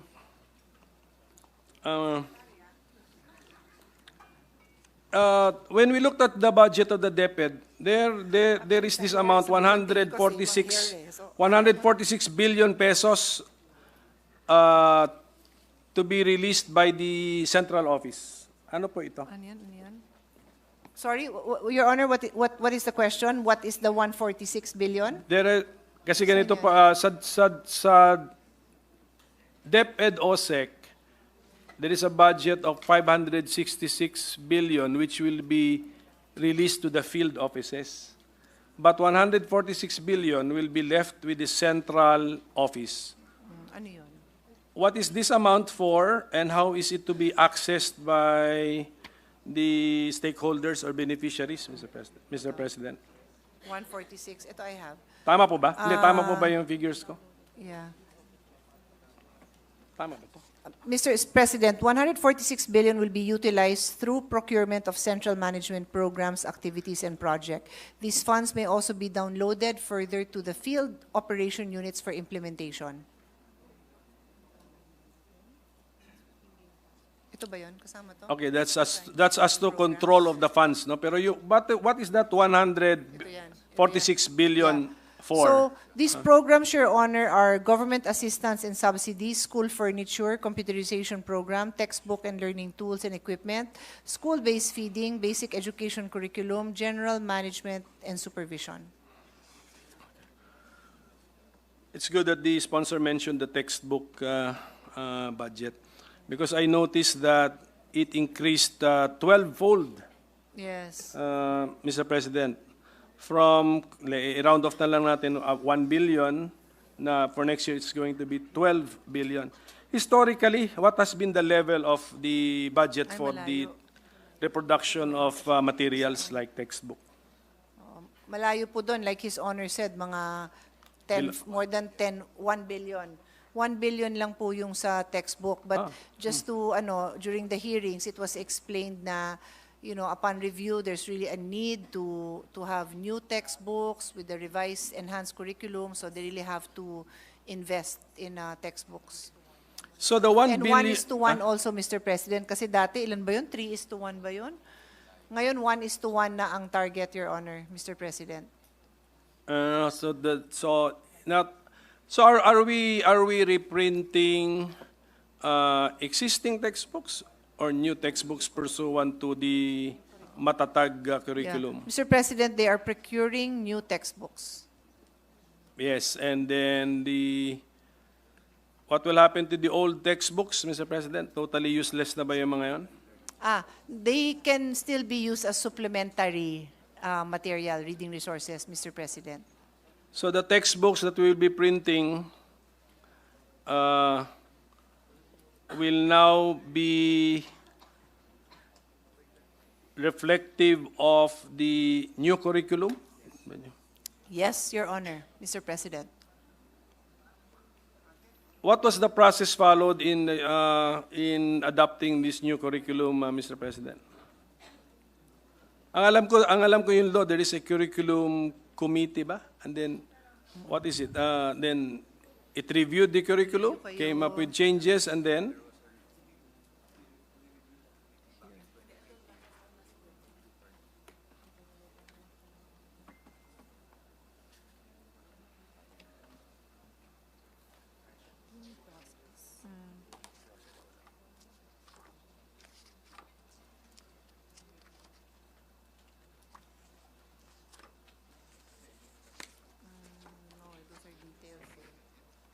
How did you go about it? Okay. Okay. Okay. Okay. Okay.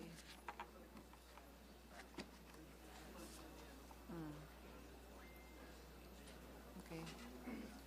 So dinatnan nyo na yan and then more consultations. Okay. Okay. Mr. President, in 2019, a major review of the curriculum was initiated, and this was finished already during the term of the Vice President, Secretary of Education. And what they did is they used these recommendations, they conducted more consultations and reviewed it, and until they came with the final draft papers and curriculum guidelines. So I can present to His Honor the flow chart, but that's it basically in a nutshell. Okay, and basically, what are the improvements under this new? Is this the curriculum called Matatag curriculum? Ito ba Yes, yung yes, Your Matatag Honor. curriculum? Yes. What would be the? Lagyan na natin sa quotation marks, improvements under the Matatag curriculum. Yeah, I have it. But what is 11,000 what? Learning items? What do I call this? Competency.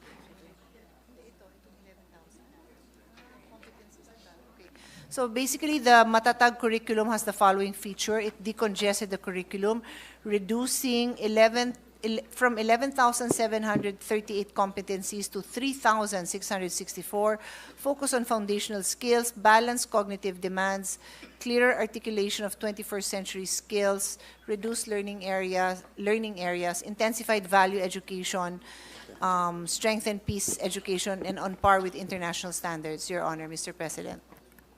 So has the Matatag curriculum been implemented, and since when, and as well as the scope?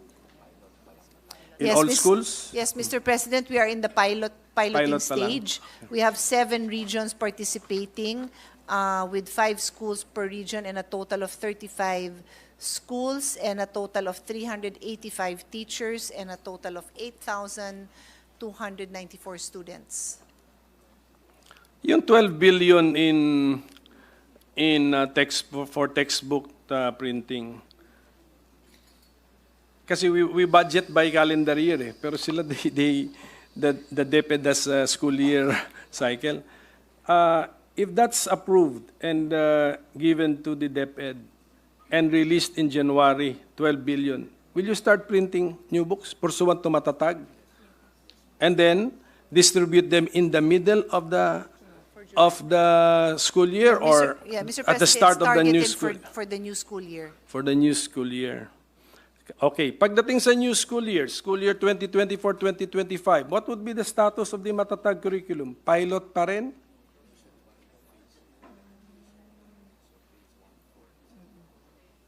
Yes, Mr. President, it's a nationwide phase-based implementation. So that means they roll it out by phases, and the first phase is grade 1, grade 4, grade 7, Your Honor, Mr. President. Last na to.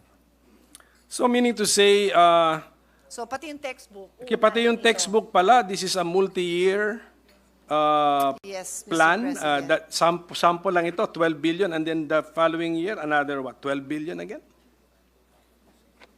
More or less, Mr. President, because that 12 billion is for grade 1, 4, and 7, which is the first phase being rolled out.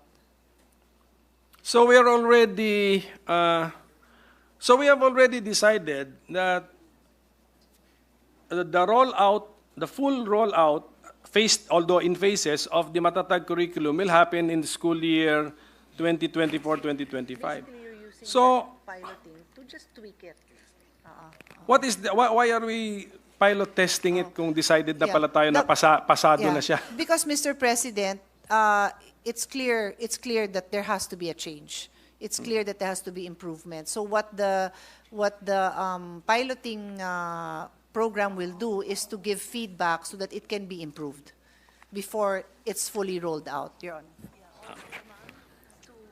Thank you for that, Mr. President. I appreciate the response and I get the point, Mr. President. Okay. So, ano pa tanong mo?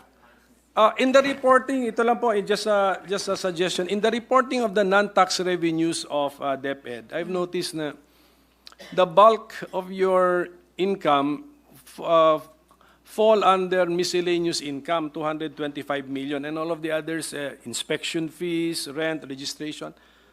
There must be a way now to disaggregate yung miscellaneous income kasi miscellaneous na si number 1. Paano naging...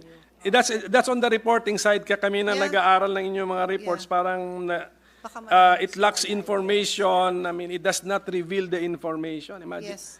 Noted, Mr. President. We'll see if they can give us a more detailed within this budget season. But if not, definitely for the next budget, it's better breakdown. Thank you, Mr. President. And then, of course, yung reminder na lang po sa ating procurement, ano? Because sayang yung record nung ating past education secretary na dahali pa ng isang laptop.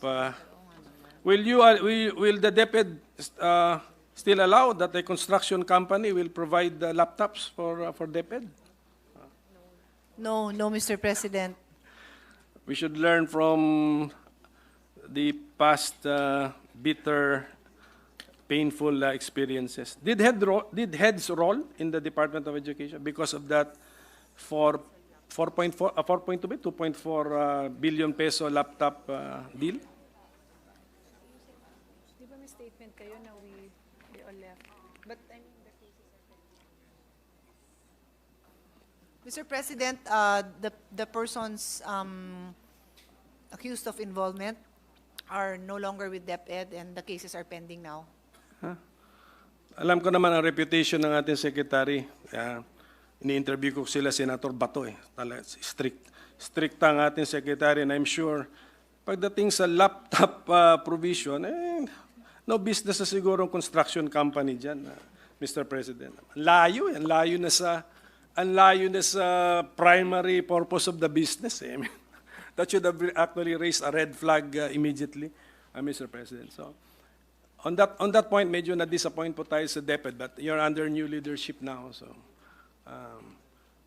the reputation of your leader is no nonsense, and she's very strict as far as money matters are concerned. So I wish you all the best. I wish the DepEd. This is just the department, Mr. President. I will yield to Senator Grace po for her questions for DepEd, but for the attached agencies, I still have some questions for them. So this is just for the OSEC, Mr. President. Maybe you can continue. You won't ask it now? You can continue. No, Senator Grace po wants to ask about the DepEd. Just a few questions, I think. So I will yield up for a few minutes, Mr. President. Yes, with permission of the sponsor. Yes, Senator Grace po is recognized. Thank you, Mr. President. Will the sponsor yield to a few questions? Because I know I was only given like 5 minutes. By the majority leader? By the majority leader. Otherwise, there are penalties involved, even if he's curtailing my parliamentary rights. Mr. President, to our sponsor, I would like to thank our colleagues for maintaining the feeding program budget to about 11 billion this year. That's really important, but I would like to know from the sponsor, what percentage of the program's dairy needs in 2023 is supplied by our farmers? May idea ba tayo? Well, as DepEd is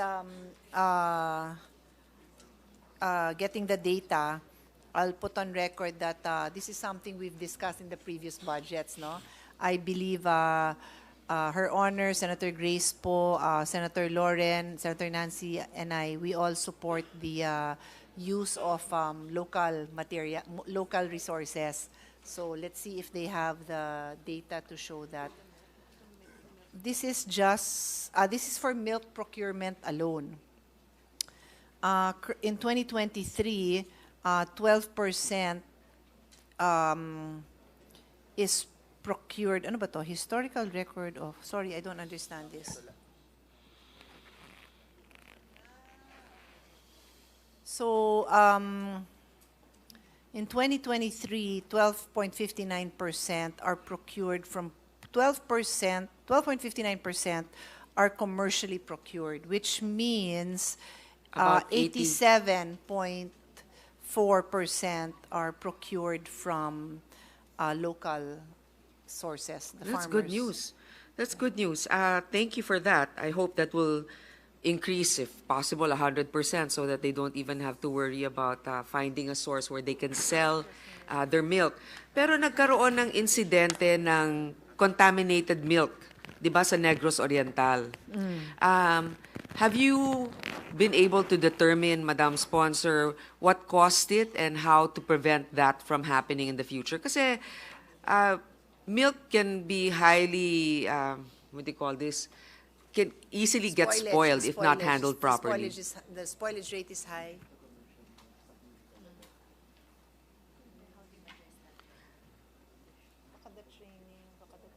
So, Mr. President, the immediate response is they shift to commercial.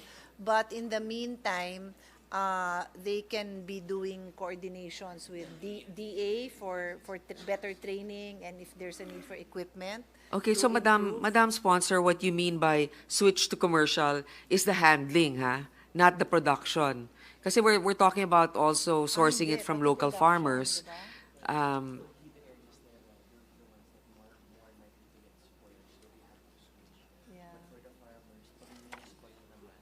Yeah, Mr. President, they have to check the basis for the spoilage. So if it's just a handling issue, a one-time handling issue, then that can just be replaced. But if it's really a recurring problem, then they have to temporarily switch to commercial while they assess and then perhaps retrain the farmers who are handling the local production. Pero so far, no other incidents reported. They have isolated incidents, Your Honor. Isolated, yes. Pag-ingatan lang natin kasi madaling mapanis yung gatas. Although it is, it can really fill up the stomachs of our children. In fact, if they are being given milk, hindi na masyadong maraming kailangan pang ibang supplements, di ba? So, my other question would be, have you decided, kunyari, there is actually a proposal to devolve from the DepEd the school-based feeding program and give it to the LGUs. Well, with the support also of the DepEd. Have you already decided on a specific plan for this? Because we know it works in certain LGUs, but not in all.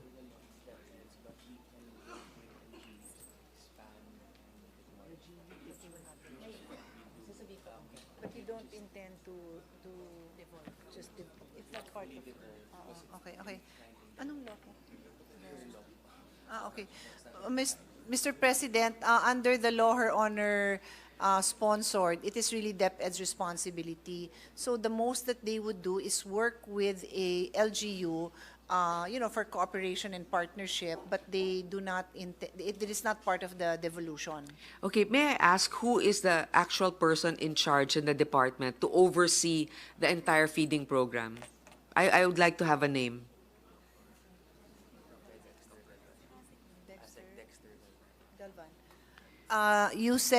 ASEC, Dr. Dexter Galvan. Dr. Dexter. Okay. Best friends na kayo ni Senator Po. At least matatandaan ko para pag may question, kayo na. To my staff, maybe you can project a picture that I have on one of the beneficiaries of the feeding program, Wood Milk. Anyway, while we're waiting for that, gusto ko lang ikwento, di ba, yung mga sinasama lang natin, yung mga undernourished, o kaya yung mga severely wasted. So itong isang batang ito, actually nakalagay sa bote niya DSWD, but I know it's in partnership naman with DepEd. Itong milk na to, sobrang saya niya na meron siyang ganito. Sa Bicol ito eh. Ang kwento doon, yung kapatid niya, nag-graduate na sa feeding program. Kasi naging mas nag-gain na ng weight. Kinaiinggitan ngayon yung kapatid. Kasi yung mga ibang kaklase na hindi kasama sa feeding program, na dating kasama, masaya sila dun sa nakukuha nila. So, may impact talaga yung ginagawa ninyo. Huwag natin mamaliitin. Dahil yung mga bata, pag napupunta sa kanila, yan ay perang ambag natin sa kinabukasan. That's an investment for the future. So, sana gawin nating organized palagi. One last question na lang, kasi alam ko may time limit ako. Doon sa Wi-Fi ng mga eskwelahan, lahat na ba ng mga public schools ngayon meron ng access sa Wi-Fi or ilang % lang ang mga meron? Hindi pa lahat, that's for sure, Mr. President. Have access? Yeah. 69% currently have access at varying degrees. Ilan? 69%? 69%, but that's still varying degrees. Okay. So, who is the one in charge of that for connectivity? You, sir? You know, I think there could be partnerships with the DepEd and also telco companies. Ako rin kasi nagde-defend ng budget ng DICT. Baka naman pwedeng sabihin in partnership with, alam mo, laki naman ng mga kinikita ng mga telcos eh. Ano ba naman yung bigyan nila ng connectivity ang ibang school? So, please submit to us the areas that are in need pa rin of Wi-Fi connection. So, that's all, and I would like to, again, ask for the 100% commitment of the DepEd to really roll out the feeding program efficiently for this coming year. Thank you, Madam Chair. Thank you, Ms. Pons. Thank you, Mr. President. Senator Grace. Thank you very much. Majority Leader.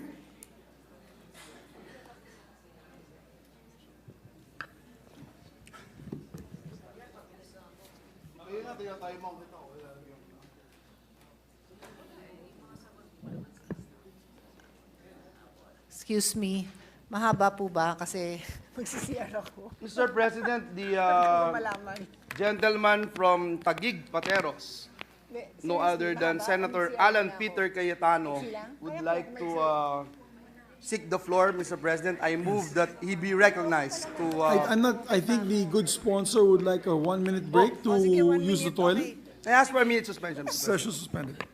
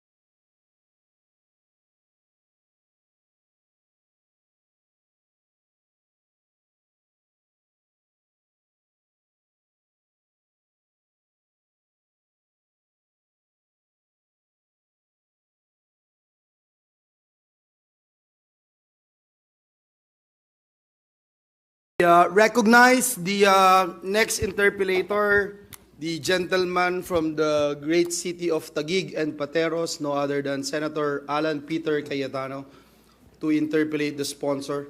You're recognized, sir. Magandang hapon, Mr. Senate President, Mr. Majority Leader, Honorable Vice President and Secretary of DepEd family, and my dear Chairperson, Ate, may I have this opportunity to ask some clarificatory questions? Of course, please proceed. Two parts. In the first part, of course, your opinion as well as the official view of the DepEd is most welcome. And the second part, if I may ask just for factual answers from the DepEd. Let me start with a biblical principle. No? Hosea 4:6 says, "My people are destroyed from lack of knowledge."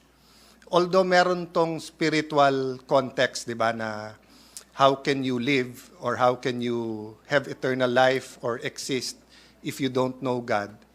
It is also a realism in this world that pag walang knowledge, you die.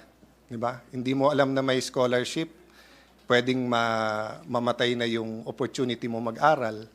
Hindi mo alam na may medical assistance program at walang gamot, pwede kang mamatay sa sakit, no? So I always take solace from the preamble of the 1987 Constitution, if you permit me to read it again. "We, the sovereign Filipino people, imploring the aid of Almighty God, in order to build a just and humane society and establish a government that shall embody our ideals and aspirations, promote the common good, conserve and develop our patrimony, and secure to ourselves our posterity the blessing of independence and democracy under the rule of law and a regime of truth, justice, freedom, love, equality, and peace, do ordain and promulgate this Constitution." So it gives me solace na may hope at meron tayong aspiration. But of course, ang tanong ng taong bayan parati is how? Paano natin maabot yon? And I think the sponsor and I and all the senators and the Vice President agree that education is key. Education is the great equalizer, no, which is often quoted. So, may I ask if the sponsor agrees that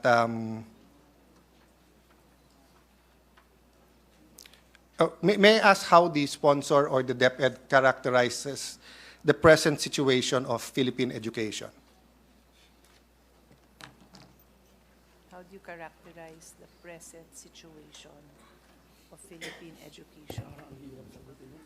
Swimming, drowning, surviving? One word na lang. Languishing. Hopeful. Hopeful, Mr. President. Hopeful. But what's our status? Are we doing well, doing bad? Are we in the top chair? Are we, paano nating ma-characterize? Would you agree with some of the statements that Philippine education is in crisis? Well, actually, Mr. President, in earlier discussions with the Vice President, Secretary, she already indicated that they're concerned about the PISA results, no? So that is recognized international standard for assessing where the students are, and she's already expressed concern. Well, for the record, I'm taking the long view. I'm not taking this last year or the term of President Marcos or the term of Vice President Duterte alone. I'm talking the long view from the 60s na number 2 tayo sa buong mundo, na napakalaking part ng budget natin ay sa education, pero hindi libre ang high school. And then 1986 came, the EDSA revolution, naging libre ang high school, so it became accessible, but the quality suffered, and after a few years, they were mass promoting students, and first-year high school students weren't able to read well. Fast forward, 2013, nearing our goals of the teacher, pupil, learner, classroom ratio, we decided na para maging world-class, mag-K to 12, then we're back to where we are today, no? So some people say that the educational system of the Philippines is in crisis. Will the sponsor or the DepEd agree with that or no? Yes. Yeah. And it is good to have an agreement where we are, di ba? Kasi hindi masosolve ang problema na hindi natin alam na may ganung problema. No, so I for one, do appreciate that answer because when we're in crisis, we come together and try to help each other and try to get out of that crisis. Allow me lang to pay a little bit of homage to Philippinedailyinquirer.net and their editorial. Maikli lang to, but eto sinabi niya, ask a typical 10-year-old school student in the Philippines to read and understand a simple, age-appropriate paragraph, and there is a good chance that as many as 9 out of 10 will not be able to.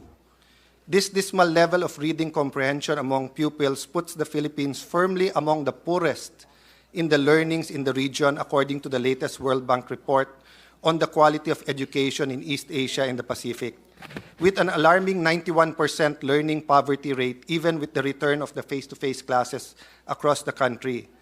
The Philippines has therefore failed to improve the same dismal ranking in 2022 study of 22 middle-income countries in the region by the Washington-based lender, and was done after 2 years of remote or distance learning forced by the COVID-19 pandemic. In stark contrast, learning, defined by the World Bank as being unable to read and understand short age-appropriate text by the age of 11 or between grade 4 and 5 under the country's K-12 system, is high. In high-income Japan, South Korea, and Singapore, is a minuscule 3 to 4%.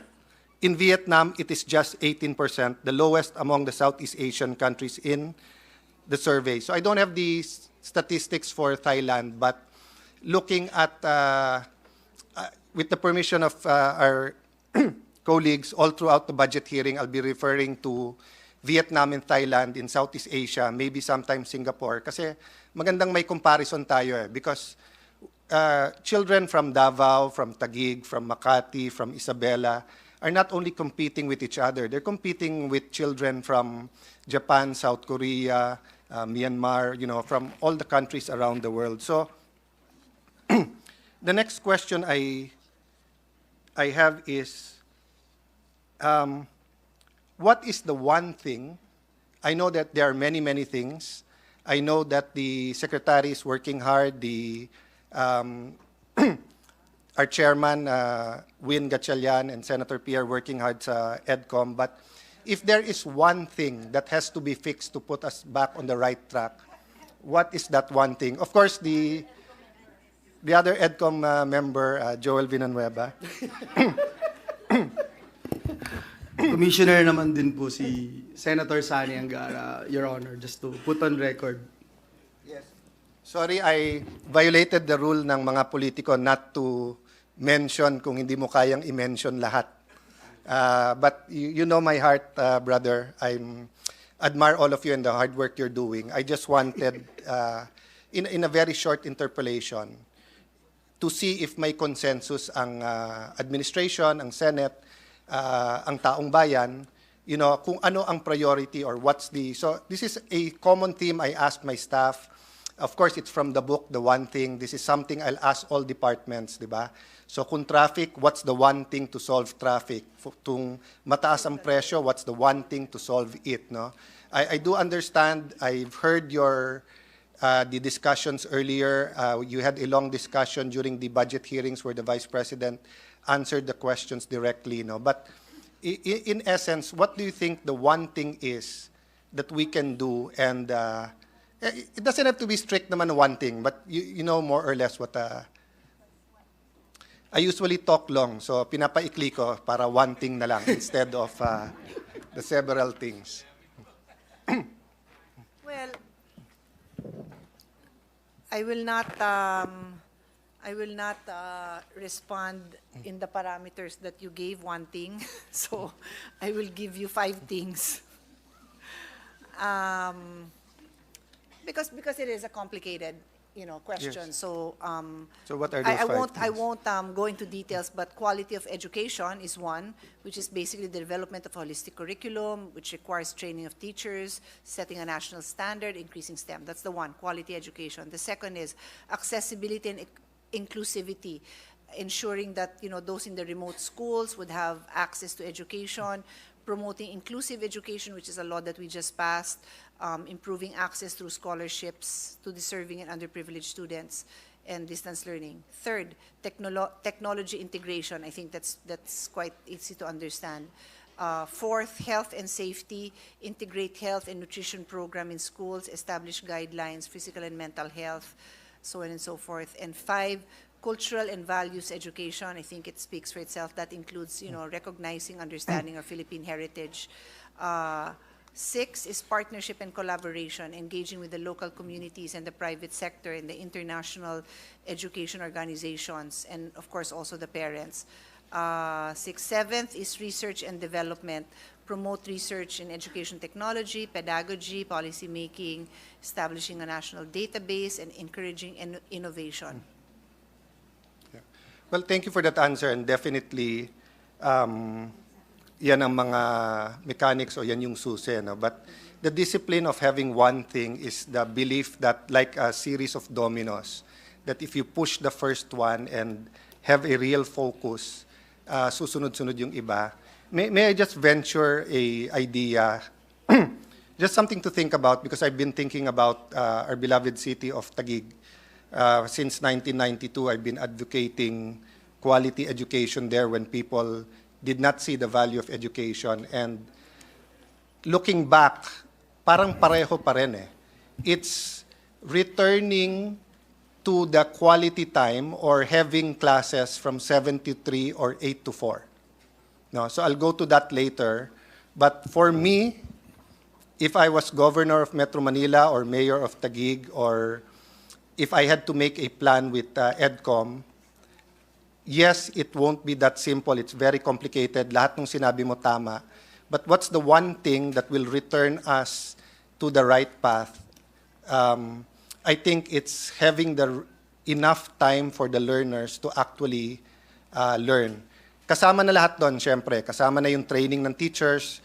Kahit 8 hours yung pasok mo, kung hindi trained yung teachers, of course, if you don't have the technology, of course, if they're not safe, no?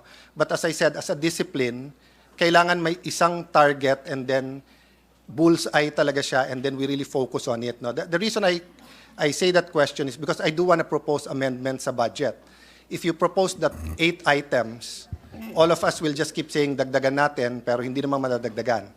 But if we all say that it's really the classroom, or really more teachers, or really more, then we can have a little bit of a focus. But I'm not saying I'm correct.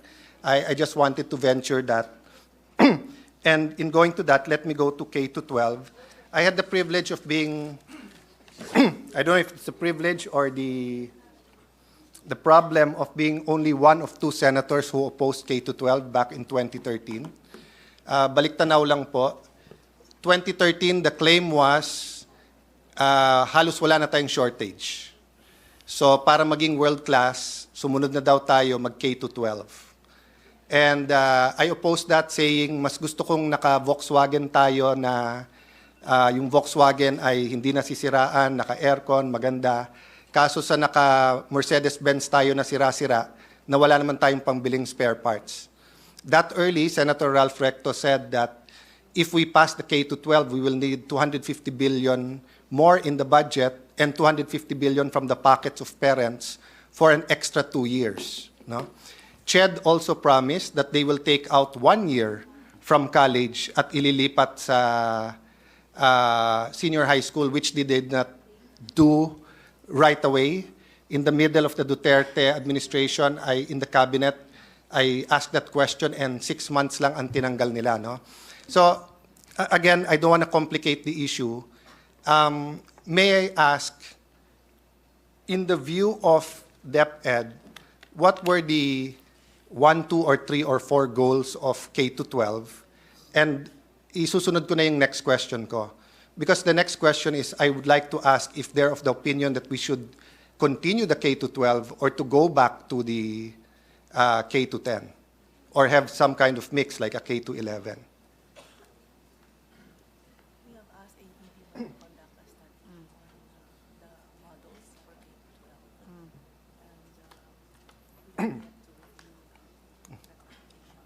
So you're sticking with the K to 12.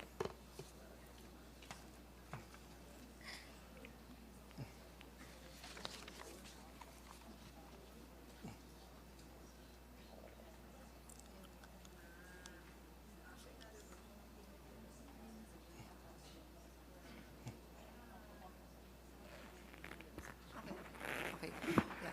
Mr. President, they are currently reviewing different models for K to 12, and that actually includes a model which would be like K to 10 plus 2. They have asked ADB to study this, and they are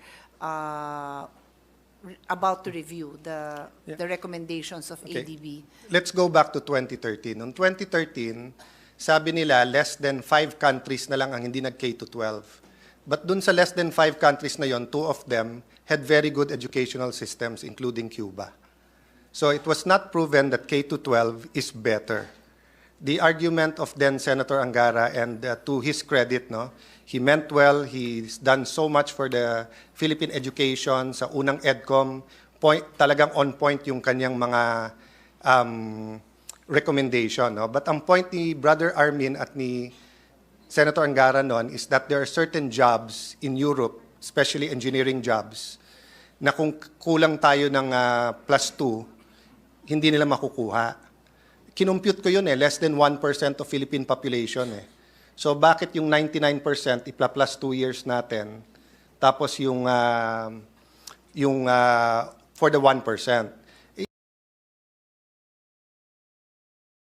He said because that is only one of the reasons. But the main reasons for K to 12 is one, better prepared for higher education. And then kung hindi mag-higher education, employable na. And then develop na ang skills nila. And then may entrepreneurship. And then may middle level skills development. So what I did during that time is to compare the K to 12 curriculum with the curriculum of Philippine Science High School. And the only difference was free time. Philippine Science High School was already on the initial K to 12, following a K to 10. The only difference is that we were spending 3, 4, 5 times more per student in Philippine Science. Of course, may exam din sila. So competitive din. Then DepEd. No? So to be fair to DepEd, it's not. You have brilliant students. I love Philippine high school, but we're also spending so much more per student, per teacher sa Philippine high school. So in the first 2-3 years of K to 12, Philippine Science High School just added free time. Ganong kakalokohan yung sa K to 12 nung umpisa. So sabi, because we needed time para sa mga tracks. So let me go to that. How good are our tracks nowadays? Is the senior high?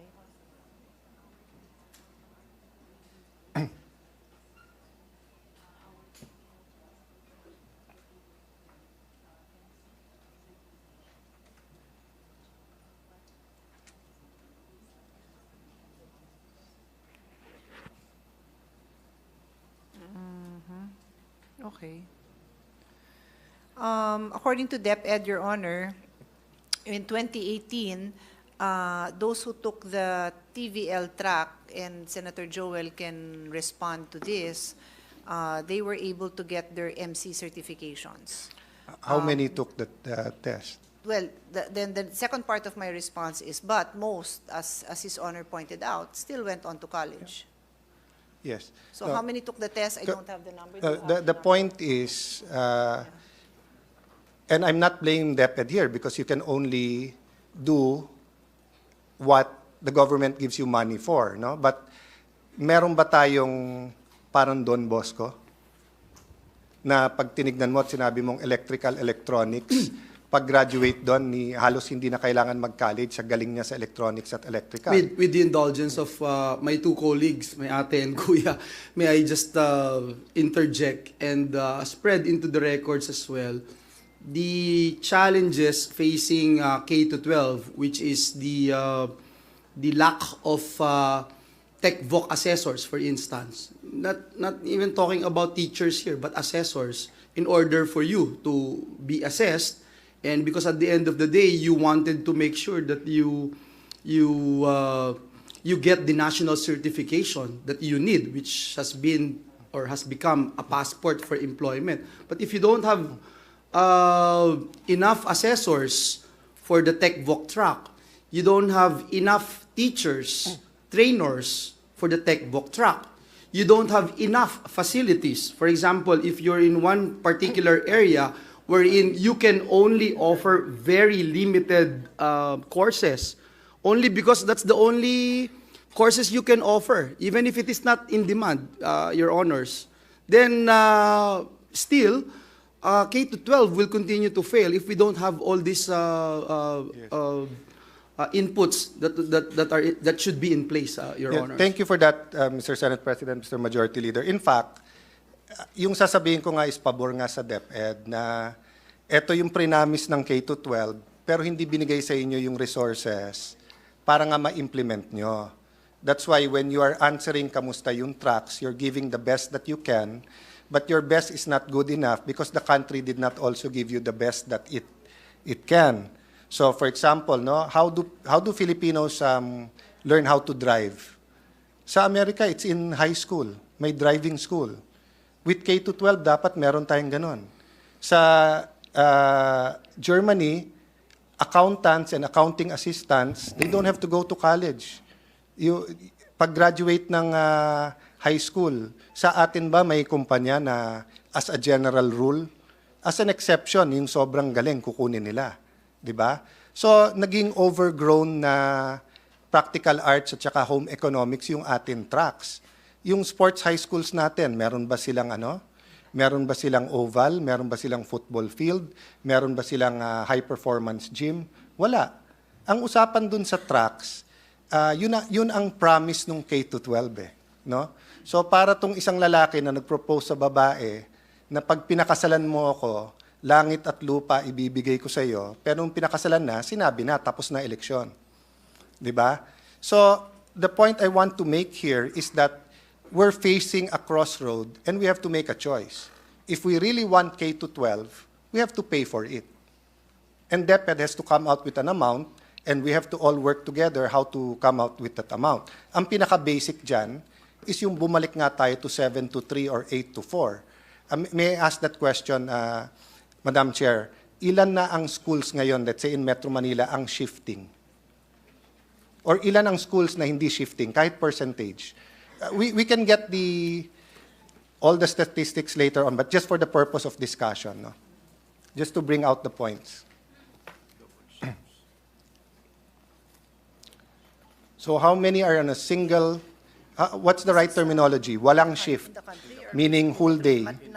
How many are half day? How many are two shifts? So, Mr. President, the number of schools implementing a double shift, 2,280. Number of schools implementing a triple shift, 32. Number of schools implementing quadruple shift, 3. Number of schools implementing a combination of 2 or more shifts, 499. So a total of 2,814 schools have more than one shift. Can I clarify? 2 shifts means morning and afternoon. Yes. 1 shift means whole day ka. Tama ba? 6 hours. 6 6 hours. is the norm. Ngayon, pero nung tayo high school, it was 7 to 3 or 8 to 4. Nung bago ba mag K to 12 or what, 10, 15 years ago, was it always 6? Sino bang old-timer? 6 ba? No, I was already in high school during President Cory's time. It was 7 to 3. The only exceptions was like LaSalle Green Hills na half day sila. 6 sa public school. Public school has always been 6. That's the response I'm getting. I don't think so because if that was the case, meron ba sa DepEd na inabot pa si Nilo Rojas? Wala na. Rosas? Wala na eh. Mga bata na lahat So yung institutional memory. Anyway, I'll make my point, no? So ilan yung 6 hours? And all the other schools, Your Honor, ilan total schools natin? We have about 44,000. So this is ano na, nationwide. So out of 47,000 schools, there's around 2,814. Who are on There the two is shifts. 2,815 that have double or more Okay, shifts. but the statistics I seen in Metro Manila, it's about what, 1/3 of Metro Manila is on a two Well, shifts. I would assume the bulk of this is Metro Manila, no? Yeah. And Calabar Zone. Yes. So ito ang point. So before you only had grade 1 to 6, walang K, and you had 4 years of high school, pero you had 6 to 8 hours of school. 'Di ba? And then 40 lang kayo sa classroom. Now you're 45, you're 50, and you have 4, 5, 6 hours and an additional 2 years. So it doesn't make sense. 'Di ba? And then ngayon, less homework then. You know, all these international studies, I won't argue, we have to look at it, but we have to also look what works for the Filipino.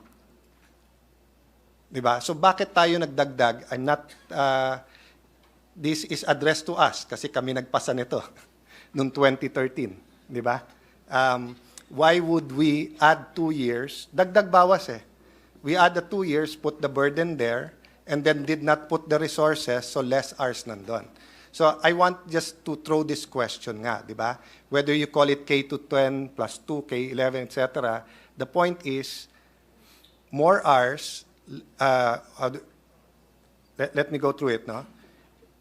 The optimal number of hours in school, whether it's 6 hours, 7 or 8, including lunch break and including extracurricular, including PE, including chess club, debate club, and everything in school. 40, maximum 50 in a classroom, all facilities, etc., etc. I know it's going to the ideal.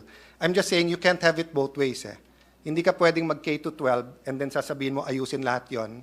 Hindi ko na ma-compute in my mind. I was asking Senator Coco yung, sabi niyong kulang na classroom, 150,000 times 2.5 million. So I don't know the math. So how much is that?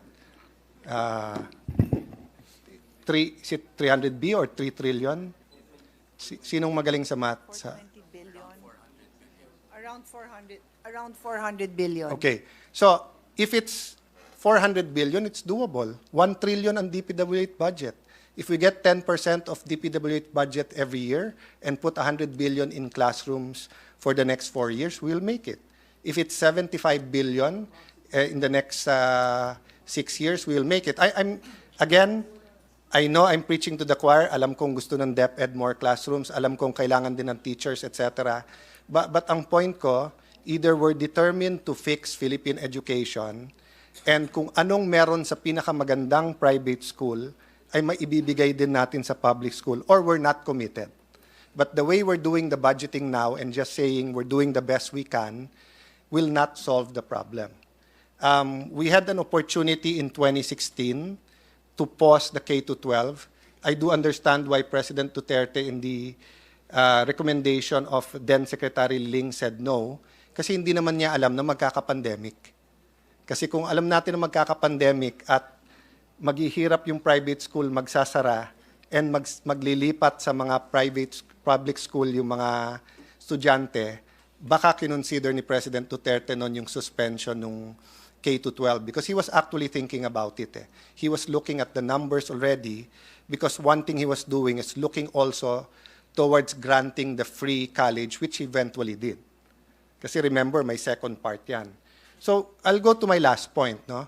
So the theory was, we will make K to 12 so good na walang magda-drop out that when you graduate, pwede ka nang hindi mag-college at employable ka na.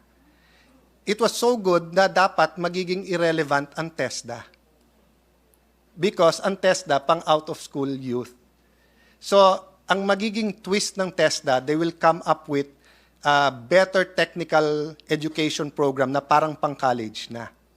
But when Senator Joel and I were, together with Senator Angara, questioning nga yung TESDA, so far, they have no role in the accreditation ng programs ng DepEd schools. No? So, I'd like to throw to the chairperson and the chairperson of the Committee on Basic Education another question.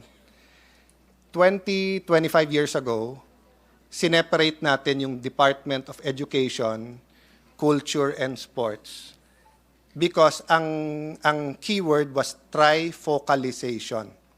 And I believe in focusing. That's why I pushed for the Department of Migrant Workers. I believed, even if I spent a lot of time as DFA Secretary sa OFWs, I believe dapat may nakatutok. But right now, I really wonder if the people in DepEd wants a say in all three.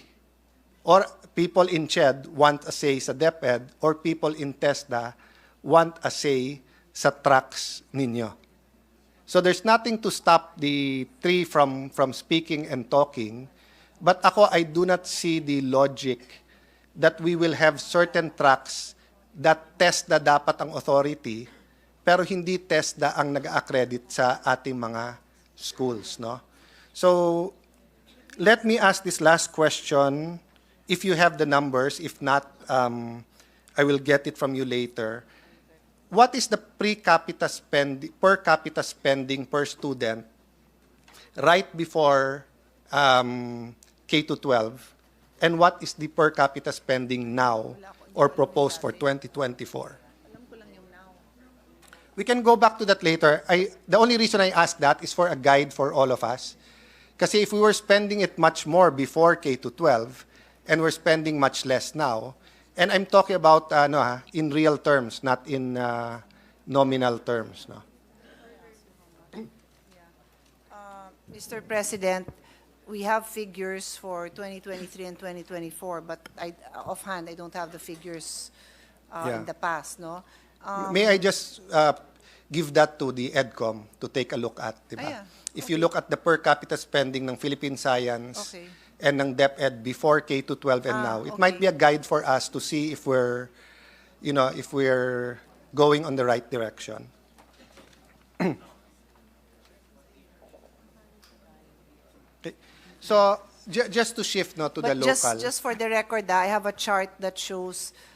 When I saw these figures, I asked for the comparison for other countries, and we're at the bottom of the bottom of the bottom in terms of spending per student and learning outcomes. It's a chart on PISA, so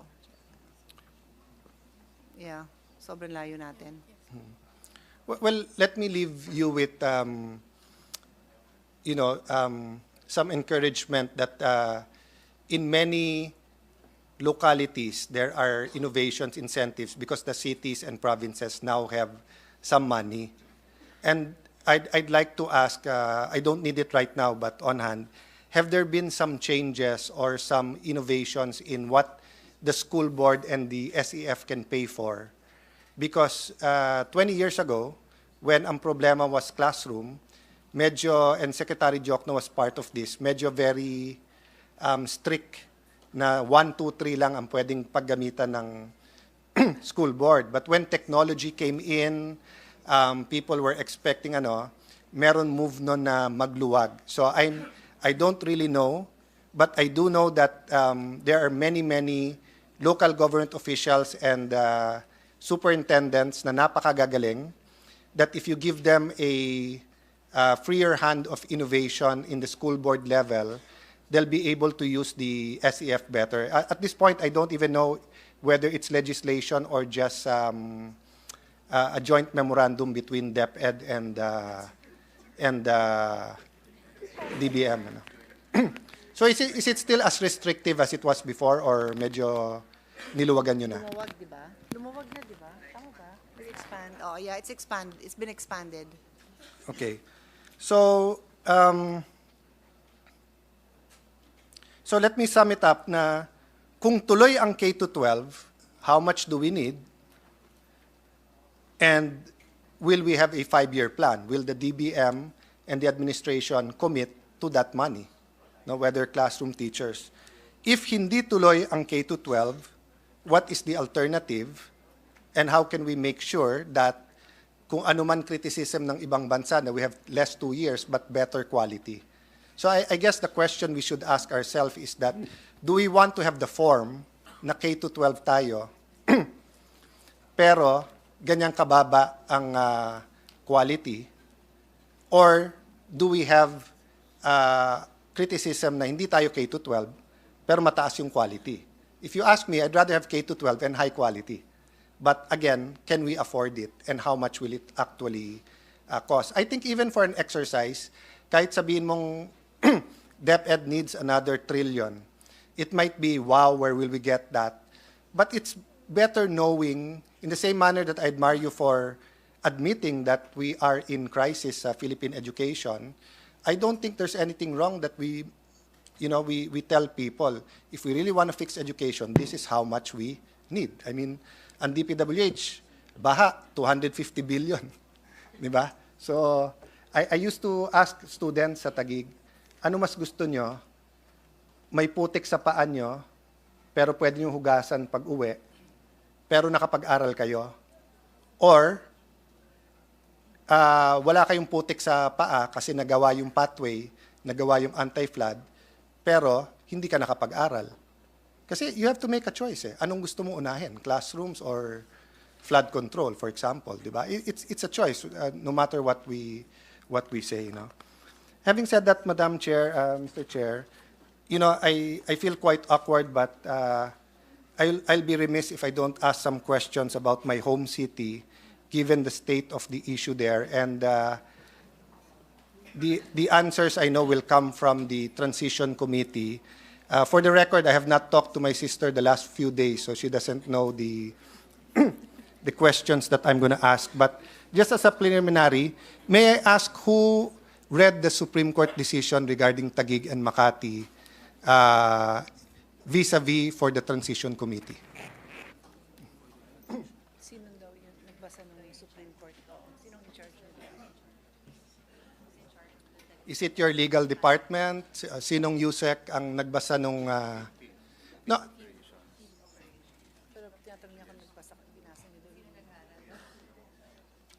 So do you confirm that you read the Supreme Court decision? The dispositive portion of the Supreme Court decision. Well, that's one reason you're taking so long in the transition committee, because you're advising the Vice President, you're leading the whole transition committee, but you have not read the whole decision. So do I have a commitment that you will read the whole decision? Yes, the answer is So yes, Your Honor. how do you characterize the dispute between Makati and Taguig vis-a-vis the schools nowadays? Is it a political dispute? Is it a legal dispute? Is it a financial dispute? Hindi ko nasasagot ko. Sabihin na sa akin.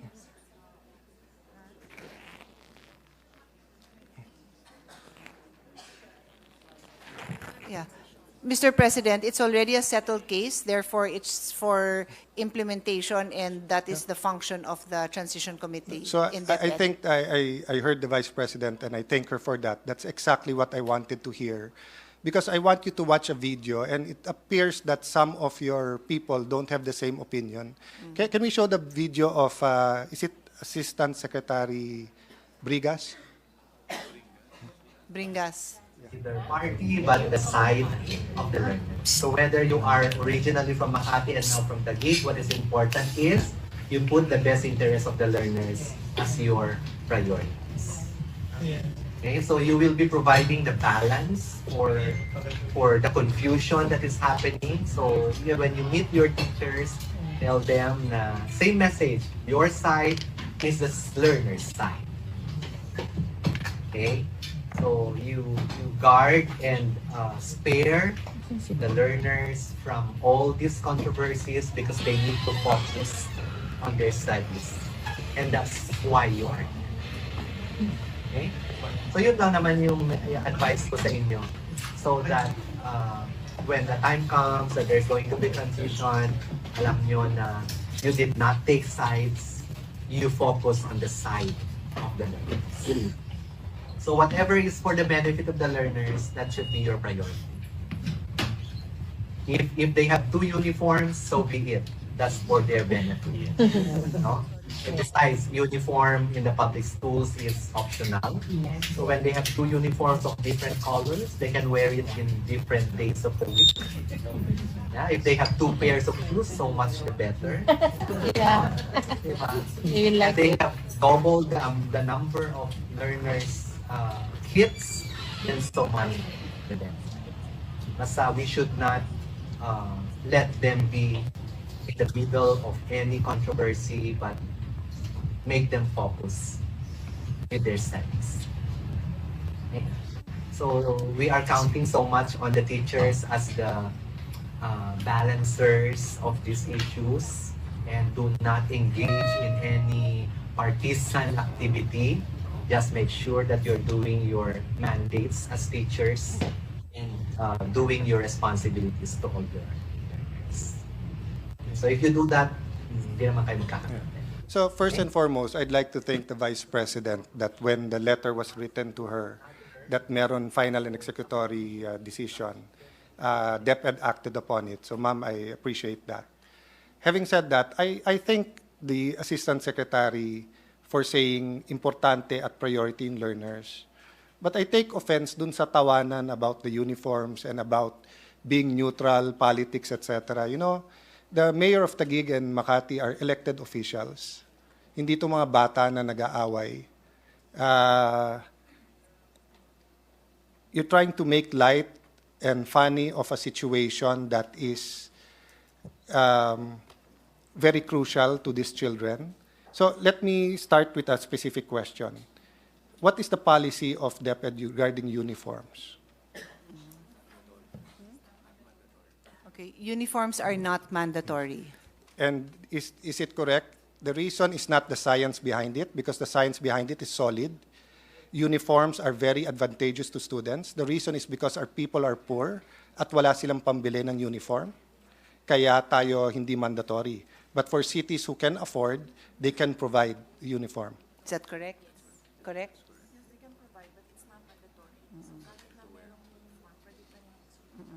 So they can provide, Your Honor, but according to DepEd, it's still not mandatory. Well, if that's the statement, I have a problem with that. Because all of the science proves that uniforms are beneficial to students. And I was the impression of, kaya hindi mandatory kasi hindi makabili yung parents. Pero kung ipro-provide na ng local government, bakit hindi sila pag-uniform? Uniforms are anti-bullying. Uniforms are make a sense of community. I mean, all the science is there. You can Google it if you want. All the big universities have that, no? Anyway, I'll pause there so that the DepEd can think about it. Kasi yun ang impression ko, that you are just making consideration to those who cannot afford. Pero kung provided na, bakit hindi pag-uniforme? May nakita na ba kayong private school na hindi nag-uniform? Okay, so why is it called a uniform? Di ba kasi isa lang? So can I ask, maybe the Assistant Secretary should join the group in front para masagot yung questions. Kasi ikaw nag-make ng statement eh. Can you tell me, Assistant Secretary, So through the can, just for chairperson? the record, for our uso pa ba stenographer, recording na lang ng ano sa YouTube. Who is it you're calling? Is this Francis Cesar Bringas? No? Yes. Okay, can you stay here? May I know from the sponsor if the Assistant Secretary knows any school in the world that has two uniforms at the same time? You heard the question. Yeah. To let them to accept all uniforms. Okay. So, Mr. President, the Vice President, Secretary said she was the one who told ASEC to accept any uniform. Yes, accepting the uniforms and telling the teachers and students that in a way that's making it katatawanan, na you can wear one on Monday and one on Friday, is not the same as accepting uniforms. Yes. I can give you a book today, but to tell you, use my book on Monday, use PF's book on Tuesday and Wednesday, the concept of the uniform is uni. Hindi multi. Ibig sabihin, isa lang. Di ba? Kung hindi, multiform yan. Okay. I'll go to my second point. Ayaw niyong malito yung estudyante. Sabi niyo, alisin sila dun sa issue. Tapos, yung isa nilang notebook, Taguig. Yung isa nilang notebook, Makati. Yung katabi nila, ang notebook, Taguig. Ang katabi, Makati. You will make that a policy? Yung ang lahat ng mga nakakabit sa classroom, pinatanggal nyo para nga walang, walang distraction. Tapos, pag-aawayin mo yung parents kung sinong gusto sa Taguig, sino papayagan nyo yon? That is the implication of your policy. You said it's for the students. You said they can accept it, but in your meeting, you said they can use all of them. So, tamang policy yun?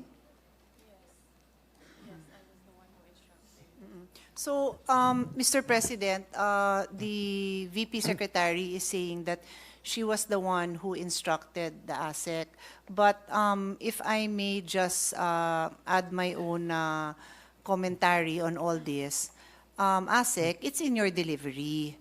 When you laugh about it in a way and say na, di Monday, mag-uniform kayo ng Taguig, Tuesday, mag-uniform kayo na ano, kahit ako, and you will all attest to it, napariyak ako while listening. I wasn't saying anything, I was just listening, but I reacted because it is not consistent with the Supreme Court. Supreme Court. It is not consistent with the Supreme Court decision. Diba? Oh. Statement mo ba to?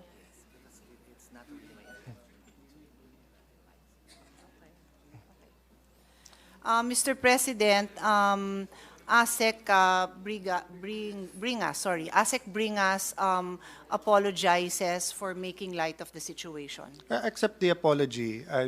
For me, no? For Taguig and the mayors, nasa kanila yon. I know you're working hard. I know you love the students. But we have to think of the consequences of our action. So kung ang China magbigay ng notebook sa Pag-asa Island, sasabihin natin pwedeng gamitin ng Pilipino yung China at saka yung The Supreme Court has already said that these barangays are Taguig and Makati is prohibited from exercising any jurisdiction. Giving them notebooks from their public funds is exercising jurisdiction. Giving them, accepting, okay, but telling them you need to use it, allowing them to use both, ma'am, is it that stepping on the autonomy of Taguig? DepEd doesn't have full authority under the DepEd schools in any city in the country. It's a joint responsibility with local autonomy. In fact, if you look at the basic education law, it is the principal who has that authority, not the secretary. Isn't it correct? The answer, so I can...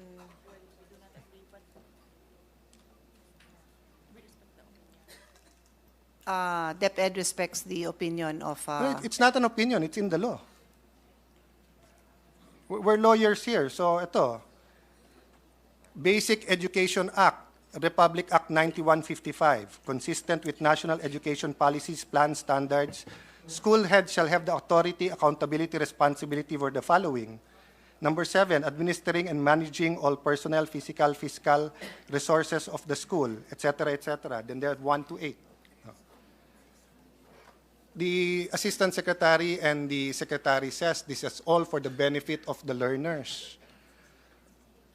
In the memorandum reshuffling the superintendent of Taguig, what law did you violate or disregard?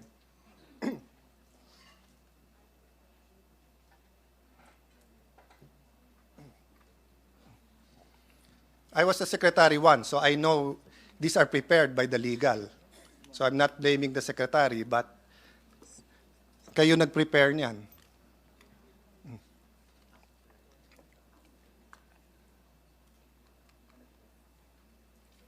Can we ask His Honor, Mr. President, for the date of the reshuffling, just to be sure they're aligned with the same incident One that His time lang Honor is naman kayo thinking of. nag-reshuffle, di ba? In the middle of everything, Okay. na wala namang gulo, na may nagsasabing ng gugulo, tinanggal nyo yung superintendent ng Taguig, di ba? Oh, what law did you violate? Or did you disregard? Or did you think you were following? Did you consult the mayor of Taguig before you removed the superintendent? Did you consult the mayor of Taguig before you replaced with another superintendent? No, she was not consulted, Your Are you Honor. allowed to do that? Are you allowed? You're not aware of Section 99 of the Local Government Code on the local school board? The Department of Education, Culture, and Sport shall consult the local school board on the appointment of division superintendents, district supervisors, schools principals, and other officials. I've been in Congress since 1998. I've always insisted in the proper consultation. So, sabi nyo may gulo sa 10 barangay, may 28 barangays ang Taguig. Naka ilan libong meeting ang superintendent sa opening ng classes. Lahat ng programa, inattendan niya yung meetings. Every single step of the way of the transition, she was in contact with the NCR director and with USEC POA. But then, nung may nanggulo, na wala namang gulo, tinanggal nyo na walang consultation sa local government. So how can you say that you care about the learners in Taguig? Did you care about the 28 barangays and all the other schools making preparations for opening classes? We were in the middle of hope. This is a recollection every weekend kasama yung mga estudyante. The superintendent played a key role there.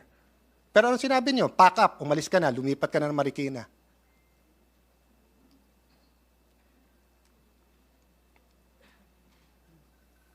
So, how can you tell us that you're saying learners ang importante dito? Pagka kayo nagdesisyon, Mr. Chairman, Mr. President, sasabihin para sa learners eh. Pero hindi man lang inisip kung ano ang epekto.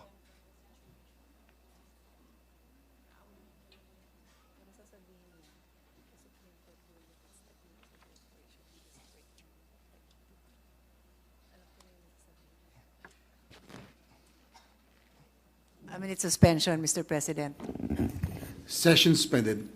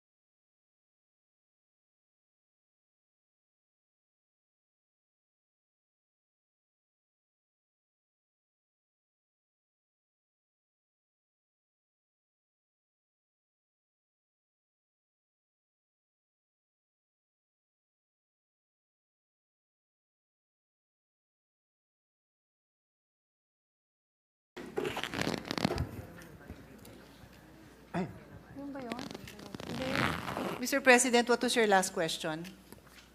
Sa haba, nakalimutan Kaya ko nga na ako yun. rin eh.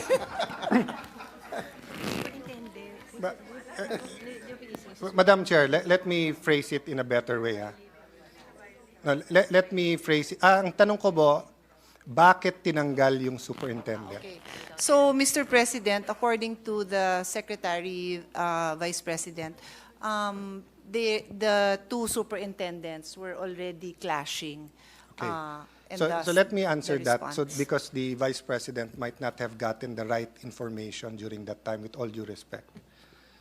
First of all, the superintendent, Dr. Ailes, was taking every single order from USEC POA and from the NCR director.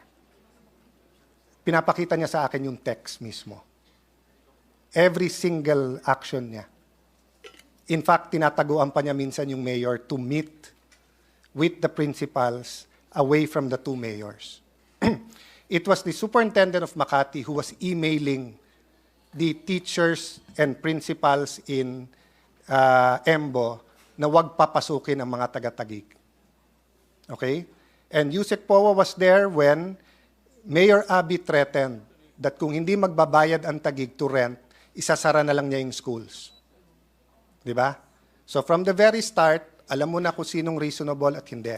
So it goes back to yung sinabi po ni Asek Bringas, no? Asek, ang problema kasi sinabi mo, yung neutral, yung wag magpaipit, this is a question of tama't mali eh. Sino ba may jurisdiction? Taguig or Makati? Makati superintendent should have nothing to do with the 10 barangays. The principals, when they met with Dr. Ailes and with the NCR director, were given a choice. Lumipat sila sa District 1 ng Makati or to remain. They chose to remain. Almost all of them. Dahil mas gusto daw nila sa Taguig. So you were assuring the teachers kanina, gawin nyo lang yung tama, okay kayo. Eh, hindi yung ginawa kay kay Dr. Ailes eh. Ginawa niya yung tama, tinamaan nyo eh. Tinanggal nyo eh. Why? Because of the PR effort of Mayor Abby na saying may gulo doon. I have the videos now if you want to see it. They barricaded the schools. There are no people barricading the schools, which goes to the next point. Who is guarding the schools right now? Kaninong security guard? Sa DepEd ba? The answer is no. Yeah, kaninong Not DepEd. security guards? Alam nyo? Makati? Contracted by Makati, Oh. Mr. President. And why are you protecting them?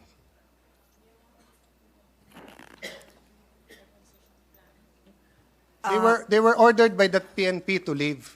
And Taguig already said na papalit sila. And the principals already said, one of them, hindi pinayagan ng security guard sa loob ng sarili niyang school. The security guards there are taking orders from Makati, not from DepEd. In front of the DepEd and NCR, sinabi ng Taguig, when our security comes in, they will not be following the mayor of Taguig, they will be following the principals. In your meeting, there were certain agreements, hindi naman sinusunod ng Makati dahil yung security guard sa Makati eh. Ito, dalawang sulat sa iyo sa PNP, they're here. Pinatawag ko yung mismong SOSA. Sumulat sa inyo, hindi nyo man lang sinagot eh. So how can you say you're not protecting? Yusek Powa, ito, may sulat sa inyo. Nakita mo na yung letter?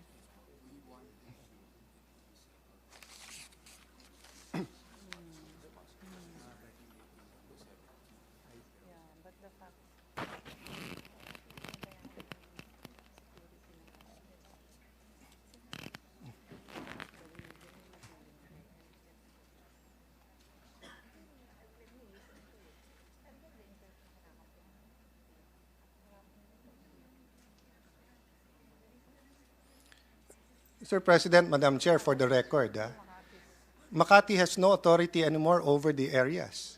So they have no business having security guards in schools there, taking orders from the Makati mayor.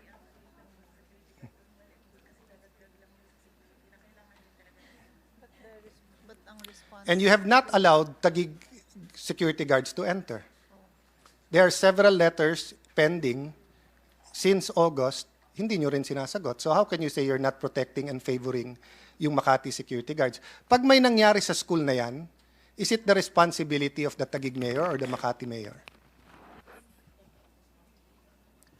According to the Vice President, Secretary, it's the DepEd No, responsibility. I take exception. It's both.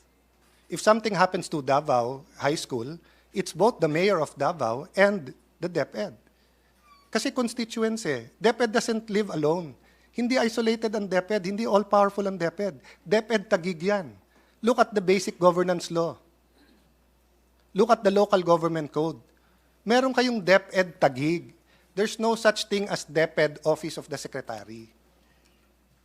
So kung may mangyari dyan, yung parents magko-complain sa city ng Taguig. Hindi lang sa DepEd. Kung may mangyari sa health center, sa Comembo, Embo, Rembo, they will complain to DOH and Taguig. Hindi pwedeng sabihin ng DOH, DOH lang. Diba? Yet, you're not allowing Taguig to put security guards there.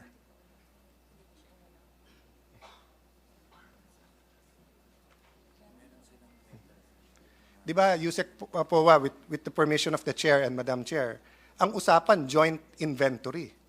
Nag-inventory ang Makati mag-isa with the help of their guards. Nawala ang Taguig, di ba?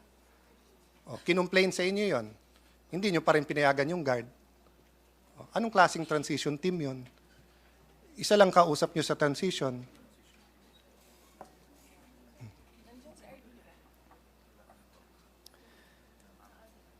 Mr. President, is the senator waiting for a reply regarding the letter? Because you had a question earlier, so I'm not sure if there is a response. I'd like to that is find out, being- para umikli, Yes. because I Yes. made my point. Are they going to allow security guards from Taguig to make sure na safe yung teachers, students, and no there or not? Yes, no? Sabi mo yes, di ba? Yes. Oo. Security, yeah. Mr. President, pending the transition plan, yes, security forces or security guards from Taguig will be allowed there. Okay. I thank you for that, Madam Vice President. Actually, in because- fairness, she was telling that to me earlier already when you first mentioned the Yeah, question. but the transition committee has not answered. Yeah, I was saying And may that- rules ang PNP, kaya nga nalilito na sila eh. Di ba? Because usually it's the principal who decides. Okay? So which goes to my point on ownership. Is there an issue sa ownership ng schools?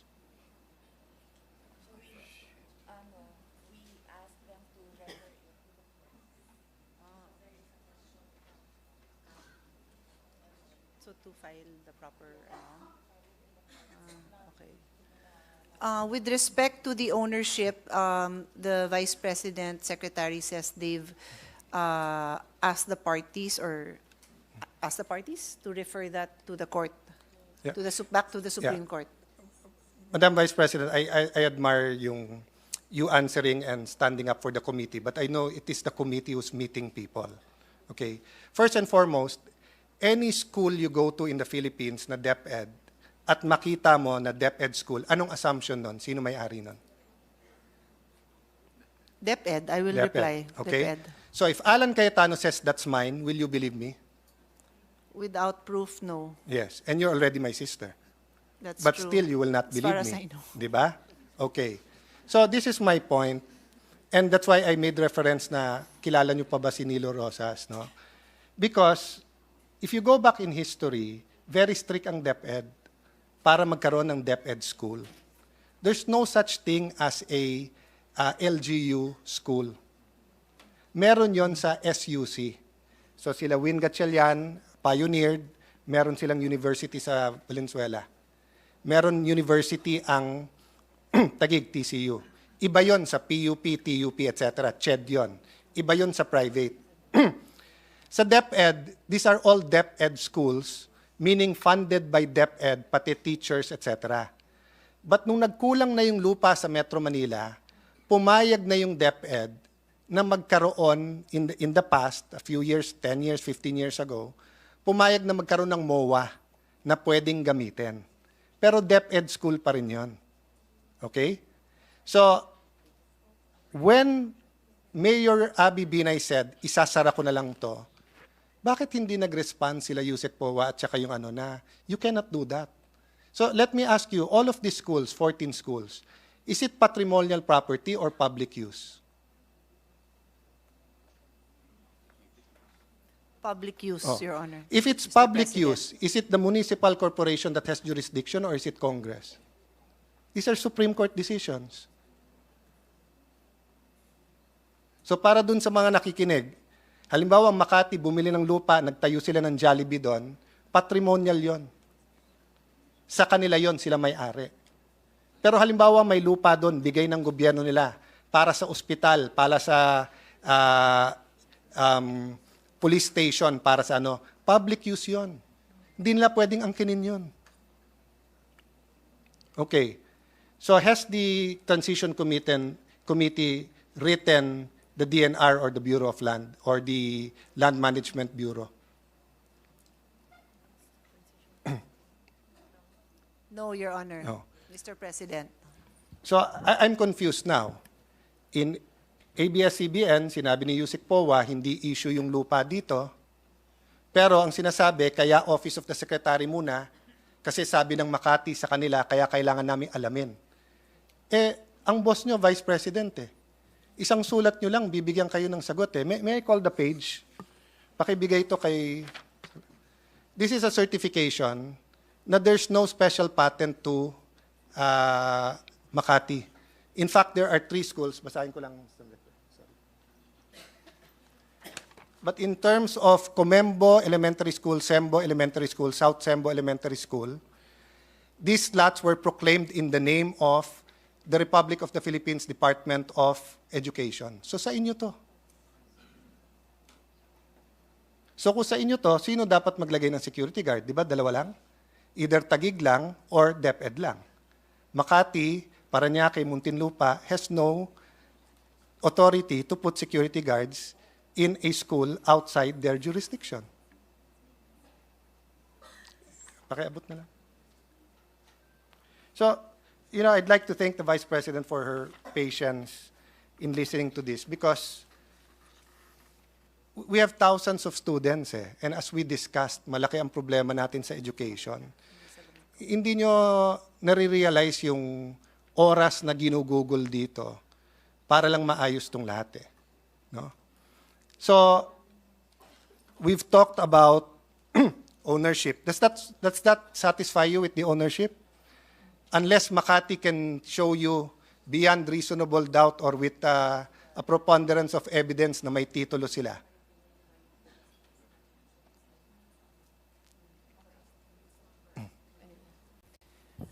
Mr. President, according to the Vice President Secretary, Makati has made it clear that they are questioning the ownership, claiming the ownership of the property. And that's Madam why Chair, they have anyone asked- can they say. have- We have people in Rizal who say they own the whole Metro Manila.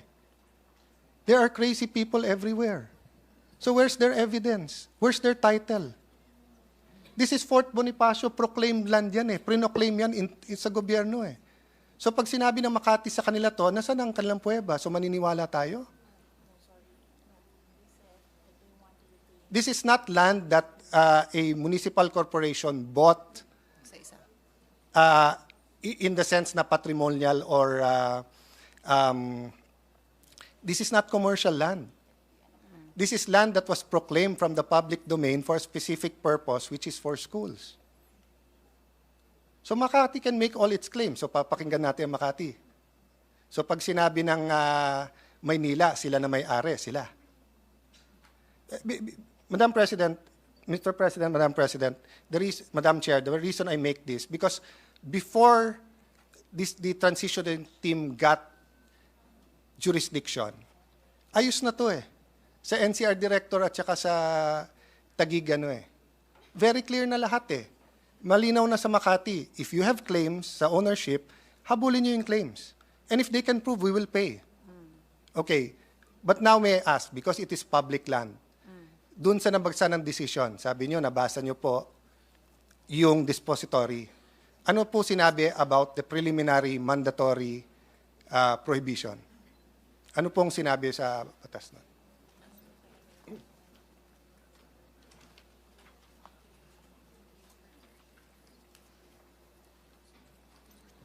To abbreviate, Madam Chair, may I read it na lang?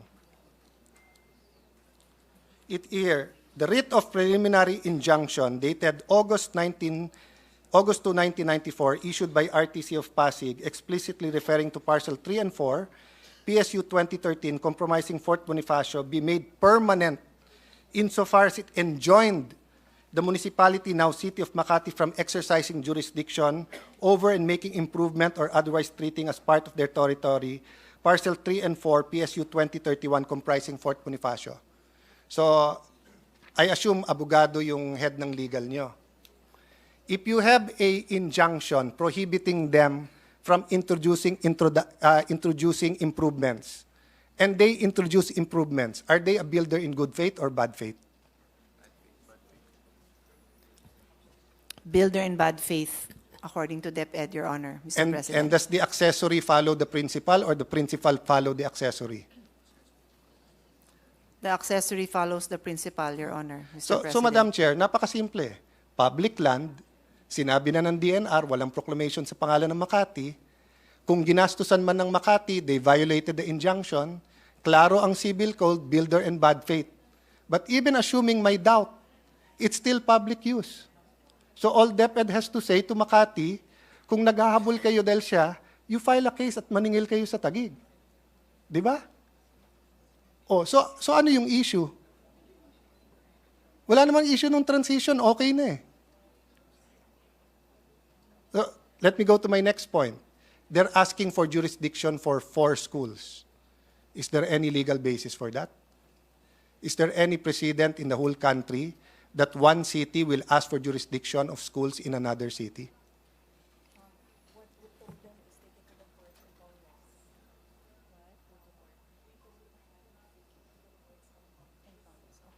Mr. President, the Vice President says they told them to take it to the courts and Congress. Thank you for that, Madam Chair. So I take it that DepEd will deny their request because there's no legal basis for Yes, the 4 yes, Mr. President, yes. schools. No? So, Mr. President, you know, there's no doubt this is an emotional issue for everyone. Kami nandito, hindi lang para sa Old Taguig, para din dun sa 10 barangay. We're also here for the parents, for the students, etc. And, you know, amazingly, and Madam Vice President, you know, maybe we can, the principals themselves can invite you there. I know madali po kayong imbitahan basta't para sa education. Every single time that we went there, at talagang sinabi ng asawa ko, wag ka na sumama, ako na lang ang pupunta. But every single time, there's a warm welcome. There's some confusion, there's some emotions, pero wala naman pong gulo eh. The gulo comes in when there is something premeditated na may gagawin, ibabarikada nila, sasabihin nila ayaw tanggapin yung ganito and everything, no? So, this is my main point, Madam Vice President. Ang request lang ng Taguig simple lang, yung normalcy lang. Dumating na sa normalcy. Because the City of Makati and Mayor Abby Binay keep saying na kami tanggap na namin na Taguig na yan. But she keeps doing the opposite. Di ba? So, that's where she's very, very different kay Nancy. Si Nancy, Senator Nancy, yes is yes, no is no. Kay Mayor Abby Binay, she will say yes, then no, yes, then no. So, I saw the Secretary of Health there. They met with the Secretary of Health. Si Mayor Binay mismo nagsabi, on this date, transition na, kunin nyo na yung health center. A few weeks later, nag-abroad, tapos ayaw nang ibigay yung health center. So, we will never be able to finish our transition pagka ganyan. And we will not be able to give the services that EMBOs deserve if our superintendent will have to say, iba trato ko sa 28 barangays, iba trato ko sa 10 barangays. That's why yung normalcy nung 38 barangays na yan, that's why I'll go back. I mean, I've accepted the apology and I do understand, no? But yung point ko, Ma'am, Sir, Ma'am Vice President and to everyone, no? Hindi po pwedeng ang attitude natin politika to, issue to, neutral. Ang attitude natin, as the Vice President said kanina, may decision, eto decision, we stick to the decision. So, can Taguig, without the permission of the Superintendent of Parañaque, do any activities in the schools of Parañaque?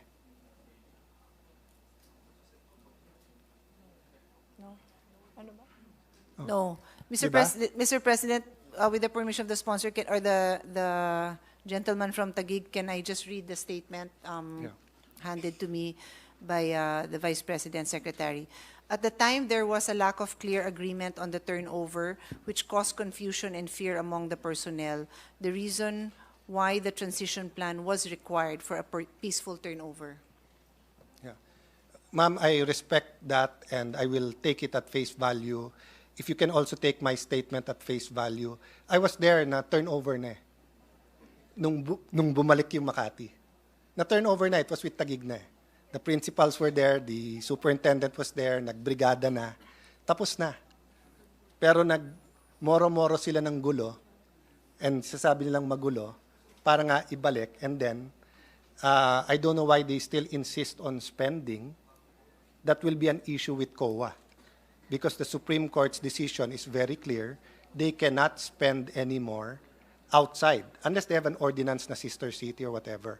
But I will leave it at that.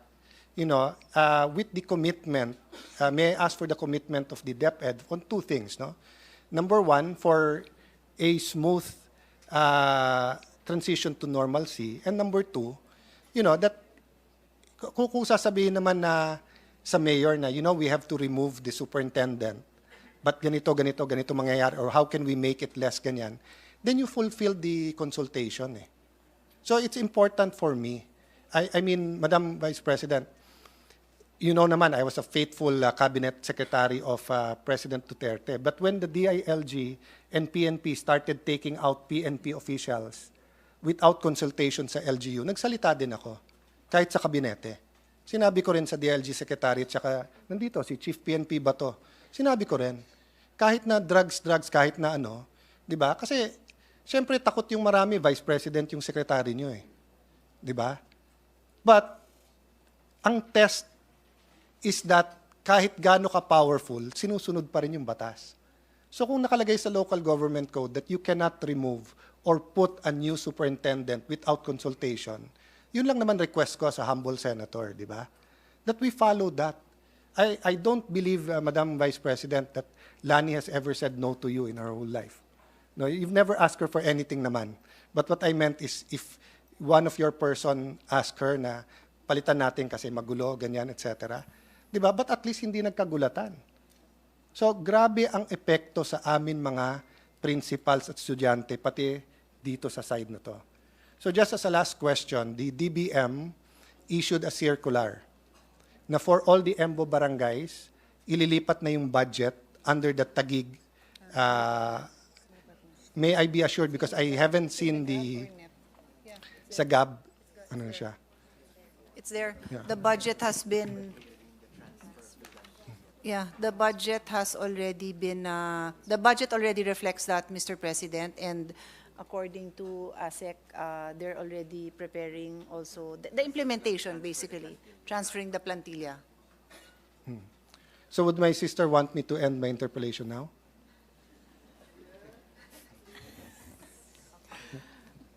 I want you to be able to have satisfaction with the concerns that you have for Taguig City. Yeah. So, Madam Vice President, I'll just put on the record. Dalawa lang naman po weakness ko eh. Asawa ko at ate ko. So, I ask for your indulgence if I'm emotional about this issue, because aside from our heart is with our students, you know how it is to struggle.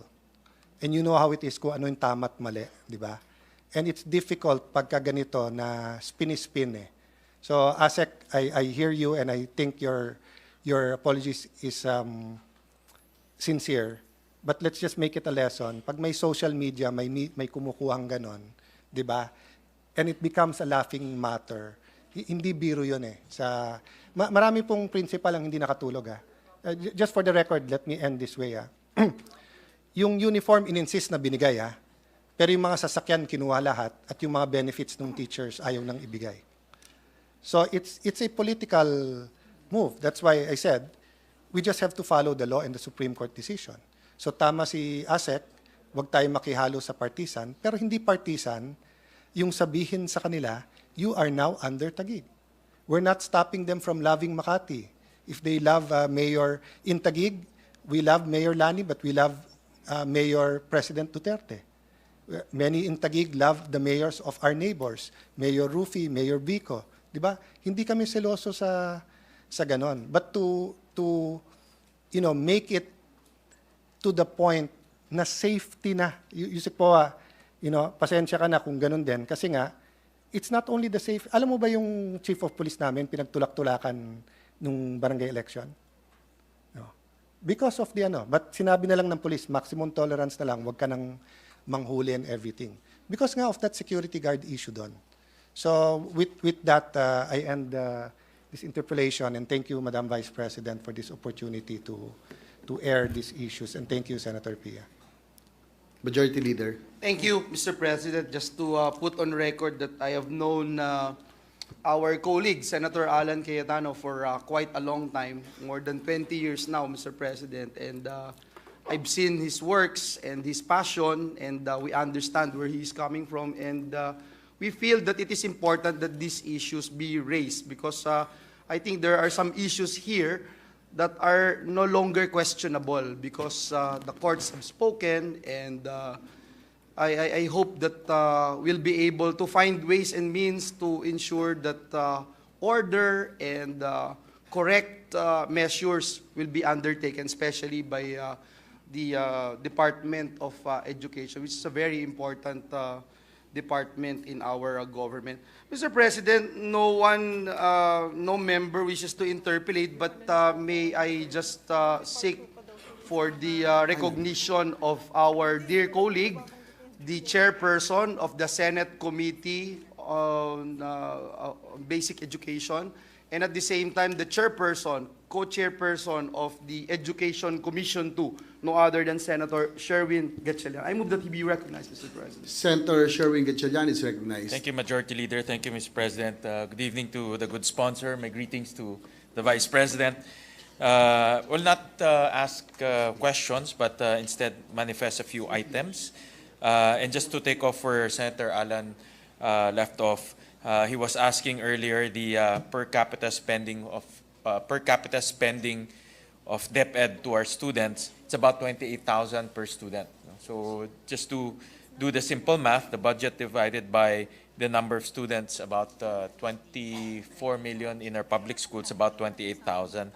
And the reason why we computed that is we were weighing the pros and cons on whether to expand the voucher system and the ESC.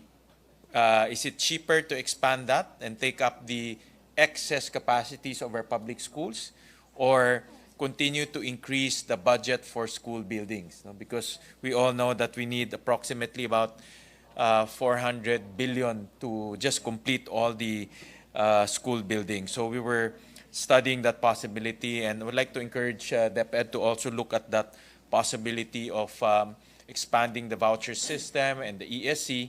The ESC and the voucher system is cheaper compared to that 28,000. On the average, the ESC and the voucher system more or less is about 15,000, so it's cheaper than the 28,000. So we don't have a specific recommendation on that angle. However, it will be good for DepEd to look at that option to increase the voucher system and the ESC to take up the slack or excess capacity of our private schools. So I'll go to my manifestation. First of all, I'd like to thank the good sponsor for accepting 7 out of our 14 recommendation. 50% batting average is not so bad, but thank you very much. Dati yata mga 90%. Di ko alam mo ba't It fluctuates every year. Minsan tumataas 90, minsan 50%, minsan. But thank you to the good sponsor. And one of the most important recommendation that was accepted was the teacher training for the Matatag curriculum. We recommended an increase of 1.7 billion to train our teachers in the rollout of the Matatag curriculum, which is being piloted this coming school year. And full rollout in 2024, school year 2024-2025.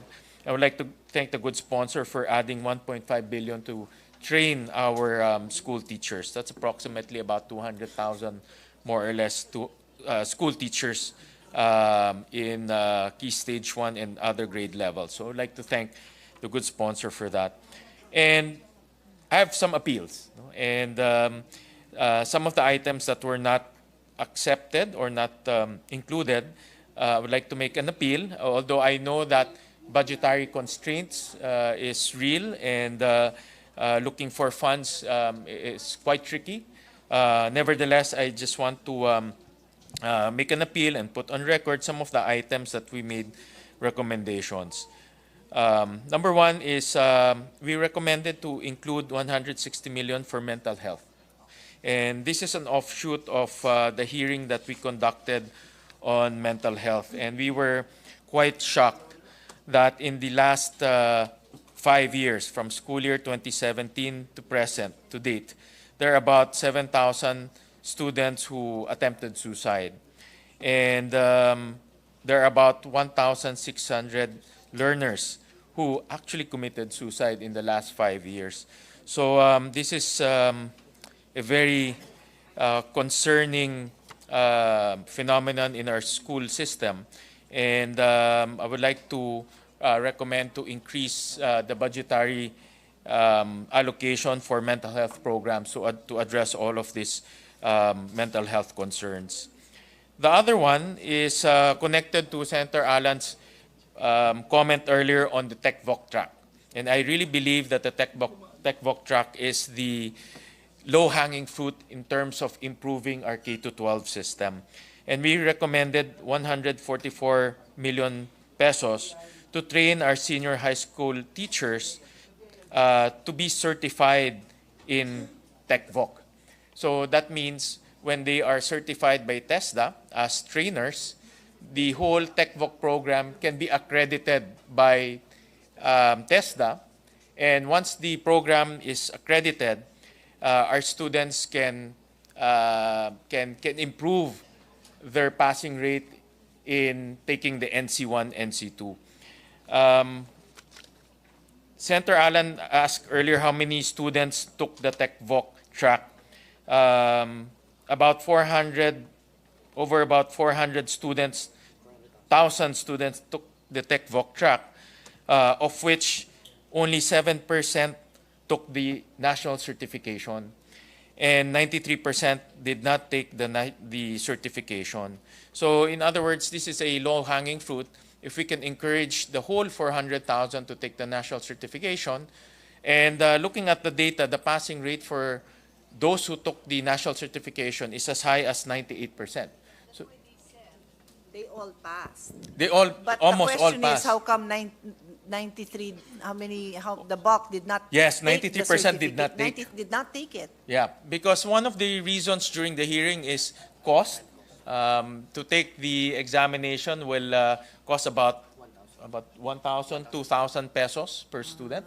And in the budget of TESDA, we also recommended to include the national certification for senior high school students, and that was accepted by the proponent, the sponsor. But in order to level up and to improve the TechVoc track, we need two things. Number one is to train our senior high school teachers to become trainers and accredit them by TESDA. And then number two, the whole TechVoc track of DepEd should be accredited by TESDA. And those are the two things in order to make sure that our TechVoc track is accredited by TESDA. So that's why we recommended 144 million to train our teachers to become trainers, TechVoc trainers. And the last appeal and recommendation that we made is to create non-teaching positions in the Department of Education. We recommended an allocation of 1.9 billion pesos. I know it's a substantial amount, to hire 5,000 administrative officers and 3,000 project development officers to help our teachers unload their administrative responsibilities. And this has been a perennial, I'm sure the good sponsor have heard this many, many times, and this is actually one of the low-hanging fruits as well that we can improve in terms of teaching efficiency in our classrooms. And we recommend to hire as many administrative officers and project development officers so that our teachers can be unloaded with their administrative responsibilities.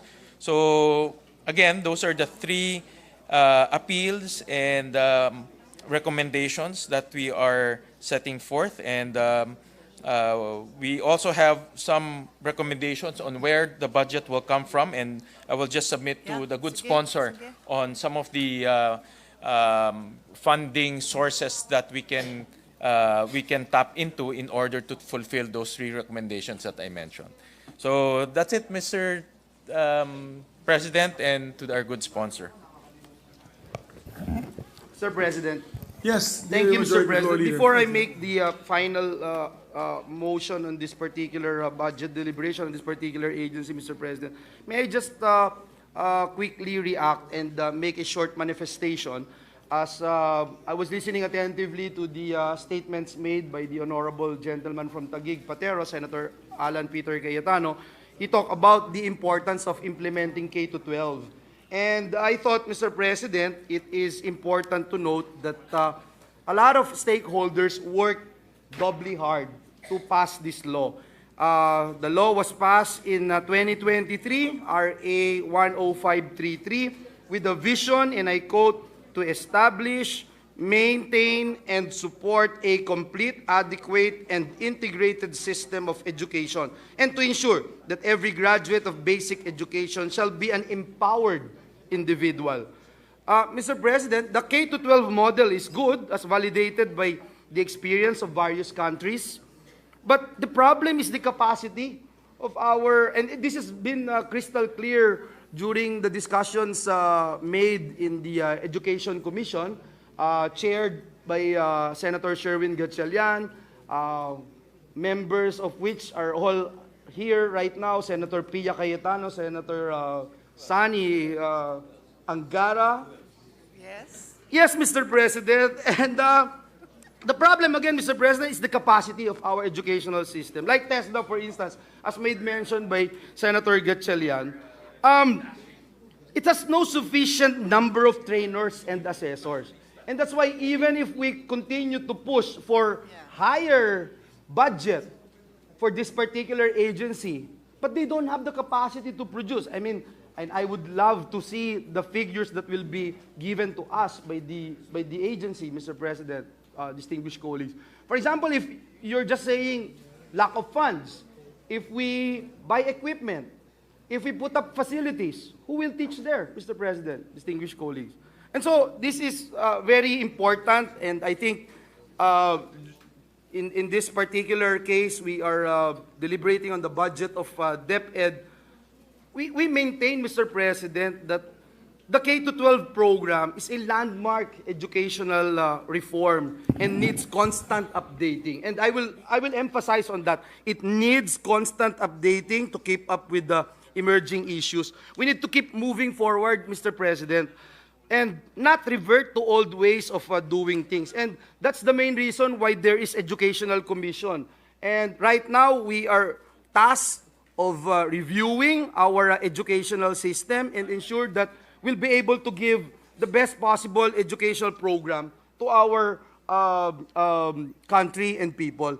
Mr. President, let me also put into the record this representation's full support in the budget of the Department of Education. Naniniwala po ako, Ginoong Pangulo, na ang edukasyon po ang susi sa bawat pinto ng oportunidad para sa ating mga kababayan, lalo na sa ating mga kabataan. At tayo po ay nagagalak na maging katuwang ng ating butihing Vice President Sara Duterte, upang mapabuti po yung learning outcomes para sa ating mga mag-aaral. Would also like to take this opportunity, Mr. President, to thank the Vice President for her leadership in the PQF-NCC, yung Philippine Qualifications Framework National Coordinating Council and for holding regular meetings of the council. Kasi Madam Vice President, for the past so many years, every time we tackled the budget of DepEd, TESDA, and CHED, we would always ask this representation together with Senator Pia, Senator Win, Senator Angara,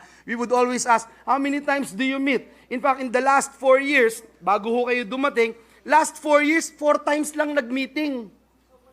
Doon pong umupo si Vice President Sara, in a span of a year and a half, naka 4 meetings na po kaagad sila.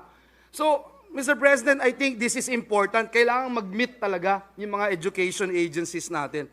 So we'd like to manifest that we are in full support, again, in the creation of permanent secretariat of the PQF-NCC. This was mentioned during the budget deliberation of DepEd. And during the break, this representation, together with this representation's office, coordinated with DepEd officials and worked with us in ensuring that the work of the council continues in 2024. We have also put some funds, for example, the additional 12 million for the purpose of in the budget of TESDA as the Secretariat of the Council. So yan po yung ating ginagawa, and as author and sponsor of RA 10968 or the PQF law, we are confident, Mr. President, that this will bring wider mobility and opportunities to every Filipino through increased recognition of the value and comparability of their qualifications. So, muli, Ginoong Pangulo, maraming salamat, and thank you po sa lahat ng tulong ng ating distinguished sponsor, Senator Pia Cayetano. Mr. President, the Deputy Minority Leader would also like to make a short manifestation. I move that she be recognized. Yes, our distinguished Deputy Minority Floor Leader is recognized. Salamat kaayo, Mr. President. Just a brief manifestation that this representation joins with a very important evaluation of the Majority Leader, that the K-12 was a landmark and game-changing education reform. And in fact, even before the pandemic struck our country, sinasabi na rin po ng iba pa nating mga education reform advocates, kasunod ng K-12, dapat mayroon pa ngang mga kasunod pang education reforms on teacher training, on making sure that the numbers of school buildings, classrooms, etc. are sufficient, and many, many others. I'm glad that the Majority Leader said that this matter of the K-12, or for that matter, yung mother language education, are some of the important agenda being taken up by the Education Commission too. And since that came up also, just for the record, again, Mr. President, I need to manifest for the minority that it is regrettable that we are not participants in the EDCOM too. So we will just have to engage the important agenda being taken up by the EDCOM 2, and certainly the important findings and recommendations of the Commission when the matter is brought to plenary. So just those two things, Mr. President, an affirmation of the K-12, and then the matter of the EDCOM 2. Salamat kaayo, Mr. President. Thank you, Mr. President. Mr. President, there being no other reservation for interpellation, I move that we close the period of interpellations and debate and consider the budget of the Office of the Department of Education, Office of the Secretary, Early Childhood Care and Development Council, National Book Development Board, National Council for Children's Television, National Museum of the Philippines, Philippine High School for the Arts, and National Academy for Sports to be deemed submitted for the body's consideration. I so move, Mr. President. There be no objection to the motion. These aforementioned offices under the Department of Education is hereby deemed submitted. Congratulations. I ask for a minute suspension. Thank you, Mr. President.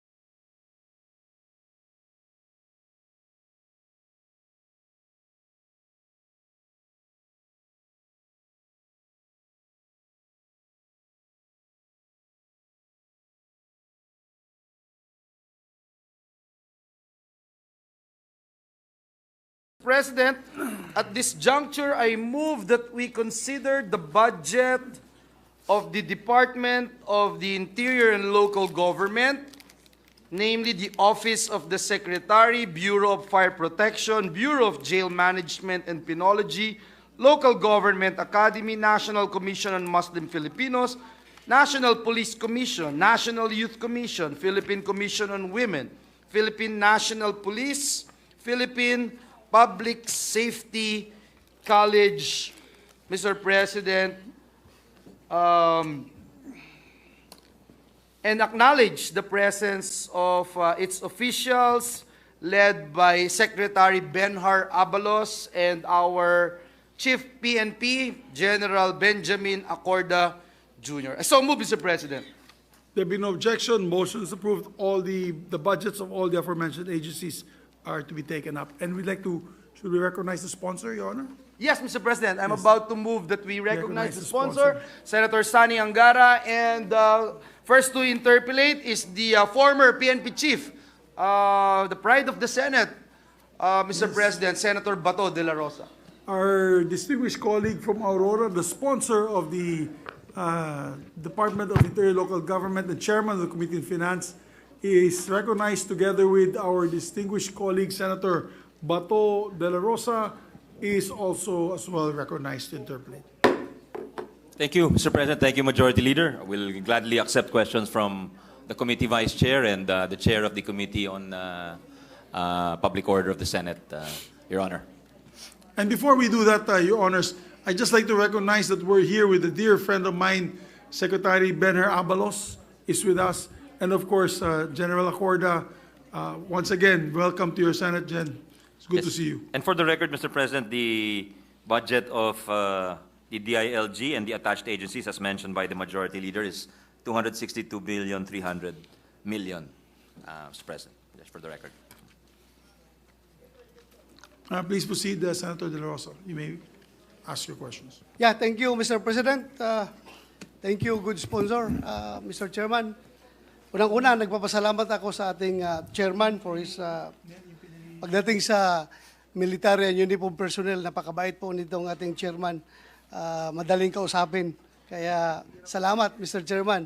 At nag-volunteer ako na pinakaunang mag-interpellate sa iyo dahil nga nakikita ko medyo condition ka pa. Kaya baka mamaya one-liner na lang yung sagot mo, one word or two words na lang sagot mo pag pagod ka na. But anyway, Mr. Chairman, Thank Mr. you, Your Honor. Thank you very much. Thank you. My question is about the special provision on the fire code revenues, Mr. President. During the budget deliberation of the BFP at the committee level, I raised the issue on the cap recommended by DBM on the use of fire code revenues. I am thankful that in our committee report, the original 1 billion cap was increased and now at 3 billion. Despite this increase, Mr. President, I would like to know from the good sponsor, what will be the effect if we remove the cap on the use of the fire code revenues, similar to what we did in the special provision on collections of drug rehabilitation activities under the Dangerous Drugs Board? First of all, let me thank the gentleman from Davao del Sur for his kind words and acknowledge also his role. Sila ni Senator Bongo yung laging nakikipaglaban dito para sa BFP at malift, kaya dinagdagan din po natin yung cap dito from 1 billion to 3 billion sa ilalim po ng committee report, kasama nila Majority Leader, SP. According to the BFP, with the lifting of the cap on the use of fire code fees, they can easily meet the deficiencies with respect to fire stations, fire trucks to be refleeted. It will take a shorter time to meet these deficiencies, Your Honor. Yun po ang magiging epekto sa kanilang budget at paninilbihan. Thank you, Mr. President. Good sponsor. So, per DILG Secretary Abalos, currently there are about 100 LGUs without a functional fire station and are without fire trucks. BFP is set to procure the following next year. Under the regular budget, ang kaya lang i-procure is 18 units of fire trucks and 16 units of ambulance. Pero with the fire code revenues na binigyan natin ng cap na 1 billion, ang kaya lang ma-produce is 30 units of fire trucks and construction of 55 fire stations. Ito yung ginaw from 1 billion, yung 1 billion na ibigay natin na good sponsor. Pero kung i-lift natin yung cap, it means to say that yung kanilang as of June 30, 2023 na revenue amounts to 4.58 billion. So, siguro, baka kung palagi nating every GAA, i-lift natin yung cap na yan, baka within 2 years or 3 years, kompleto na yung fire station natin na Mr. Chairman. 5 years ang sabi po ng BFP. 5 years. 5 years. Opo, Okay. opo. So, mas maganda po. So, I hope na you are agreeable to this, Mr. Chairman. Ako, walang problema ho. Malamang DBM po ang mag-object dito dahil sila po yung naglagay ng cap. And we asked them their opinion. Kaya daw nila nilalagay ito for predictability of revenues. Pero kung ako tatanungin, why not? Di ba? Para sooner, medyo minsanan rin yung chance na masabi natin we've met the ideal rate in terms of budgetary metrics. So ako'y nakikisa sa inyo at kinikilala ko din po yung inyong pagtulak nitong advokasya. At for the record, because since kayo'y nasa Senado, as far as I can remember, ini-increase po natin ang budget ng BFP. Hindi lamang yung nabibigay nila mula sa kanilang budget, dumadami yung na kanilang nabibigay dahil dinadagdagan natin dito sa Senado upon your initiative, upon the initiative of our colleagues, yung kanilang budget for fire trucks and other resources, Your Honor. Yes, Mr. Good Sponsor, thank you for that response. And I have talked to LBRMO kanina, and she told me that she talked to DBM already, and DBM is cool about the idea of lifting the cap. And I hope they will be consistent in their opinion. Kasi Mr. Chairman, good sponsor, nakikita kasi ng Bureau of Fire yung seeming inequity compared to the PNP. Kasi ang PNP talaga, lahat ng kanilang revenues ay sila ang gumagamit. Pero yung Bureau of Fire, walang cap yun sa PNP ha, kaya ang PNP nakakabili ng kung anong gusto lang bilhin. Pero yung Bureau of Fire, sabi na, sir, baka pwede mo kami matulungan na wala ng cap para mas marami kaming mabuild na fire station at saka mabiling fire trucks. Kung ganun talaga yung totoo ng sinabi na DBM is not objecting to this, then by all means, I will be happy to work with you in the period of amendments, Your Honor. Thank you very much, Mr. Chairman. At the proper time, Mr. President, I will formally propose to delete the cap on the fire code revenues so that the BFP can maximize the use of their income and help them in implementing the BFP modernization program as mandated by Republic Act number 11589 na alam mo naman na I shepherded that at Yes, Your Honor. grabbing heartaches na Pinaghirapan niyo dinaanan yun. ko noon, Mr. Chairman. So, Nag-double salamat. bicam pa kayo noon, di ba? Thank you, Mr. Chairman. My next question, Mr. Chairman, sabi ko kana isa lang, pero dalawa pala, nakalimutan ko. Yung isang question ko po is, this is to the PNP. I hope, Mr. Chairman, if the Chief PNP can categorically, for the record, state to us whether or not they have monitored yung sinasabi, palagi sinasabi ng media na reported destabilization plot by retired generals, kung may na-monitor sila talaga, if this is these rumors are accurate or not. So we want to get the official stand of the PNP. Because I am also a retired general, baka mamaya sabihin nilang kasama ako dyan sa plot. Kaya maniguro tayo, Mr. Chairman, siguruhin lang natin from the PNP o kung sana, kung makapagsabi sila kung if indeed may monitor sila na ganitong planong pag-aaklas Against the government, Your Honor. against the government. Against the government. Yeah.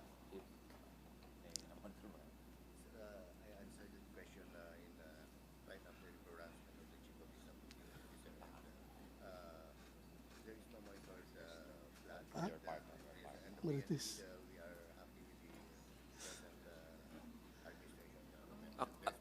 According to the Chief PNP, they have not monitored any plot within the police, and there's no reason to rise up against the government, Your Honor.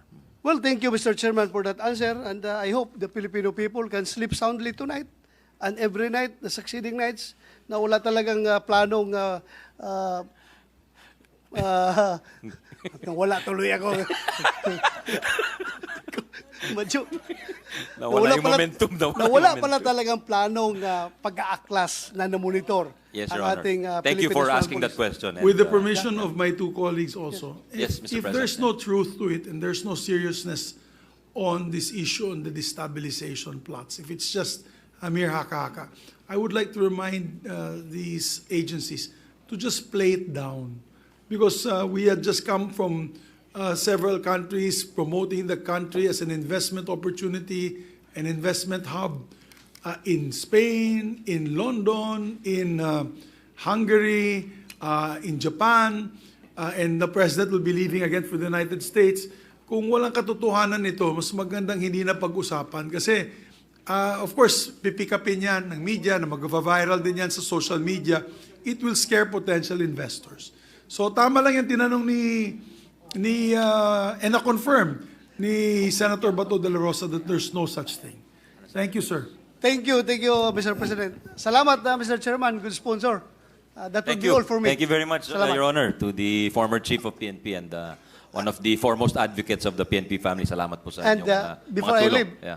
I would like to manifest my expected support for the passage of the budget of the ILG family. Yes, Thank thank you. you, sir. Thank you, sir. Thank you very much. That's much appreciated.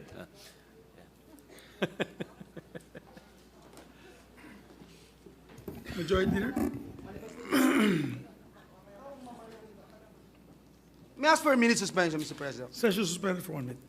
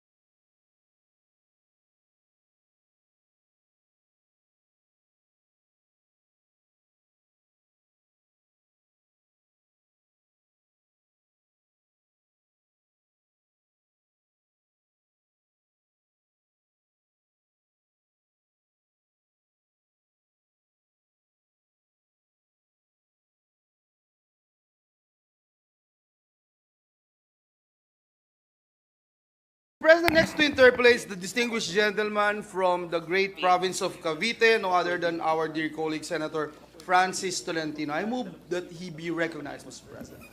My distinguished colleague from the province of Cavite, Senator Tolentino, is recognized. Thank you, Mr. President. No questions insofar as the Philippine National Police is concerned. I'm very supportive of the PNP's budget, more specifically now that there is a need really to enhance the budget of the PNP Maritime Command, which I foresee would be playing a bigger and greater role insofar as supporting the efforts of the Philippine Navy and the Philippine Coast Guard and all our efforts towards protecting the West Philippine Sea area, the coastal areas near Aurora, the home province of our sponsor, Kasiguran, the Philippine Rice area, Mr. President. So I fully support the budget of the Philippine National Police. I have just two lingering questions coming from after signing several certificates, oaths of office of the soon-to-be inducted, newly elected barangay officials and SK Kagawads, chairman, etc., etc. Mr. President, may I know from the good sponsor the exact budget of the local government academy for 2024? It is 296.7 million, Your Honor. 296 million. May we determine the exact budgetary allocation for the post-election trainings of the newly elected as well as the re-elected barangay officials to be conducted, spearheaded by the local government academy? Well, while we're retrieving that number, if there is one, Your Honor, I just want to state for the record that that number you asked for of 296.7 million for the Senate committee report for next year's budget is much higher than this year's budget, which is 213.7 million, just for the record, Your Honor. And Mr. President, a good sponsor, would that be sufficient enough to cover the appropriate training for the, how many? 42,000 barangay chairmen and the newly elected kagawads, the same number perhaps of the newly elected. Of course, there is no re-elected SK chairman, as well as the SK kagawads, as well as the other barangay officials, barangay heads of the barangay tanod contingent, the lupong tigapamayapa, lahat na po siguro yon. Magkakasya ba ho yung 290 million plus nationwide? Mr. President, thank you for the question, Mr. President. Regarding your question on the budget for the post-election training of the barangays, there is an item of 71.535 million, Your Honor, set aside. So it's quite a substantial number. 71? 0.535 million. 71,535,000, whereas the figure for 2023 was only 8.3 million. So there is an increase of about 63 million. So that would be sufficient for the training?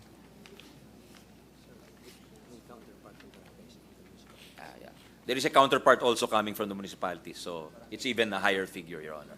So there would be a counterpart resources coming from the various LGUs. What about, Mr. President, counterpart funds coming from, for instance, other agencies such as the UP local, is there a UP local government institute, the Development Academy of the Philippines, para po matulungan natin itong LGA? I'm not aware, Your Honor, if there are any, but maybe when they are here for their budget, we can ask them those, if there are any allotments for that. Or perhaps the CHED, the favorite agency of the majority leader, can they also support the training program for our newly elected barangay officials? Well, it would be good, Your Honor, if as long as the modules are very relevant and perhaps not overly long or to the point, Your Honor. I raise that point, Mr. President, because I see the post-election training modules to be given to our newly elected barangay officials as mission critical. Mission critical in the sense that they are the ones supposed to implement laws concerning issues Senator De La Rosa and our committees have tackled so far. Anti-hazing. Dapat po, nagbabantay yung mga barangay officials under the law. Naka-register sa kanila. The laws concerning the kasambahays. Dapat po, sila rin yun. Yung mga batas po natin sa pagpapatupad ng karapatan ng mga katutubo at mangingisda. Dapat alam din po nila yan. So, I really support the proposition that the LGA should be well-funded and be converted into a very professional academic institution similar to the Lee Kuan Yew Institute of Singapore or the Local Government Academy of the Netherlands. Pag nagawa po natin yon, siguro yung mga taga-ibang bansa dito na magte-training sa atin sa DILG. And I'm sure with a very competent DILG secretary, this dream of mine will be realized in the near future, given the proper resources, Mr. President. Just a short manifestation. My governor, my majority leader is staring at me. I would have to yield the floor now to... You can continue, Your Honor. I thought the minority leader is about If to... it is the pleasure of the gentleman from Cavite to continue, Mr. President, I have no right to Just stop him. one manifestation. But I just wanted to remind him of his promise and commitment that he's just asking one question, Mr. President. It's okay, Mr. It's President. called a compound question. Yeah. Incremental line of It was questioning. euro, Mr. President, so times 60. That's a euro move, Mr. President. Just one manifestation, Mr. President. Given that this would just be a 2-year term for our thousands of newly elected barangay officials, would that what was that again? 71 million appropriation be sufficient enough to include reorientation for this? O one time lang po ba yung orientation nila? Isang bagsakan na lang? Maybe there's I would assume there's also a fund for that next year, Your Honor. I just don't know. I cannot anticipate the action of the DBM, how much they will put in the National Expenditure Program. But given that there was a fund last year, there's a fund this year, I assume there will be a fund next year. I have no further questions, Mr. President. I yield my time to the minority. Oh, thank you very much. We Thank have you. just... Thank you very much to our Vice Chair and the yes, Chairman thank of the Blue Ribbon Committee, Your Honor. Thank the you, minority Senator leader Tolentino. just walked in, so perfect timing. Thank you. If the minority leader is ready, we Mr. could President, move that start. we recognize the minority leader, Senator Coco Pimentel. The minority floor leader, Senator Aquilino Coco Pimentel III is recognized. Thank you. Magandang gabi po sa lahat, sa ating DILG family, which was once upon a time headed by my father. No? Nung MILG pa po yan, MLG. Then it became MILG. So we have here our Secretary. Secretary, I've been reading a lot about your pronouncements, and I think you are a reformer. So meron ka pang panawagan na yun, mag-file ng resignation yung colonel and up, no, sa PNP. If you could explain the reforms that you have in mind, Mr. Secretary, and especially that particular order, what was it all about? Kasi actually I disagreed with your order, yung filing of that courtesy resignation. Parang we wanted to swat a fly, and yet parang I think we are harming the entire elephant, Mr. Secretary. So, can you please tell us ano po yung ating maasahang pagbabago sa DILG, especially na sa ilalim po ninyo ang PNP, which concerns our law and order situation, na kada parating nasa headline ang ating law and order situation. Plus, andyan din sa inyo yung jail system natin na I don't know how congested that is, but I'm sure that's very congested. Yun na muna, Mr. Secretary. Yes, yun na muna. Thank you, distinguished minority leader. Marami po silang accomplishments, and if you'll give me time, I'll read some of them. But regarding that order, that was, I think, really just to cleanse the ranks of the PNP, Your Honor. Maybe wipe the slate clean, so to speak.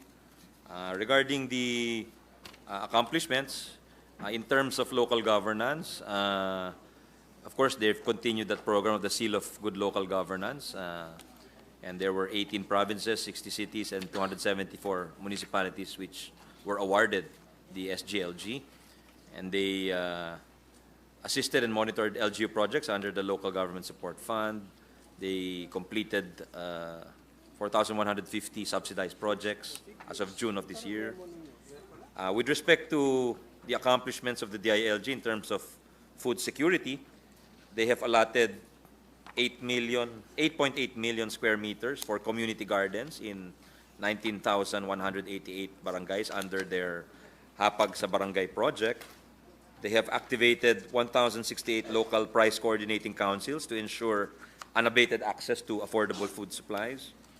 They also ensured 1,715 LGUs are in compliance with the prohibition on the imposition of pass-through fees. These are the fees imposed on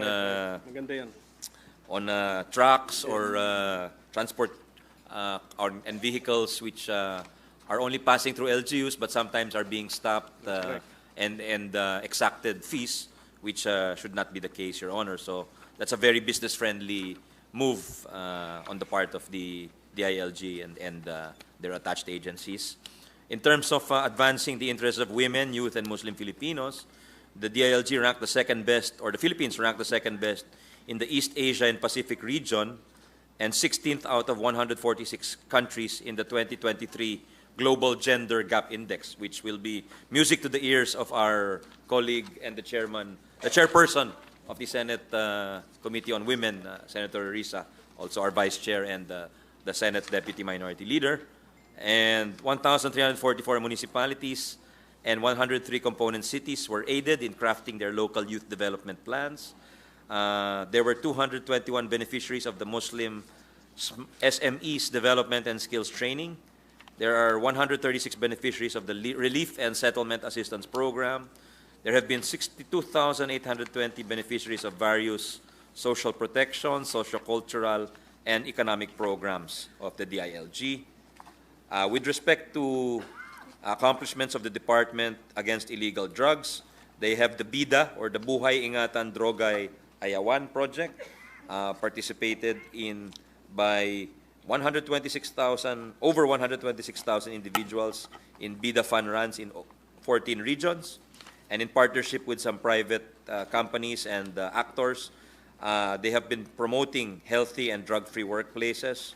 And there are 27,465 drug-cleared barangays, and they've also arrested, in the period July 2022 to June 2023, they've arrested 65,431 persons in the campaign against illegal drugs. They've arrested 5,179 high-value targets, and they've confiscated 16.9 billion worth of illegal drugs during the same period, Your Honor. And with respect to the peace efforts against criminality, peace and order, they have integrated 887 former rebels, militia ng bayan, and violent extremists, and provided financial assistance amounting to 66.9 million to the same. And there is a 3.42% decrease in the national crime situation, from 198,069 crimes in the period from July 2021 to May 2022. It has decreased to 191,291 crimes in the subsequent 12-month period, Your Honor. And in terms of crime solution efficiency, from 86.88% during that same period, it has increased to 87.57% for the succeeding period. And there is a Tier 1 ranking for the department for 8 consecutive years in the drive against trafficking of persons, according to the report of the U.S. State Department Trafficking in Persons Report for 2023, Your Honor. With respect to improving safekeeping of persons deprived of liberty, or PDLs, there is a 9% improvement in the decongestion rate, with 43,274 PDLs released within 24 hours upon receipt of the release order. There is the eDalaw program, which has benefited 83% of the PDLs. There is a 17% increase of PDLs benefited from educational services, with 298 PDL graduates of elementary and junior and senior high school, Your Honor. And 41% of PDLs benefited from livelihood programs from TESDA and non-TESDA training in 2022. With respect to disaster preparedness, they've assisted in evacuating 5,488 individuals during Typhoon Betty, and during Typhoon Egay, the BFP rescued 158 persons, and they've distributed 85,553,000 worth of food and non-food items to affected individuals during the Mayon volcano eruption, Your Honor. And with respect to digitalization, they've launched the eLGU and e-report systems as part of their DICT's e-government app. They've launched the BJMP single carpeta system and PNP's next generation investigation solutions. And 1,103 LGUs are seen to be compliant with the business permit and licensing system standards. And then they have this Paleng QR PH digital payment program developed along with the BSP, Banco Central. And 8,244 permits for telecommunications towers were approved by 667 cities and municipalities. That is with respect to digitalization, Your Honor. And with respect to cleaning the ranks of the PNP, there is a case resolution efficiency of administrative cases handled by the PNP IAS, or Internal Affairs Service, from 100% in 2022. And there are 953 police officials who have, as you mentioned earlier, who filed their courtesy resignations, Your Honor. And there are also achievements on recruitment and human resource development, such as the hiring of 2,000 jail officers, recruitment of 1,000 patrolmen and women, and 2,000 fire officers, and 56.44 of our uniformed personnel completed mandatory courses at the Philippine Public Safety College, or PPSC, while 4,050 are undergoing or taking up these mandatory courses, and there are 290 enrollees in masteral degree programs of the Public Safety College. And the Civil Service Commission has recognized the DILG as one of the agencies with the highest CES, or Career Executive Service occupancy rate, and one of the outstanding human resource partners in the bureaucracy. And with respect to equipment and facilities, 79% of capability enhancement programs have been implemented in terms of procurement of motor vehicles, firearms, and ongoing construction of 11 police stations.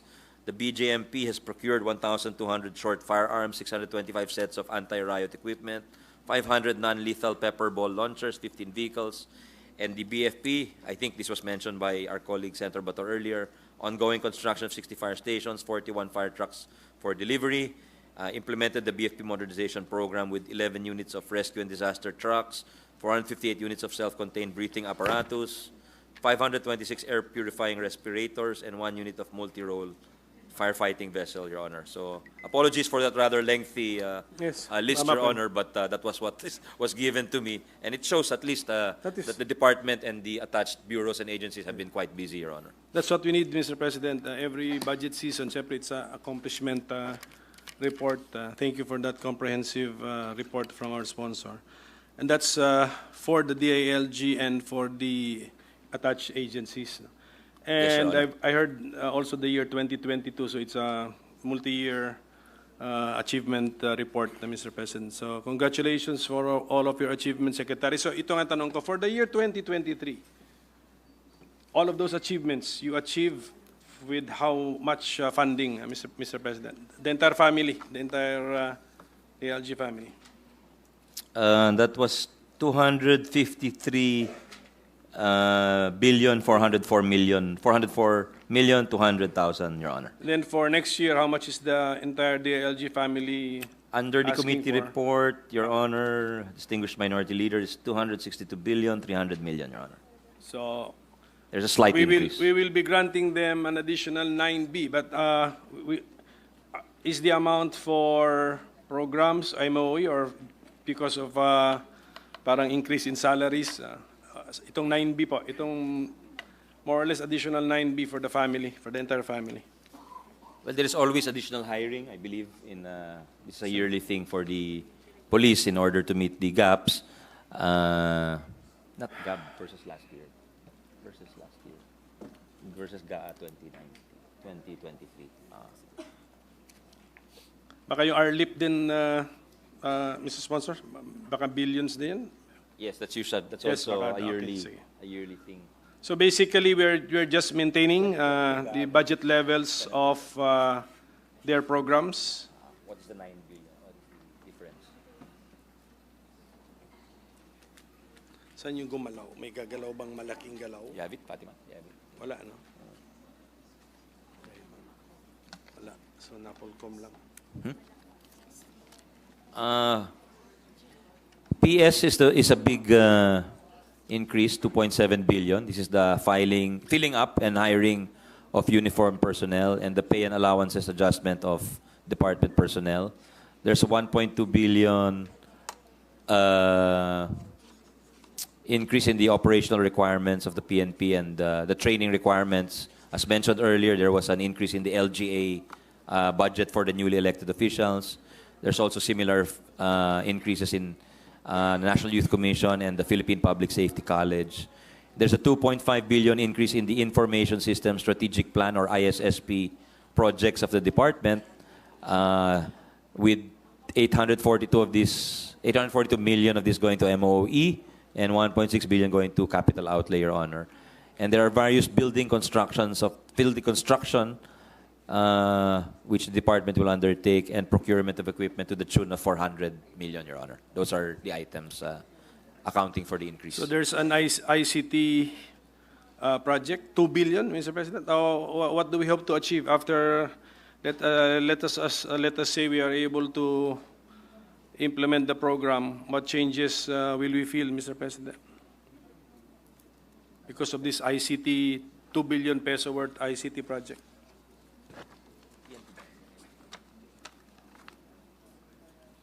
Ano yun? Ano yun ICT? Oh, yes. Sabi ko niya, pero ano yung pinantar niya?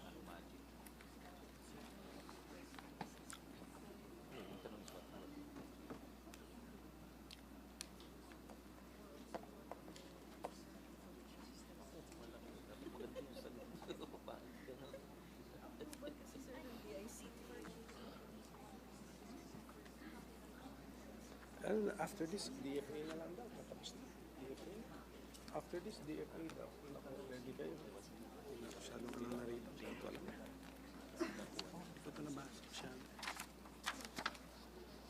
Sinong head? Nakakala. Yeah, pero what is the like for the anong mga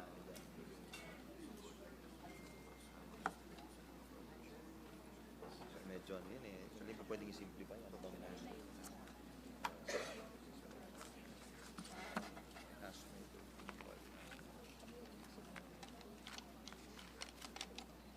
ito yung total na. This is what capital outlay.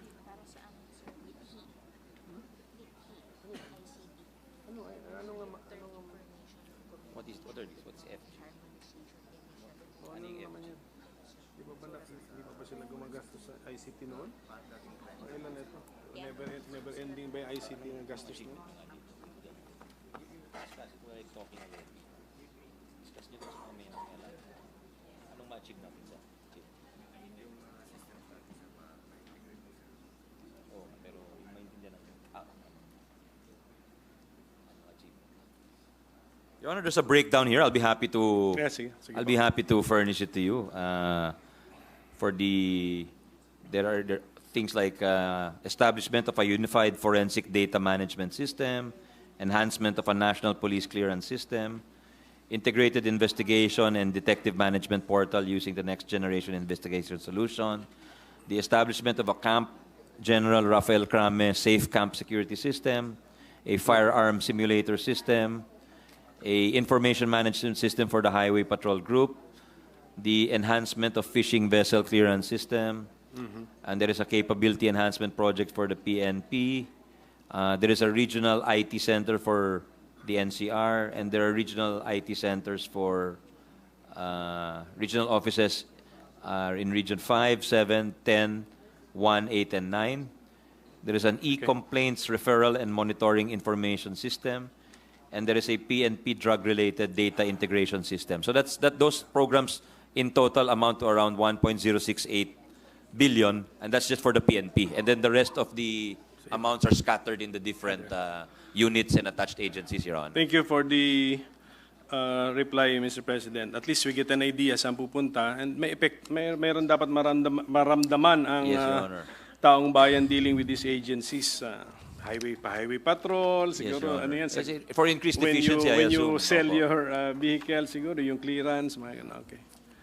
So sana maramdaman po natin yan kasi tulad kanina, meron tayong ahensyang natanong, sabi na ating chairman, nabisita niya yung opisina, napaka-high-tech. Yung MMDA, Pero no? baliwala high-tech pag hindi naramdaman ng taong bayan na sa secretary. That's a very good point, Your Honor. That's a very So, parang high-tech, so what, Mr. Pe? Pero at least, tignan po natin, we will give this. So from the listing kasi, that means these are existing systems siguro. It's either you're upgrading a system, you're adding a feature siguro. Yes, Your Honor. Yes, mukhang ganun. I cannot believe that wala pa rin silang computerized system for those activities. They should have, Mr. President. So thank you for that, Mr. President. And let me congratulate the Secretary for this, for discouraging yata. You're just discouraging this pass-through fees, di ba? I mean, you really cannot eliminate them at your level, Mr. Secretary. What did we issue? Is it a DILG circular advising the local government units?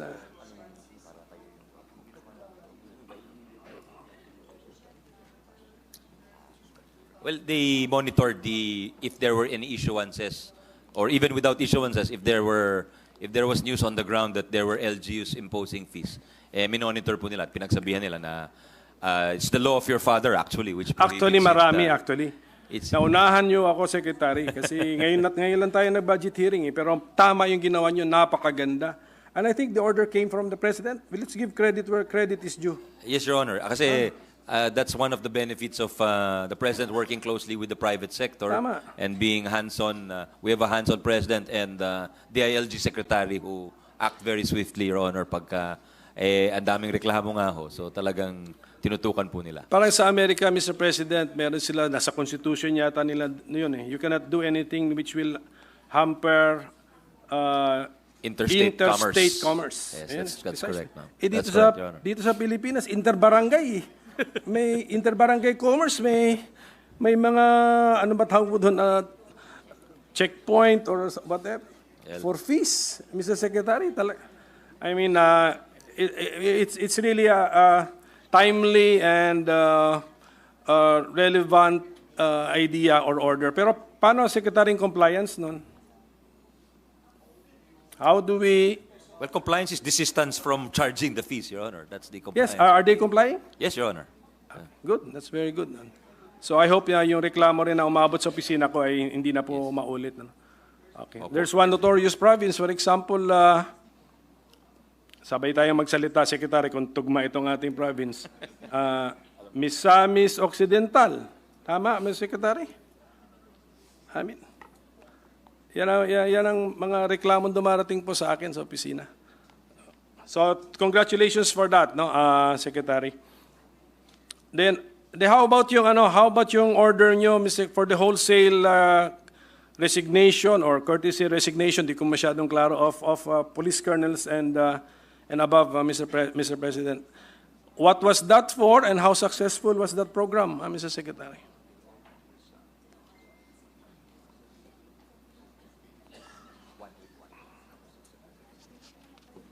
Of the 900 plus resignations, Your Honor, the President accepted 18 of the resignations. 18? Yes, Your Honor. And yung balanse, yung courtesy resignations na yon, ano na po, declared, declared withdrawn. They were not acted upon, Your Honor. Okay, wala na. Yes. I mean, of no validity na yun, kasi parang Damocles sword sa ulo nila yun eh. Wala na, there was a public declaration, erase na yon. Klaro na yon. Okay. Yes, Your Honor. Okay, so that's good. Thank you for that, Mr. President. Well, makikita natin from the achievement report read by our sponsor na napakalawak actually ng jurisdiction ng DILG. from pass-through fees to price, pati prices yata, monitoring of the prices, to jail, fire, etc., all the way to law and order, Mr. President. But I also heard you claim some achievements in the war against drugs. So, what is how is the war against narcotics trade conducted? Ano ang role ba talaga ng PIDEA? PIDEA is not under the DILG. Tama? It's not. Di ba? No, Your Honor. It's So, not under that. what's the situation now, Mr. President? Ano ba yan? Does the PNP defer to PIDEA? Is PIDEA a redundancy, Mr. President? So they both have a role to play and they're actively coordinating with each other, Your Honor. And they trust each other? Yes, Your Honor. Okay, that's good. Maganda yan. Maganda yan. Dapat ipakita natin yung professionalism natin. We trust each other. So, if that is the feedback, Mr. President, if that's the answer, is PIDEA a redundancy? Kasi kaya ng PNP to do it eh.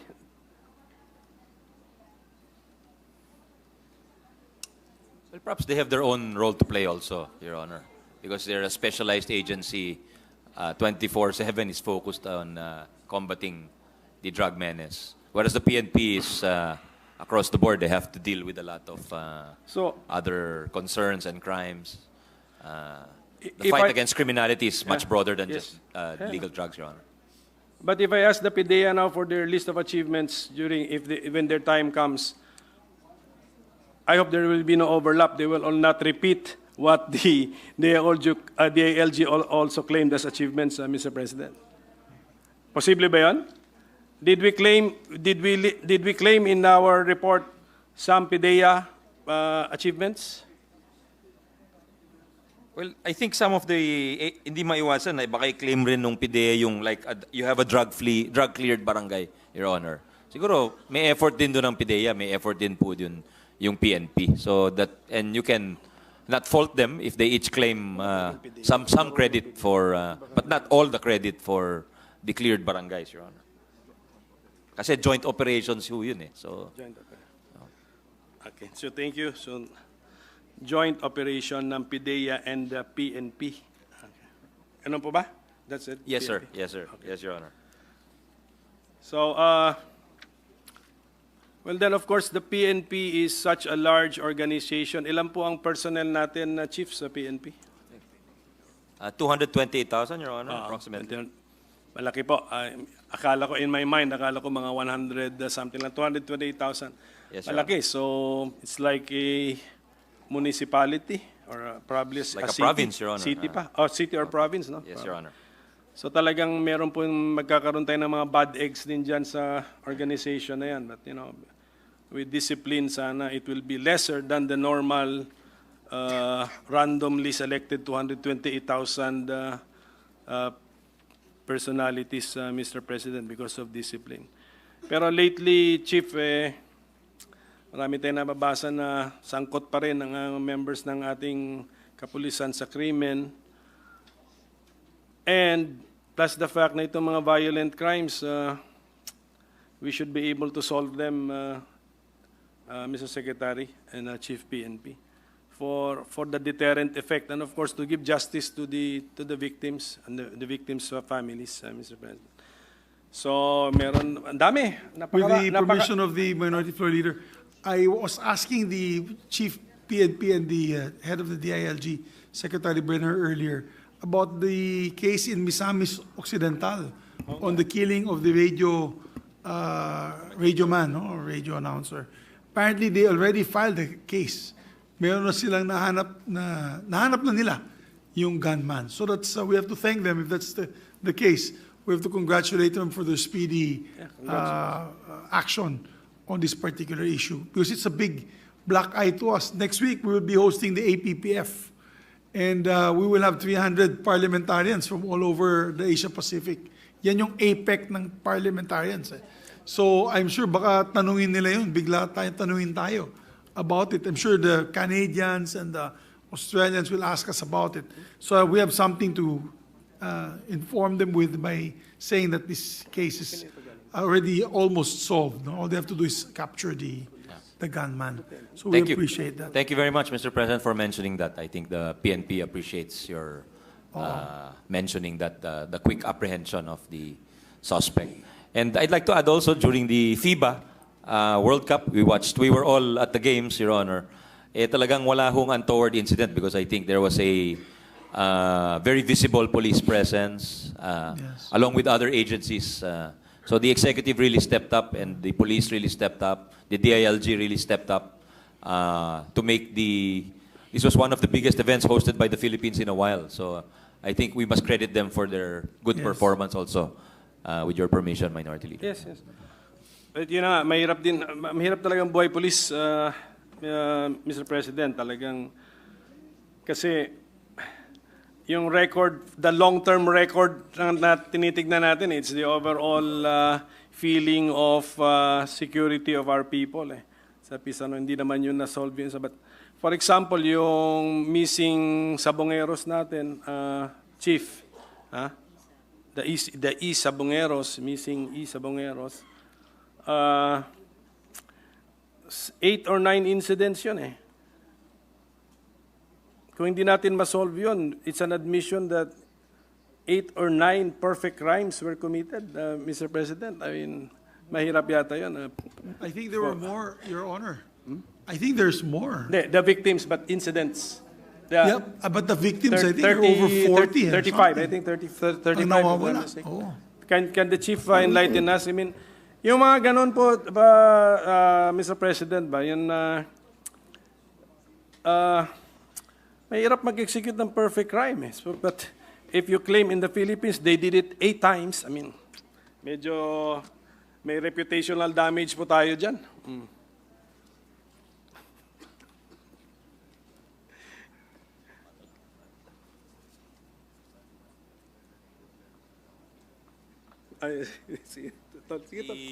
The Chief PNP is telling me, Your Honor, that they've caught some of the security guards involved in the incidents. I'm just getting the details, Your Honor, and we'll be happy to furnish you the numbers. Okay, so they caught security guards who are the suspects in how many of the 8 to 9 incidents?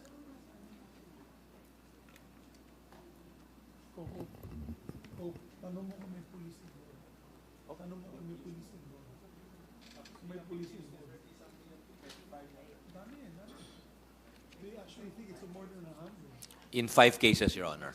In 5 cases. So, meron pa tayong 3 to 4 open cases. Ilan pong victims dito po sa missing e-sabongeros sa 8 to 9 incidents? At least 34, Your Honor. At least 34. So among our suspects, so at least ang claim natin, ang claim ng police in ano sabi niya? 5 ba?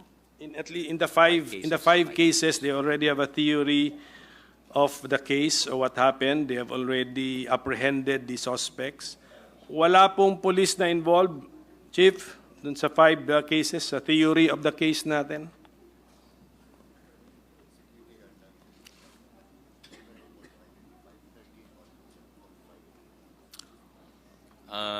Wala pong police involved, Your Honor, and secondly, they have identified 13 individuals in the 5 cases, Your Honor. Okay, 13 identified and then arrested, how many? 6, Your Honor. 6, but all are security guards, Chief, licensed or registered with an office within the PNP rin? So dapat yung vetting din, kasi pinaarmas mo rin yan.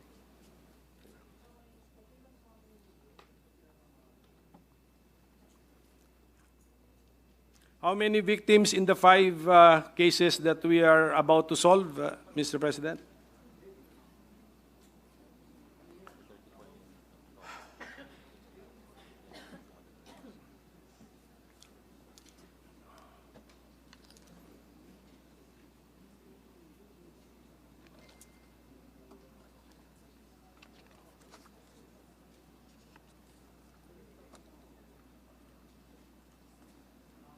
Meron ba itong confidential fund? Yan, sabi, inote mo ako, confidential fund. Tanungin ko.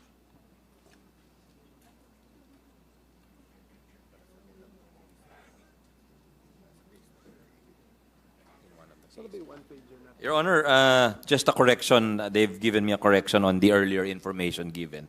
Because in one of the cases, there are 3 policemen involved. They've informed me, Your Honor. Arrested already, Mr. President? Yes, Your Honor. They're in...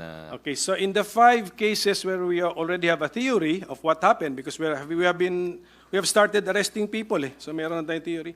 How many were the victims in the 5 cases, Mr. President?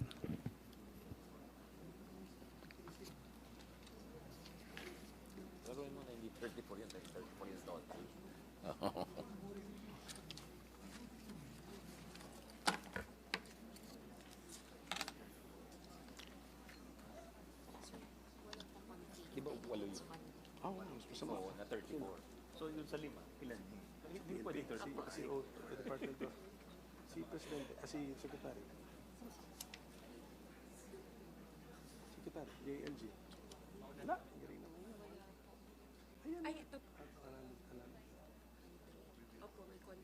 Can they just provide you the information, Your Honor? Sige, sige, okay. Let's assume, siyempre, more than 1 dyan. Ano? So, siguro not less than 5. Okay. And since we have a theory,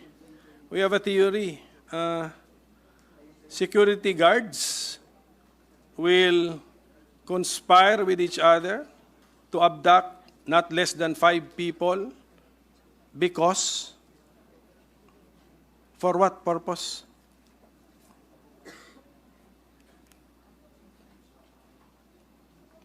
So, actually, tanong ko, is the theory that it is only at the level of the security guards?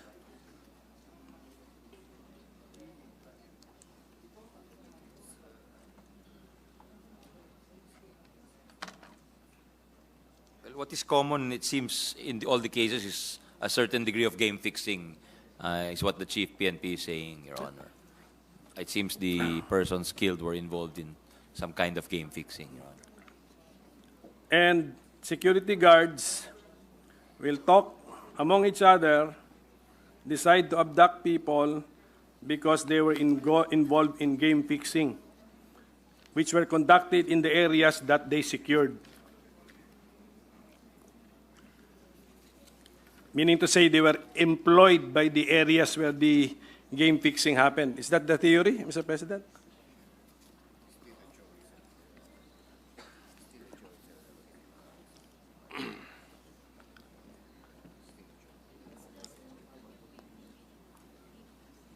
Hindi, pero ang tanong niya, ang specific na tanong ko, bakit tayo?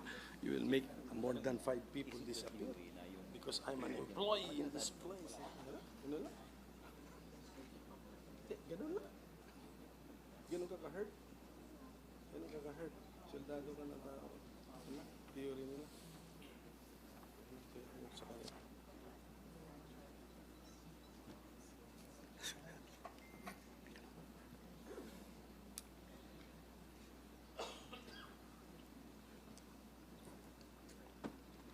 Your Honor, the police, I think, is a little uncomfortable with making their theory public because there are still concerns, given that there is evidence gathering going on, among others. But they're happy to sit down with you to tell you. They're happy to sit down with you and tell you. Maybe not in front of everyone because it may in executive session, yes. Yeah, they'll be happy to tell. I understand the caution observed by our PNP chief. So and thank him for that. But yung mga ganun sana, chief, mga ganun. I mean, well, they may have. Of course, they may have perpetrated the crime, or some people may have perpetrated the crime. Ang tanong is, is it larger than this group of people? Anyway, so Mr. President, you also mentioned that part of the, it's a regular part of the budget of the PNP, the hiring of personnel. Pero ito pong ano natin, what is our plan? What is our plan? What is our yearly hiring plan for the PNP? Kasi kanina, for example, Chief, meron kami shortage of teachers. Si DepEd, meron siyang target for next year. Ganon din po ba tayo mag-isip sa PNP? Do we have a shortage of PNP personnel? And do we target the hiring of a certain number of personnel every year? And for next year, what is that? What is that target?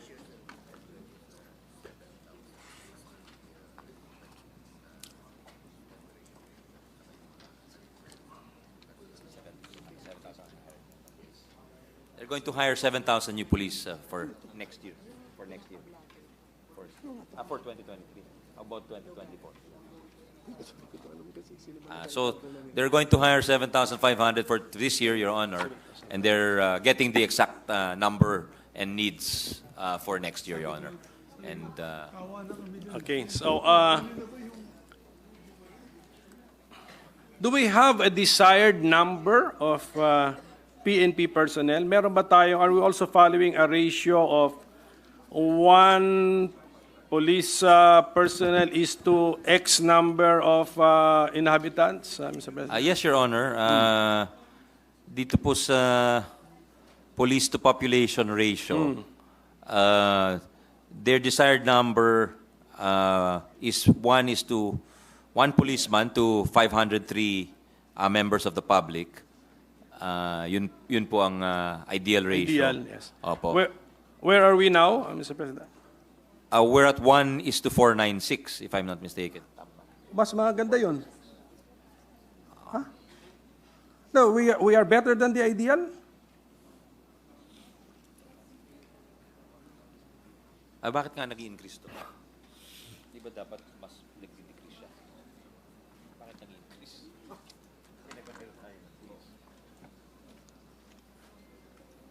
Kung nag-hire tayo marami, dapat nag-i-decrease yun.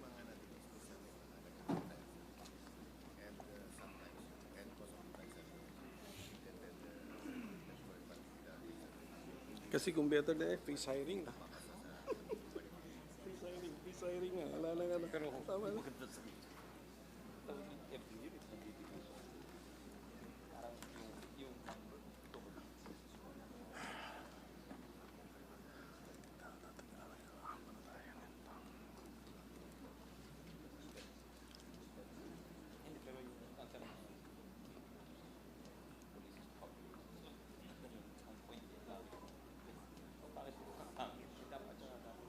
Tatanungin ko ngayon yung one, is it an officer of a certain rank or just one sa number of personnel niya na 200?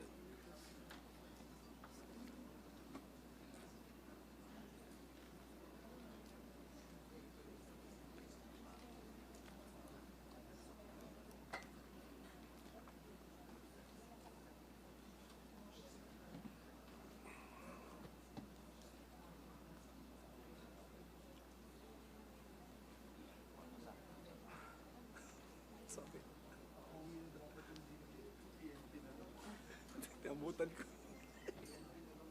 Sabi ko, tika mo na follow up sila ng follow up. Nagpaalam na lang ako, ibalik na lang ako. Ibalik na lang. Pero kung sa, pero wala ko na miss. Wala ko na miss. After DepEd, dito na.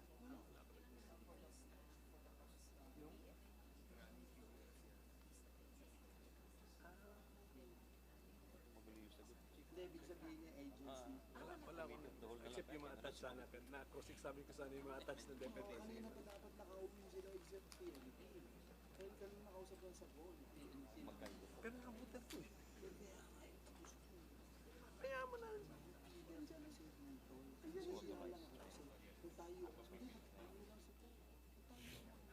Sorry.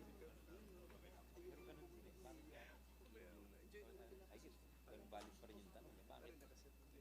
Nakaset aside na sa One policeman to a lesser number of population. Bakit pag-define? enjoy yan mga yan.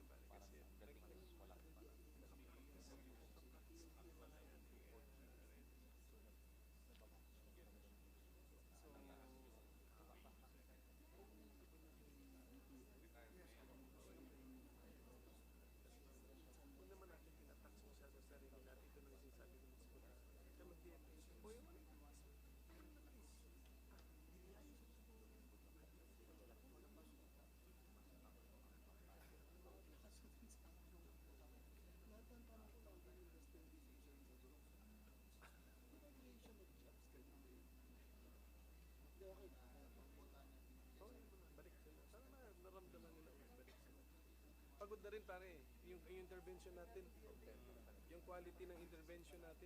Your Honor, I apologize for that lull.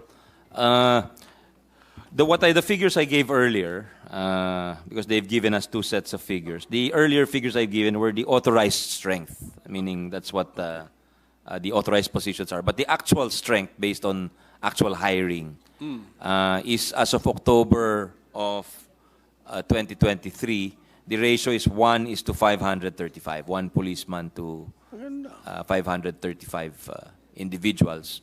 And at the start of the year, it was 1:528.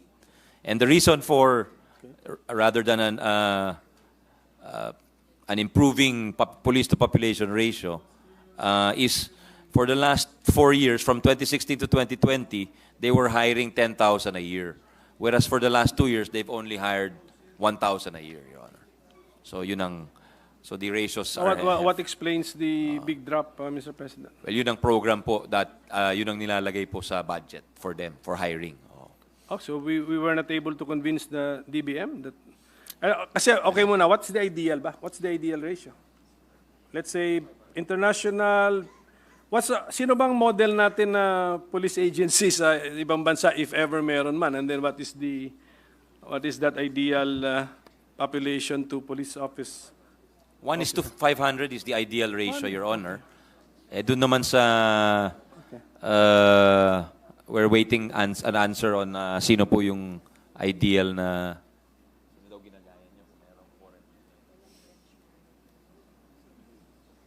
Pwede na po yun. Basta the ideal ratio, if you look at international best practices, and we also want to achieve this, is 1:500. Okay. By law, this is what I get. By law, we have authorized, if we fill up all the positions in the PNP, we have authorized actually 1:503. So on paper, we are following the ideal, except that in reality it's still 1:535. And how is this computed, Chief? The 1 is what? It must be a police officer with a rank? Is to 535 or just one? Regardless of rank, Your Honor. Regardless of rank. So pwede ito yung sinasama nyo na yung nasa opisina na PNP? Yes, Your Honor. Yes. Okay. So thank you for that, Mr. President. So it's a matter of convincing the DBM of the urgency of hiring. So our plan for next year, hindi pa natin alam. Well, for this year, it's 7,500. That's the figure I gave earlier. For 2024? 2024, they're still validating, Your Honor. But we have already in the NEP an amount. Under what line can we find the amount set aside for hiring? What line, what program in the budget of the DALG?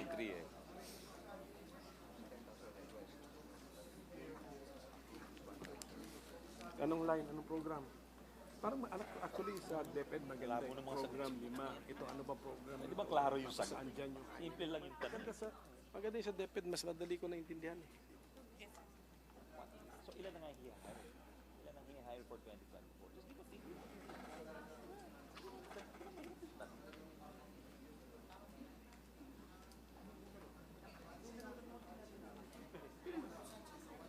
Ang i-hire, 20. Sino wala? 1,000 police.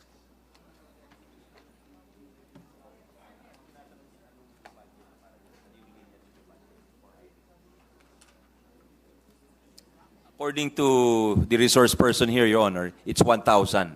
And I'm awaiting the line item, the answer to the line item. So bumaba din kasi the target we budgeted for this year during last year's budget process 7,500 pala yung target, pumasa. Na-appropriate natin 'yon. How much was appropriated to hire 7,500? Ano yan? Facts na yan. This existing budget na yan, 2023. How much did we set aside for that?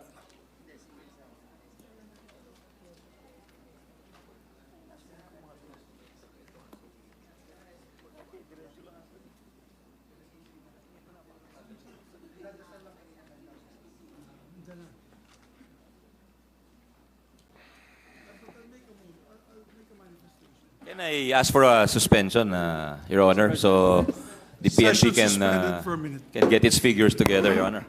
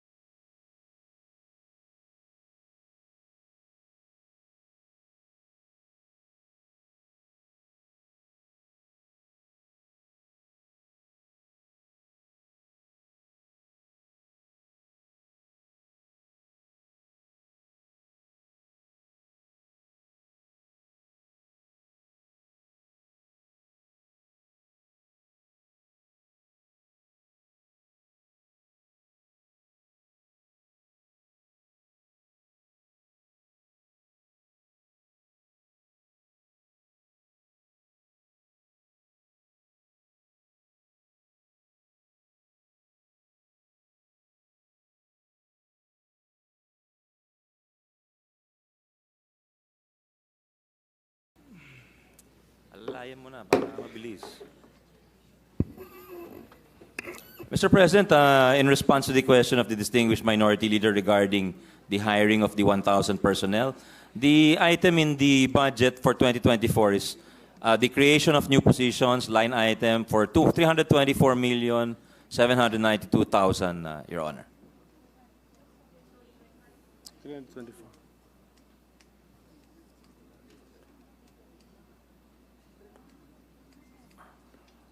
That's for the next year, no, Mr. President? That's for 2024, Your Honor.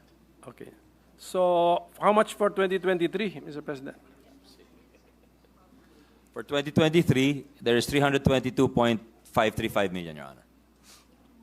Oh, that's why I asked for that, Mr. President, kasi 322 million, planned hiring is 7,500 for this year. Tama? Mali, mali.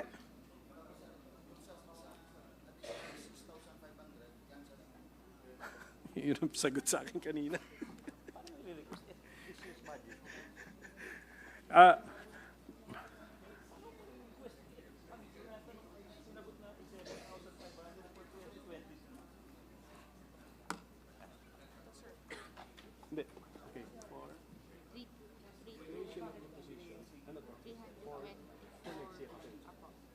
nila po 1,000. Ngayon, ang narinig ko kasi sir na for this year, 7,500. Magkano itong pasok nito for 2022? Yun nga, hindi mawawak na sa taas. Dapat sagot na nila kasi fax na lang ito eh. Hindi naman to ano na eh. Fax na yan, yung na-print na nalo, alam na dapat nila yun. Ano yung creation of new position? Oh, creation of new, kita natin, okay. Yan, sa last year, ano laman yan? Yun lang yung tanong ko eh. Sa last year. 324 last year? 324 yan nandyan. Kasi 2024 yan eh.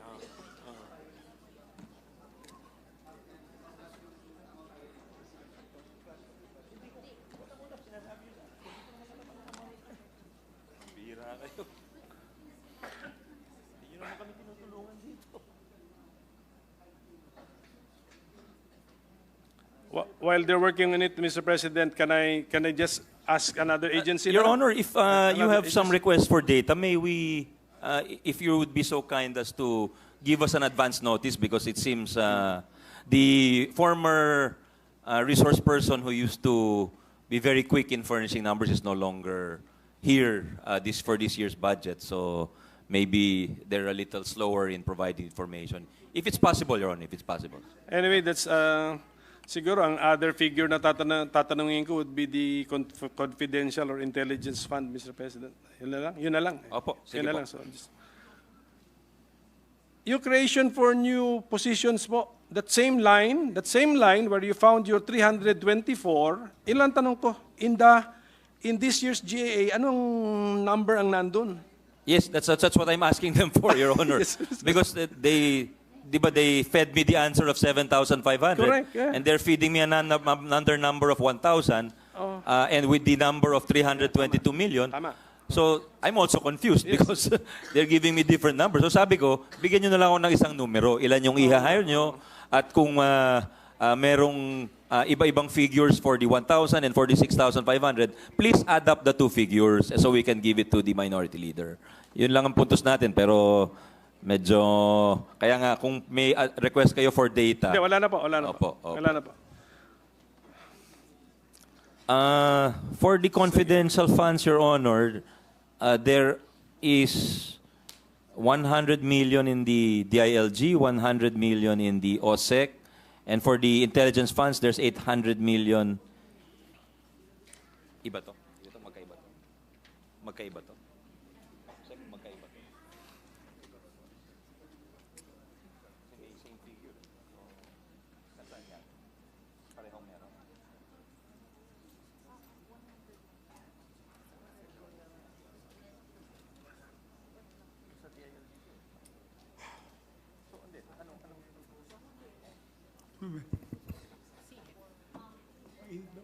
So the whole is 900.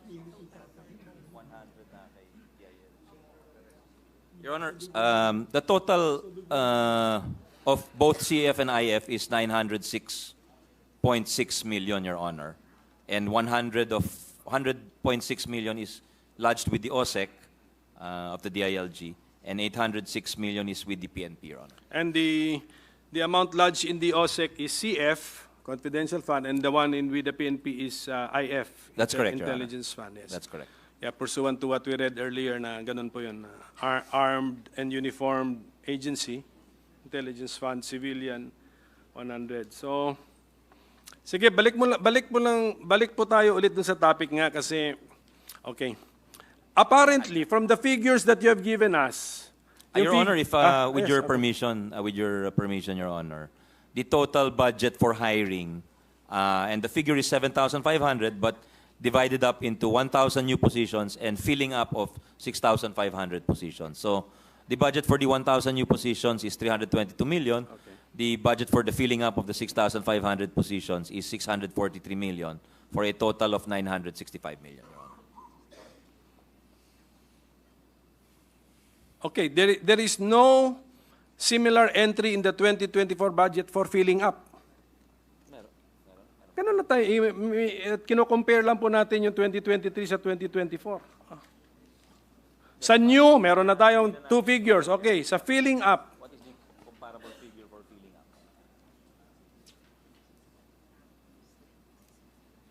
Hmm?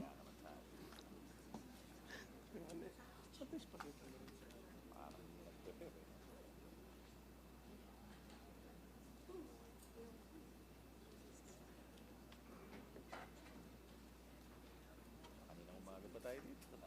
Nag-aaral man lang tayo.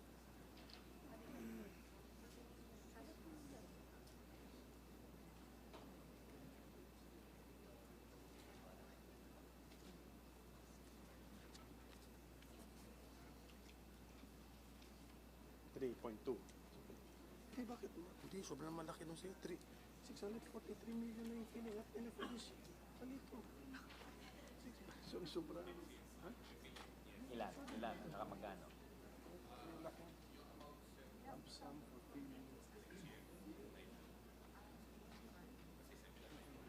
Yung index card.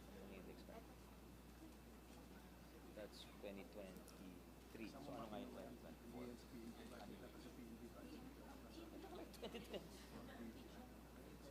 Something million yung Ito nakalagay sa 2023. So dito 2023 to. Okay. Asa na yung similar to this? Ano to? Ang dali pala nung sagot. Pareho lang. Oh my God. 965 yan. Sure ka? 643. It's the same figure for the filling up, Your Honor, for 2024. 643 million, Your Honor. So, as an amendment to my earlier answer, there are also 1,000 new positions and 6,500 filling up positions.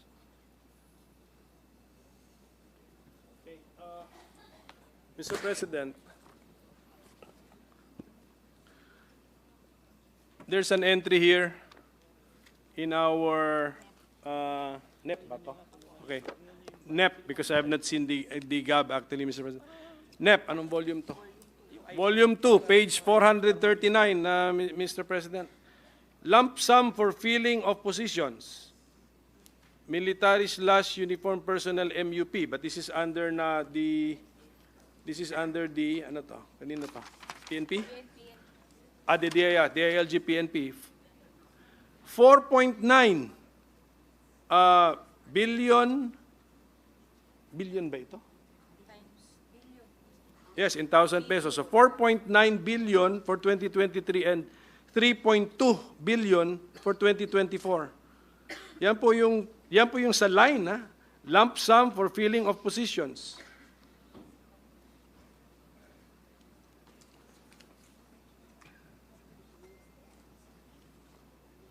Kasi 6,000, Mr. President, eh.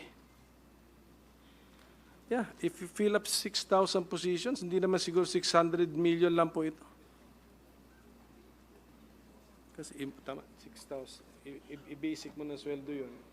Ano sweldo ng kung 10,000, 100,000, ano na eh.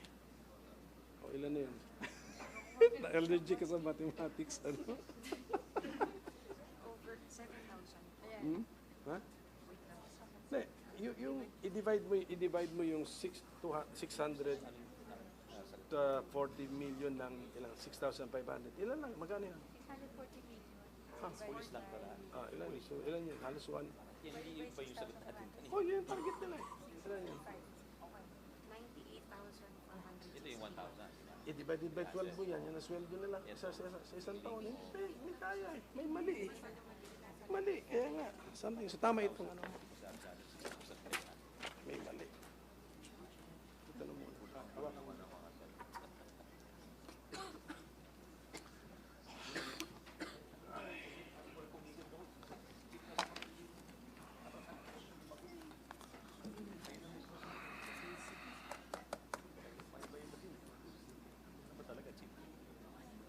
Pakita ko sa kanila kaya. Pakita ko sa kanila. A minute suspension, Mr. President. Session suspended.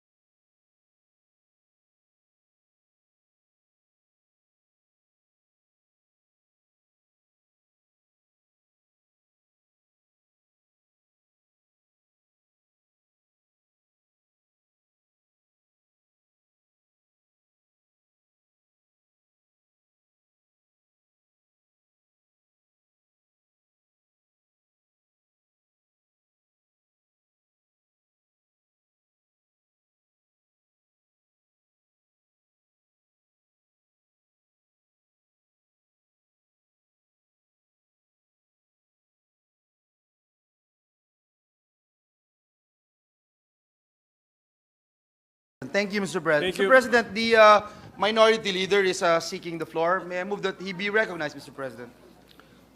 As I distinguished minority Mr. floor Sponsor. leader is recognized.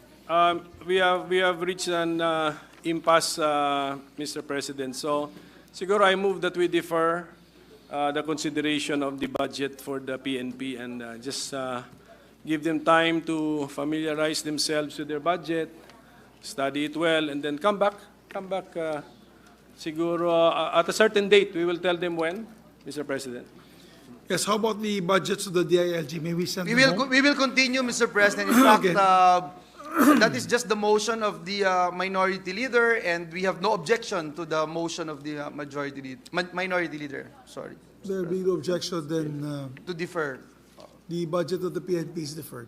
Thank you, Mr. President. Mr. President, at this juncture, may I move that we close the period of interpellations and debate on the budget of the Office of the Secretary Of the DILG. Department of Interior and Local Government. Before we do that, I'd just like to, if I can see Secretary Benher lang. Your Honor, 2 weeks from now, we will be having the APPF, the Asia Pacific Parliamentary Forum. It's the APEC of parliamentarians, as I mentioned earlier, Secretary. Kailangan namin ng tulong ng office ninyo because we must protect, together with the Chief PNP, we must protect the safety of these 300 or so legislators and their delegations. Kasi kung may mangyari na baka ma-black eye tayo, baka maisahan tayo, may ma-hold up, may masaktan, may untoward incidents may happen to these people. We must protect them if possible for the next week while they're here visiting the Philippines.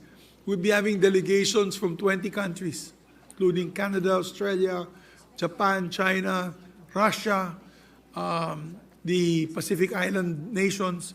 So we need your support, full support.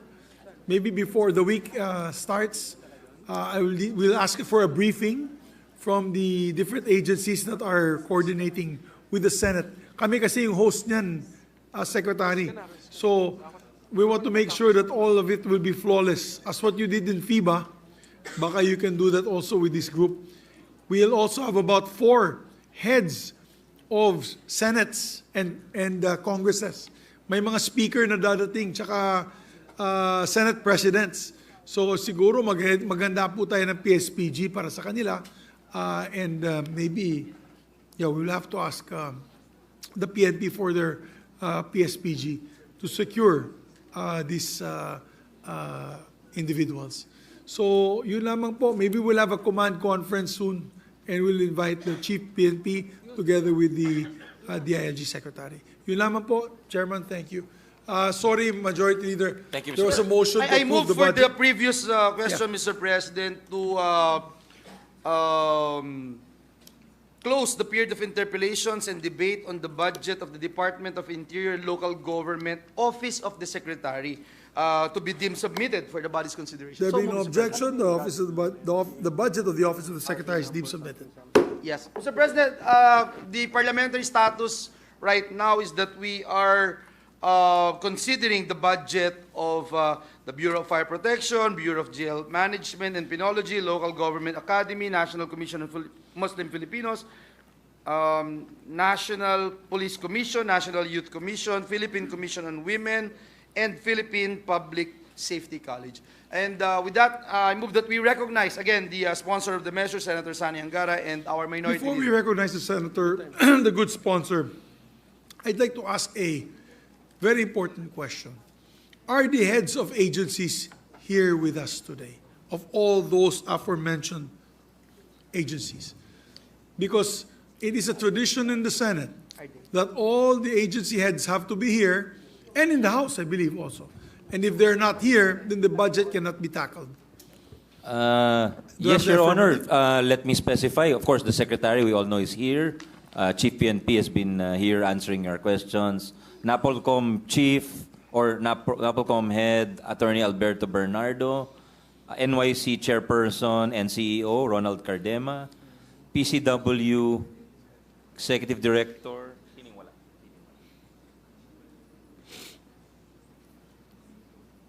PCW.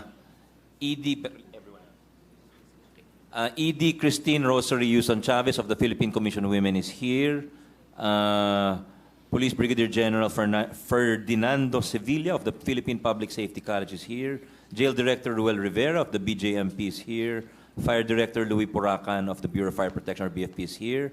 The only one who was here earlier, but I was informed that he left, is Secretary Giling Mamondyong of the National Commission on Muslim Filipinos, the friend of Majority Leader Villanueva. Yes. Me? Oh, so he's not here today? He left? He's coming back apparently. Maybe baka nagutom, Mr. President. Sige. If he is able to come back on time, let's entertain the agency's budget. Yes, Your but if Honor. not, then we have to defer Yes, it. yes, Your Honor. I understand, Your Honor. Yes, I agree with the Sige minority po. floor leader. Yes, Mr. President, yes. Please proceed. I just want to put on record, Mr. President. I was that, not informed, Your Honor. He just left, actually. Yeah, he is my friend because he used to be the head of TESDA. Yes, Your If Honor. that's- Yes, Your Honor. If that's the Yes. same Mamunjong. He's the one Secretary advised on fashion by Senator JV. The fashion advisor of Yes. Senator JV. Yes. Thank you. Thank you, Mr. President. Move for the previous question, Mr. President. Sige, okay. So, Yes, please proceed. yes. So siguro, let's give the secretary and this office Yes, of the secretary staff a minute to already go home, Mr. President, and leave us. Okay. But before the Excuse na secretary sila. leaves, the secretary and the yeah. PNP, because I know they're excused already, the PNP. PNP also. When they come back, Yes, yun na. The timing. during our trip to Spain, do you recall, dear sponsor, Yes, yes. the Spanish king, the king of Spain himself, mentioned of that particular case of the Spanish citizen who was killed in Siargao. And nagulat po kami kasi hindi ko alam may kasong ganun. Apparently, it's taken up to the highest levels. Please give us the data when you return and explain to us the situation, because this was a request of the King of Spain himself with our delegation, that hopefully it will be resolved. I raised that last year, Mr. President. Yes, so imagine the King During raised the it to budget us. hearing.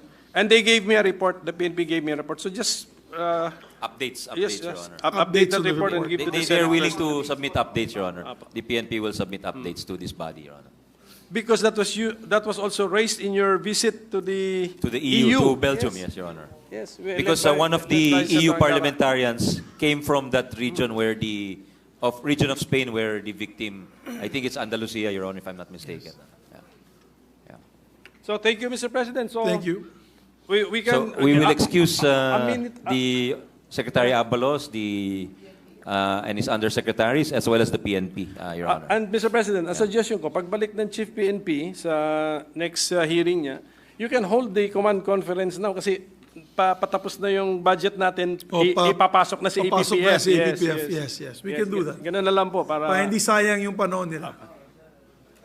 we want to get to know better the Chief PNP, Mr. President. And I see we want him to be here. I see Secretary Mamonjong there also of the Ayan na si NCMF. Jean. No? Jean. Yes, he's our I know kababayan. Jean, Jean is here. Sige. So, Mr. President, we Yes. allow them to vacate already, Mr. President?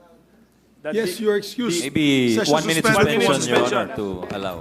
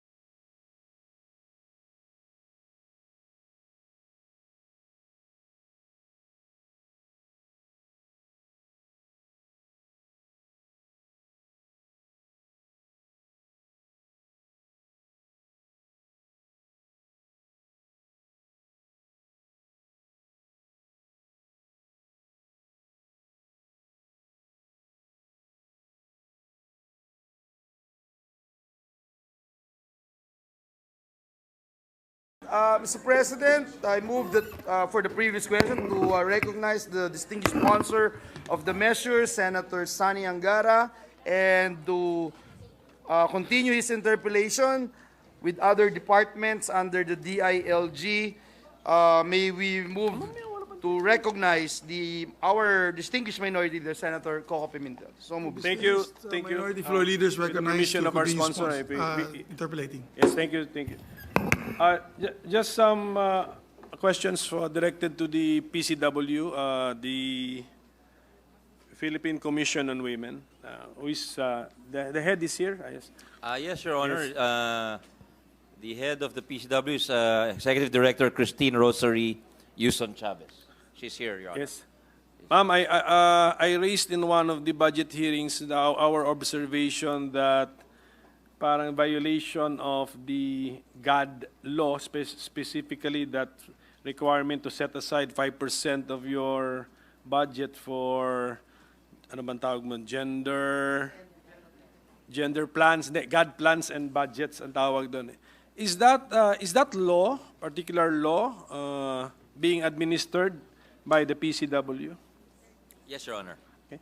Can we get some ideas on how we can either, number one, get agencies to easily comply with the requirements of the law, or some ideas that do you suggest that we amend the law, lower that percentage, or number three, amend the law in such a way to make it easier to comply with it, rather than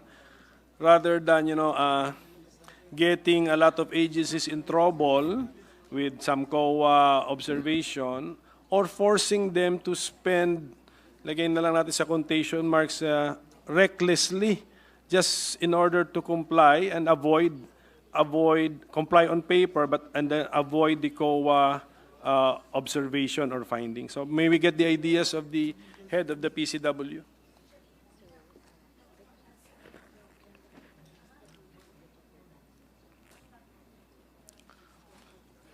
Anong total yung appropriations natin? Tapos times mo sa 5%. So ganun yung nangyayari. I-mention ko muna yung sa total 5 something, 5 trillion something.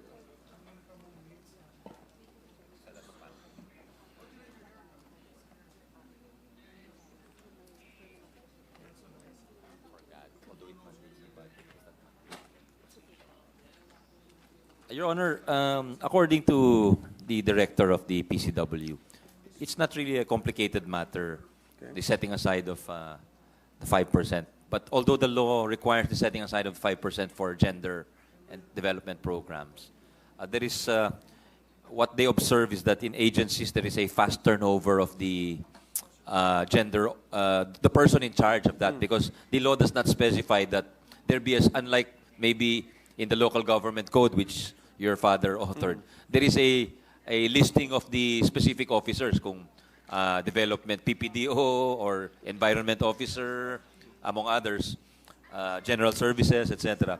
There is no requirement in the law to have that gender officer. So, kumbaga, they notice that every time there is always a new person in charge of the program. So, parang they have to learn again what programs to have in order to comply with the law, Your Honor. So, yun ang information relayed to us by the PCW, Your Honor.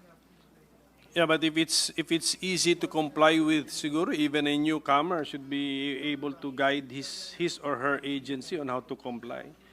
Kasi ma'am, kami, siyempre we look at the COA reports and we see a pattern paulit-ulit na parang, so it's either there is something wrong with the law, it's so difficult to comply with, or this is the number of agencies. It's being disregarded. Pero you will not disregard it because the COA will include it in its findings. You want to avoid that, actually. The agency wants to avoid that.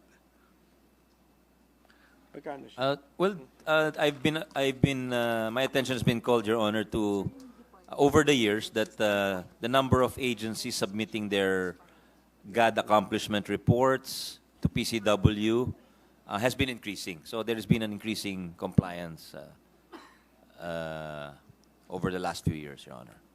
Pero yung, that amount, that percentage of 5% was fixed how many years ago now that the budgets have increased? Does the head of the PCW recommend a revisit of the said percentage, Mr. President?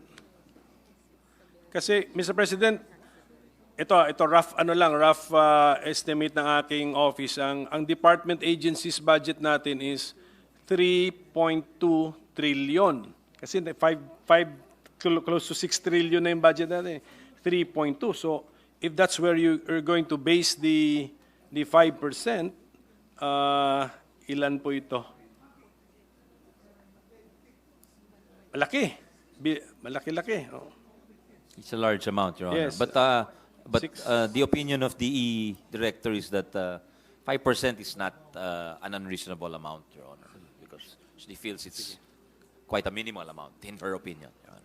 So thank you for the inputs from our executive director. That was really what I just wanted to take advantage of the budget hearing to get your opinion. So anyway, it's our kami naman, we made the law, we crafted the law.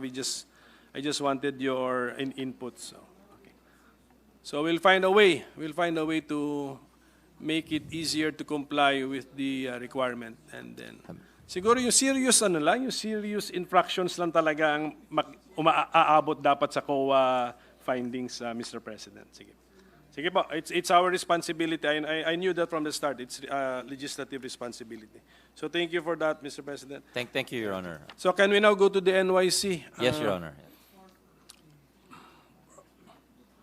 The head is here, Mr. President. Okay, siguro just like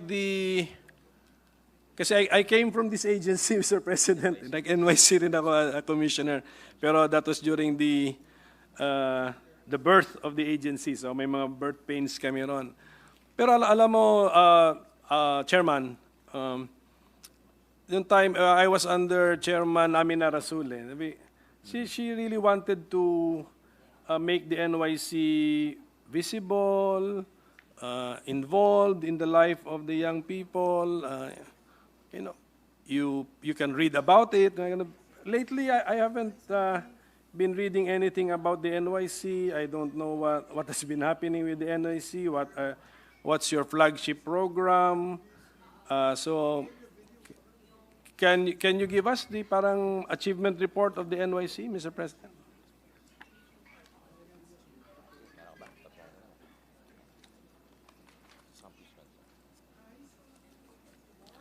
Okay, pinaninigan ni Chief na.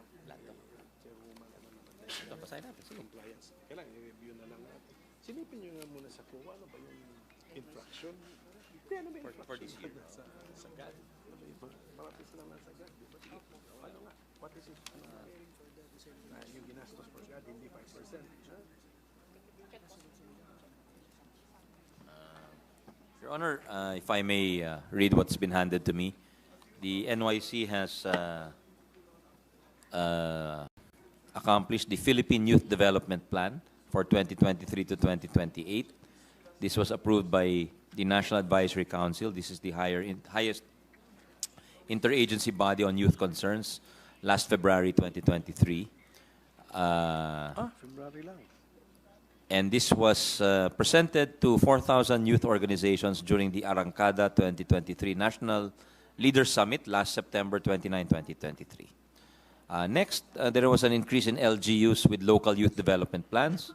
So as of September 2023, 84 out of 146 LGUs have their respective local youth development plans. And this indicates a 57.53% increase in the number of LGUs with LYDPs or local youth plans. This accomplishment exceeded the NYC target of 50% increase in LGUs with the LYDPs or plans, Your Honor. Another is the partnership with agencies under the Philippine Youth Development Plan, the establishment of a memorandum of cooperation between the NYC and the NCIP or the National Commission on Indigenous Peoples approved in September 2023. And the purpose of this memorandum is to strengthen the NCIP's capacity building, institutionalization, and mobilization of IP youth organizations through the institutionalization of an effective, efficient, functional, and culturally sensitive IP youth program in all NYC offices. And the objectives are to establish and institutionalize IP desks with reference to the IPRA law in the NYC Central Office, to facilitate the creation of IP youth organizations and encourage registration and participation, to develop a culture-sensitive module that will be used by both NYC and NCIP and other partner agencies, among others, Your Honor, just to heighten awareness, I think, and a participation of our indigenous peoples and our youth, Your Honor. And there was also an MOU, or a Memorandum of Understanding, between the NYC and the BJMP to forge a partnership in support of holistic and inclusive development programs for the of our PDLs and our youth persons deprived of liberty, or youth PDLs, including those incarcerated for terrorism-related cases in the country, covering the program's framework, scope, terms, and conditions and responsibilities of the participating parties in dealing with the youth of PDL and youth PDL, including those incarcerated for terrorism-related cases. Same to. There is they made a call for a just transition framework in addressing youth and climate issues in coordination or collaboration with the Friedrich Ebert Stiftung Philippines and the Youth for Just Transition Network, Y4JT. They commenced a series of just transition community rollouts starting in the municipality of Nagcarlan, province of Laguna, on June 24, 2023.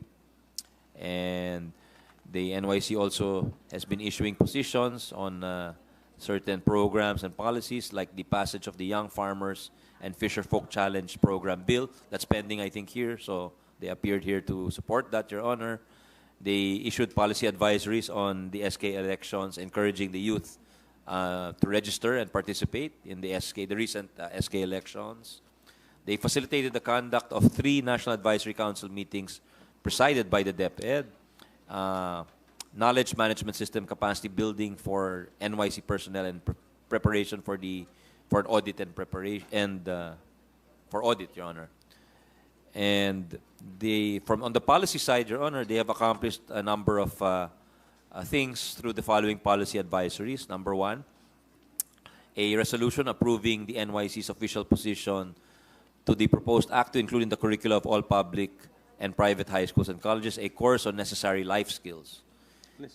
Secondly, a resolution approving the NYC's official position to the proposed Magna Carta for out-of-school youth. I think this was heard by the Committee on Youth here at the Senate, Your Honor. We had one hearing on that. A resolution approving the Philippine Youth Development Plan, that was mentioned earlier also. A resolution approving the NYC's official position relative to proposed House Bills 0079, House Bills 0079, 2062, and 5559, these are bills on the Adolescent Pregnancy Prevention Act, Your Honor. Fifth is a resolution approving the NYC's position relative to House Bill 2524-3211. This is the act creating comprehensive policy enabling youth participation in adolescent pregnancy prevention. And resolutions on relative to 21st century school boards and school governing councils in LGUs. Resolution creating the Fraternity, Sororities, and Youth Organizations Monitoring Office within the NYC. Resolution encouraging youth to adopt youth-led climate actions for a sustainable future in celebration of Earth Day. Resolution approving the DILG, CWC, and NYC Joint Memorandum Circular on the development of activities for children and youth in street situation. A resolution approving NYC's official comments and recommendations to House Bill 1948, entitled Expanded Government Internship Program. Resolutions approving the IRR for RA 11913, known as National Youth Day. Also resolutions supporting the passage of legislation for the Young Farmers and Fisher Folk Challenge. Resolutions calling for the adoption of a just transition framework in addressing youth and climate issues and securing meaningful youth participation in the transition process. They've also provided technical assistance to SK officials and local youth development officers. 20,865 SK officials, and they exceeded their target of helping 120 local youth development officers, and actually assisted 264 local youth development officers, Your Honor. In terms of youth mobilization, the NYC mobilized 824 youth organizations for various advocacies, and has also gathered 190 advocacy plans from various youth organizations. And there is the government internship program, where the NYC celebrated the graduation of the first batch of 2023 GIP trainees from the commission. This was last May. There was a second batch of 5 trainees last August, and a third batch of same number 5 trainees are now undertaking the internship program until November 22, 2023, Your Honor. There's also the National Youth Parliament in Calibo, Aklan, where 10 policy resolutions were presented and adopted by 10 committees led by their committee chairpersons. Each resolution was meant to address recurring issues, challenges, and concerns of the youth in their respective communities. And these were turned over to the NYC through Commissioner-at-Large Lawrence Anthony Diestro of the Commission, and to Governor Jose Enrique Miraflores of Aklan, the province of Aklan.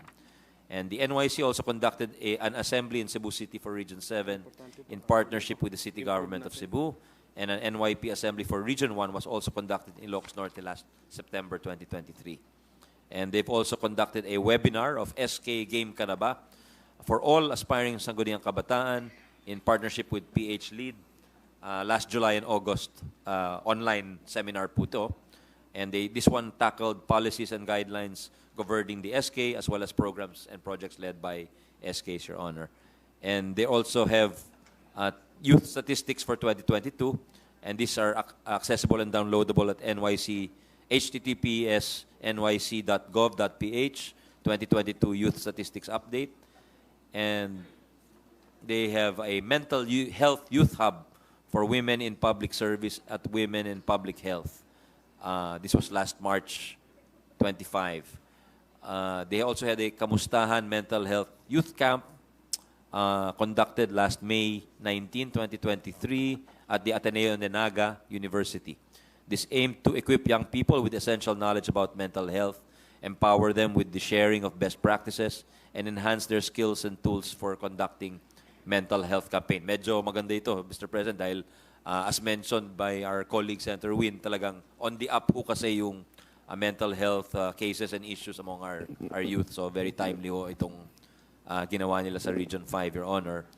And then 100 youth campers from 18 senior high schools of Valenzuela City completed the Kamustahan Mental Health Youth Camp and submitted 16 project proposals addressing mental health concerns. There is also Kamustahan in the province of Aurora, my province, Your Honor, funded by the provincial government of Aurora. And there is a NYC and DDP joint youth camp in Paete, Laguna, tackling also, again, the topic of mental health, Your Honor, and as well as teaching the youth to resist the allure of drugs. And similar youth camps were also conducted in Quezon City and other places, Your Honor, as well as the Ilaya Barangka Integrated School. Saan yan? Anong province yan?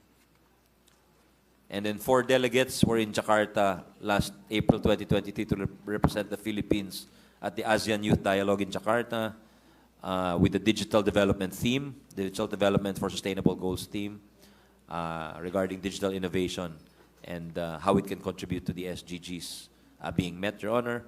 And then 22 Filipino youth were also assisted in discussions at the Genesis Free and Open Indo-Pacific Exchange in Tokyo, Japan last March 2023. And then there's the program of the SAYAP, that's a recurring program, I think, for the youth, where they meet with their counterparts from other Asian countries, Your Honor. And there was a Global Youth Summit in Seoul, South Korea, where we sent 3 Filipino youth delegates.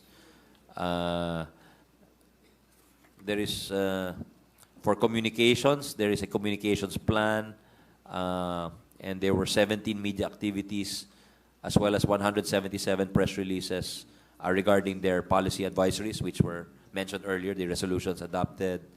And of course, on social media, Your Honor, they've been also communicating their programs on Facebook, Twitter, Instagram, TikTok, and Threads. And they've registered youth organizations in the totaling 4,683, and youth volunteer programs numbering 823. Also, Linggo ng Kabataan, among others.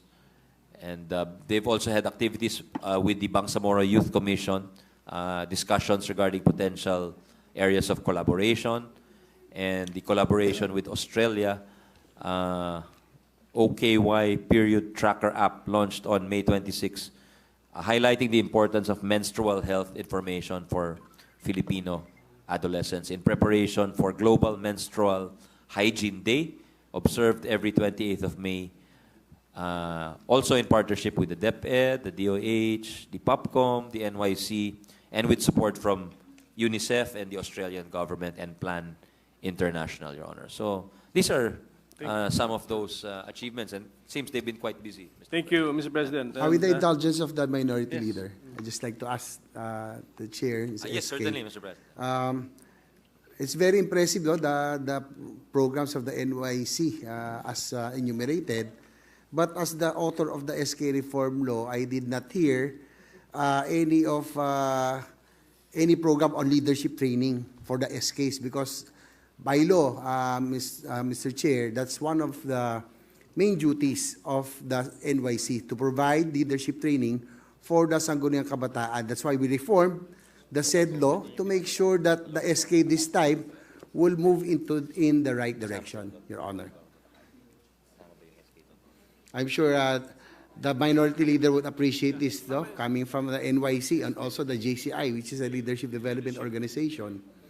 So we would want to know so that we can put the necessary budget for the training of the Sangguniang Kabataan to make sure that they will be developed and mature as good leaders, Your Honor. Yeah, that's a good point, Your Honor, and we acknowledge that. I remember you worked with some of our colleagues to pass that reform, and we passed an amendment to that a few years ago. It's a very good law. It seeks to modernize the SK. You championed that. There is I've been informed, Your Honor, that there is a national youth convention in December where all the SK Federation presidents will be present, or invited rather. There's about 1,800 of them, and there will be leadership training programs there pursuant to the law you authored, Your Honor. Well, that's good to hear, and I would like to request of our chair, NYC chair, who has been there for quite some time. I know that this would be a priority. I hope you prioritize the leadership development program of the Sangguniang Kabataan to make sure that the law will live up to its purpose. I think they should invite the author of the law, Your Honor, to speak at the the chairman always invites convention. me, and every time we're available, we go, because we support the NYC. Yes, Your Honor. And you're very knowledgeable about this, being a former president of the JCI, like our colleague, who's also a very renowned and proud, the pride of the JC's movement, Your Honor. That's correct. Thank Not you. only JCI, he's also a former NYC. Yeah. That's right, that's right. Correct. Former General Legal Counsel of the JC, Mr. President. And it's timely because you have a newly elected batch. Yes, exactly, sir. Yes, Your Honor. Very timely. You're correct. So we thank our Chairman Ronald Cardema, for coming prepared. Tinanong ng accomplishment report. Ilang index cards yun, Mr. Chairman, Mr. Sponsor? 10? 12? Nawala akong sa bilang, Your Honor. Natuyo yung laway ko sa kakabasa ho, Your Honor. Sige po. So, you're prepared. And then your budget for next year is 165 million. But so how much of that amount is for your PAPs? Yung binanggit ninyong achievement ninyo, you were able to achieve those with the funding of just how much? Well, their MOE is 78. 78. For this year, it's 71 million, Your Honor. Yes, For next year, it will be 78 million. So 78. Their personal services component is 80 million for this year and 77 for next year. For CO, or capital outlay, it's Yes. 4.9 million and then 9.2 million next year, Your Honor. Yes, so for around 70 million pesos, yan ang report sa atin ng chairman na they were able to accomplish all of those things. Do you receive funds from some other source outside of the GA? Wala, nothing? Yun No, lang but talaga. they're welcome to receive, Your Honor. But tahimik si chairman. I mean, he has not been requesting for anything, so I think he's happy with his budget. I think. So, but chairman, They're asking for, requesting for 6 million, Your Honor. 6 million. For the summit, Your Honor. So maybe we can, but that's for this year For already. this year yun eh. Maybe we So, should talk to the DBM. Yes, to, we're talking about the 2024 Yeah. budget. So, Baka that is good for the contingent fund, Your Honor. Yes, Baka prepare- pwedeng just prepare. marilisan sila dun sa contingent fund. is that a yearly event? Then let's anticipate. Lagyan na natin yung 2024. Yes, mo. yes, yes. Ganon dapat ang Ayun, planning. yeah, we'll convey that. I think tama yung point ni Minority Leader. For next year, this is the right time to request for any additional budget. Kasi medyo wala nang power yung Congress for this year's budget. It will have to be executive action. Tama ho ba, Minority We Leader? just finished the SK elections. Any report from the NYC? Was it a successful one? Were there many vacancies? Marami bang di natakbuhan kasi because of the anti-dynasty provision introduced by our chair? Kumusta siya? Can we call it a success? Even the interest? Yeah, the chairman believes it was a success, Your Honor. The number of people who ran, who filed their certificates of candidacies, young there people? were 92,774 certificates of candidacy filed for SK chairperson. There were over 493,000 COCs filed for SK members, Your Honor. That's quite Siguro bigyan na lang tayo ng report ng NYC through its chairman kung especially if there were or there are vacancies because of the law, the legal requirement that no relatives can run. Mga yes, ganun. Your So that we get feedback. Ito na kasi yung Yes. application ng batas po. Yes, Your Honor. So you just give us That's why it's such a good law because that's the first law to Correct. actually implement the anti-dynasty Correct. provision in our Constitution, Your Honor. So this is this is now the life of the law, the Yes, sir. experience in applying the law. So Yes, feedback, Your please, Mr. Chairman.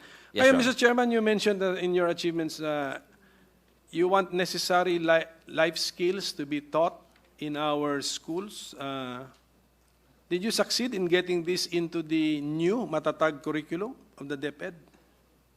Nabanggit mo sa necessary life skills sa accomplishment report. Pero yung ginawa nyo, nabigay nyo ba sa DepEd? They've made the submission, Your Honor, to the DepEd. Do we know if Matatag DepEd curriculum. entertained us? Kasi they reduced the number of competencies na tinuturo from Yes, Your 11,000 to 3,000. So, That's right. There was a maganda ito, streamlining. necessary life skills. Galing ang idea sa report ninyo. So, I just want to know kung if you're able to push it. Pwede pa, nasa pilot, nasa pilot stage pa lang po yung matatag curriculum. The chairman is not sure, but he'll get back to Yes, you, Your please, Honor, sir. on that. Please, Kung Chairman. na-adapt talaga. Yeah, napakalaking achievement po ninyo yun because more than just passing resolutions, etc. So it seems, Mr. President, that me being unaware of the activities of the NYC is not the fault of the NYC, but is proof that I am no longer part of the youth. Mahirap pa kasi i-convince ang sarili ko, Mr. Chairman. Akala ko youth pa rin. Wala na yata Hindi sa na. wala na yata sa senador. ang Ano youth, bang Your Honor. definition natin, Mr. Chairman? Ano youth? Anong age range doon? It's 35 under the UN. Hindi, under our law. Did we follow the UN sa law 30 natin? 30 ho tayo dito sa Iba yung law natin, sa 30. bansa. 30. Ngayon ko lang na-realize, ang tagal na palang wala na ako sa youth sector. So thank you for that, Mr. Chairman. Is the Bureau of Fire here? Yes, My sir. good friend. Director Puracan is Yes, here. my good friend, Director Puracan. Yes, opo. Ito lang po, sir.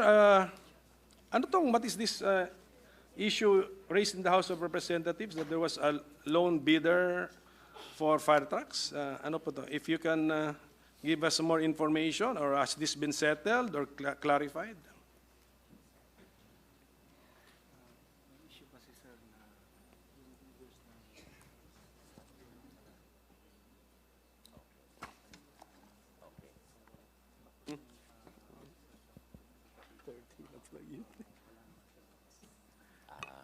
I think I was told that the House wanted to investigate why there were always three winning bidders, Your Honor, in the biddings conducted. So they apparently conducted an investigation, but there were no findings that there were any irregularities in the biddings, Your Honor. The fire trucks that we turned over to the beneficiaries, were this part of the biddings being questioned by the House? Yes, Your Honor. So, ayusin nyo, Chief, basta sunod na tayo sa batas para wala po tayong issue. So, cleared na po yan? Clarified na with the House of Representatives? They're wrapping up, Your Honor. I think from the briefer I got, the allegation is a contract of 1.2 billion pesos, malaki-laki din yun, which went to one bidder, one contractor siguro, one supplier. So can you furnish us a copy rin of that report? Kasi we don't want to be a party Yes. to any... They will update you once the House releases any report. I hope there were really no shenanigans there, Mr. President, because we don't want to be a party to any Yes, certainly. shenanigans, Mr. President. You're correct, Your Honor, and we'll make Habol sure. lang natin is just to turn over the fire trucks that Yes, are, Mr. Chairman. Yes, that are Mr. requested by our constituents, Mr. President. Yes, Minority Leader, Your Honor. So thank you for that, Chief. And then, Chief, meron pa pala isang issue about this, meron pa ba kayo nakaparking na pera sa PITC? 905 million? More than 5 years na po, nandyan?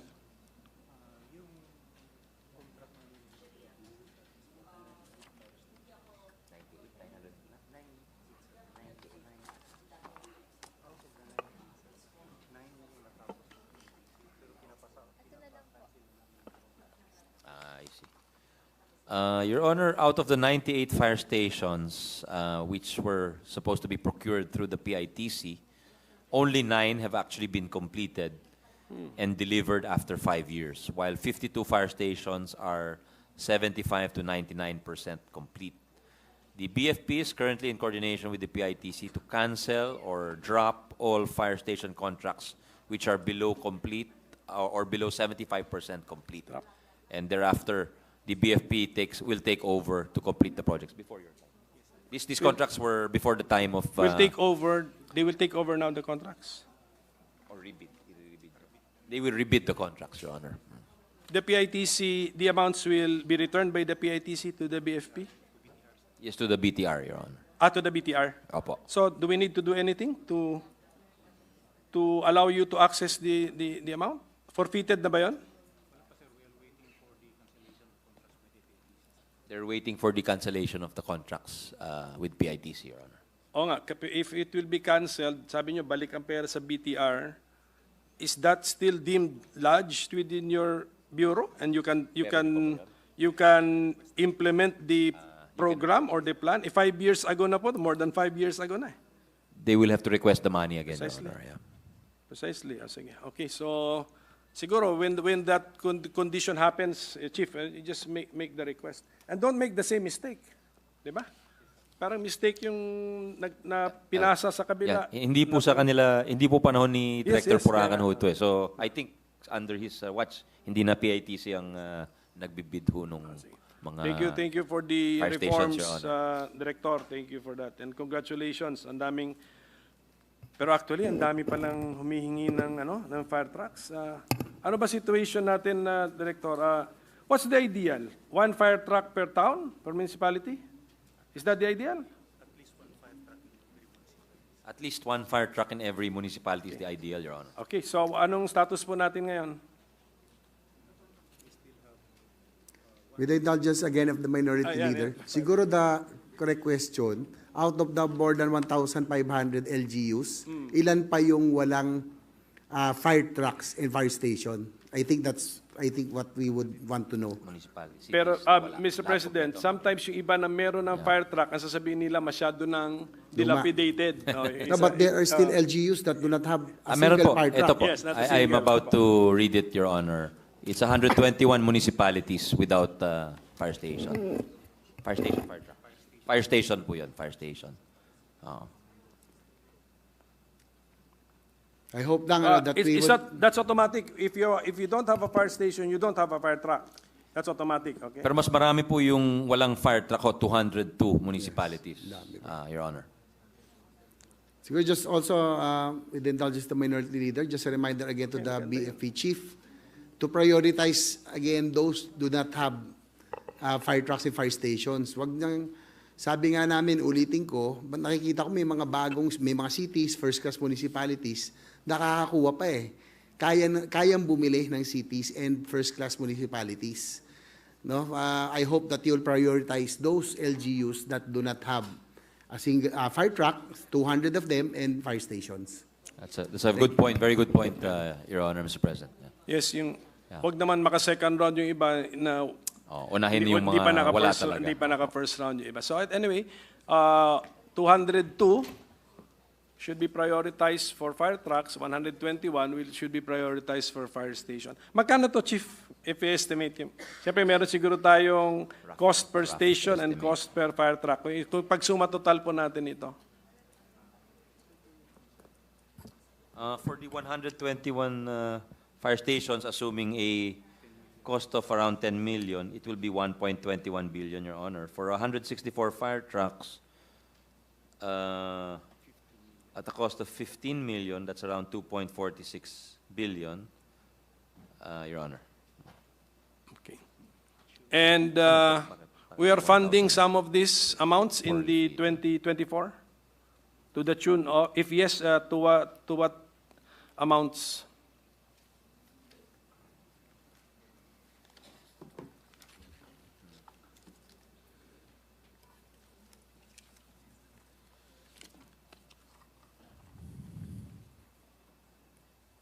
It does not itemize, Fatima. Hindi itemize naman dyan.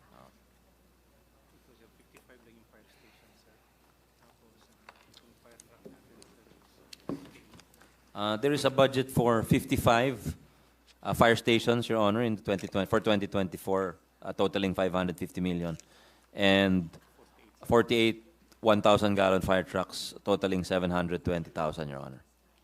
Million, sorry, 720 million.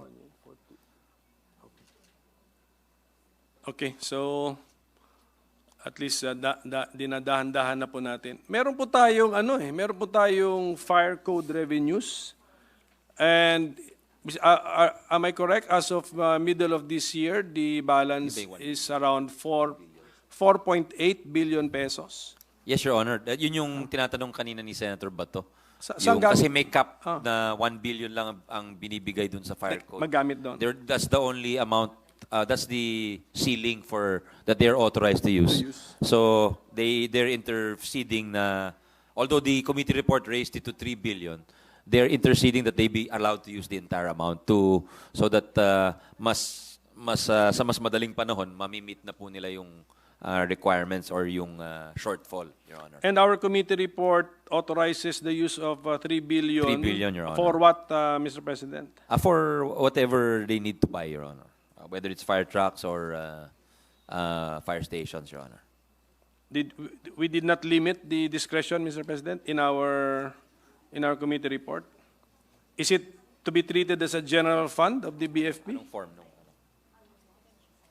Or the provision is, if I may read, Your Honor, with your permission. Yes. The amended paragraph will now read as follows. Fire code revenues, in addition to the amounts appropriated herein, 3 billion pesos, shall be used for the modernization of Bureau of Fire Protection, including the acquisition and improvement of facilities, purchase of fire trucks, firefighting, and personal protective equipment, emergency and rescue equipment sourced from 80% of the taxes, fees, and fines collected in accordance with Section 13 of RA 9514 as amended, Your Honor. So it authorizes the acquisition of the said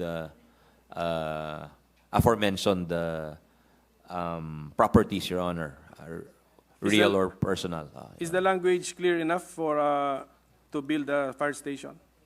Yes, Your Honor. Okay, so thank acquisition you. and improvement of facilities, purchase of fire trucks, thank you. Firefighting, personal protective equipment, emergency and rescue equipment, Your Honor. So the pending request is to allow the use of that to remove any cap and to allow them to use the entire amount, Your Honor. That 1.8. Yes, Your Honor. Sige. So that's our policy issue for us, remaining policy issue for us, Mr. Yes, President. Your Honor. So thank you for that, Mr. President. So can I just make that it's due to the lateness of the hour, siguro just a manifestation na lang sa NCMF. My good friend Jean Mamunjong is here to just submit to me a report because I have received complaints about the Hajj. Yes, the committee actually asked for that during the committee, Your Honor. So we'll just furnish you what meron they na. furnished us and ask them if they have any additional submissions. Okay. We'll also furnish so- his good office, Your Honor. So thank you for that. As the chairman of our committee, did this honor find the explanation satisfactory? Well, marami naman silang recommendations, Your Honor, in fairness to them. It seems that they really want to, of course, I think Director Mamondyong is new. So, I mean, it's his first year. Tama ba? First year, second year na po. So, I think they're learning as we go along. So, going forward, I think they will have better handling of the Hajj and the pilgrimage to the Hajj and among others, Your Honor. Yeah. Jean Mamondyong is a good friend of mine, Mr. President. He's a very dedicated public servant. Well, Mr. President, BJMP is here. Yes, Your Honor. Chief, yes. Maraming tanong sa Director Rivera is here, Your Honor. Maraming tanong sa BJMP, pero parang Bucor din po ang mga katanungan natin dyan. Pero, Apo. sige po, yung atin na lang jail congestion rate. How is it, sir? There's a 353% congestion rate, Your Honor. 353%. Apo. Okay, so any solutions in mind, Mr. President, from the BJMP? Well, of course, an increased budget would help, Your Honor, for improvement and repair of jail facilities. Maybe coordination with the local government units for lot donations or use of RAC to use other facilities. Implementation of plea bargaining to qualified PDLs charged for violation of RA 9165. This is a drugs-related law. Paralegal programs, intervention programs, like the therapeutic community modality program, Your Honor. So parang naghanap din tayo ng buildable space parang sa problema ng classroom pala ito. Kumusta po response, Chief? Kumusta response ng LGUs?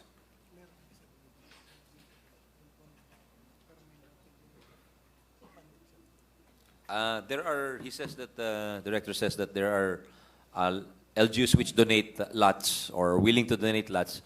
Yung funds for construction, I think, is the shortfall, Your Honor. Your budget is 23.8 billion. So ano po ba ang gamit nito? Breakdown. Wala pong konti lang po rito yung pang to build, yung CO, to build new jail facilities. Capital outlay is only 39 million of that 28 39 billion. million. So there's really no plan to build. Tama, Chief? There's no plan to build for next year? Minimal. He says they requested 5 billion, Your Honor. 5B. 5B. Opo. And the BJMP is requesting this because it is shovel ready? Ready na? I mean, use of rock contracts or whatever, deed of donation, we are already in control of the lots? Yes, Your Honor. They are shovel ready. Oh, really? Sayang, Baka bawiin yung lot. 5B. Baka bawiin yung lote. Yes, we were not able to convince the DBM, Chief, to fund. Well, apparently it was included in their tier 2. So maybe it should have been included in their tier 1 submission, Your Honor. Okay. I don't know. That's my understanding of budgeting. When the agency requests, yung pinaprioritize yung tier 1. So, yes, may I ask the Chief, Mr. President, what has been the trend in our jail congestion rate? Yung 353% tayo ngayon eh. Pero if you notice the trend, is it going down, going up?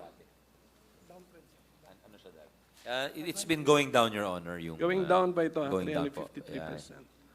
To what do we attribute the trend, the downward trend, Mr. President? There have been involvement of paralegals with the courts, so I suppose this results in greater number of people being, or their cases being processed and perhaps being released, Your Honor. Wala, you don't have the discretion like sa Bucor yung ano, no, yung program yung mga good conduct time allowance. Wala sa inyo yun kasi detention yata kayo eh. Meron daw ho, Your Honor. For those 3 years and below.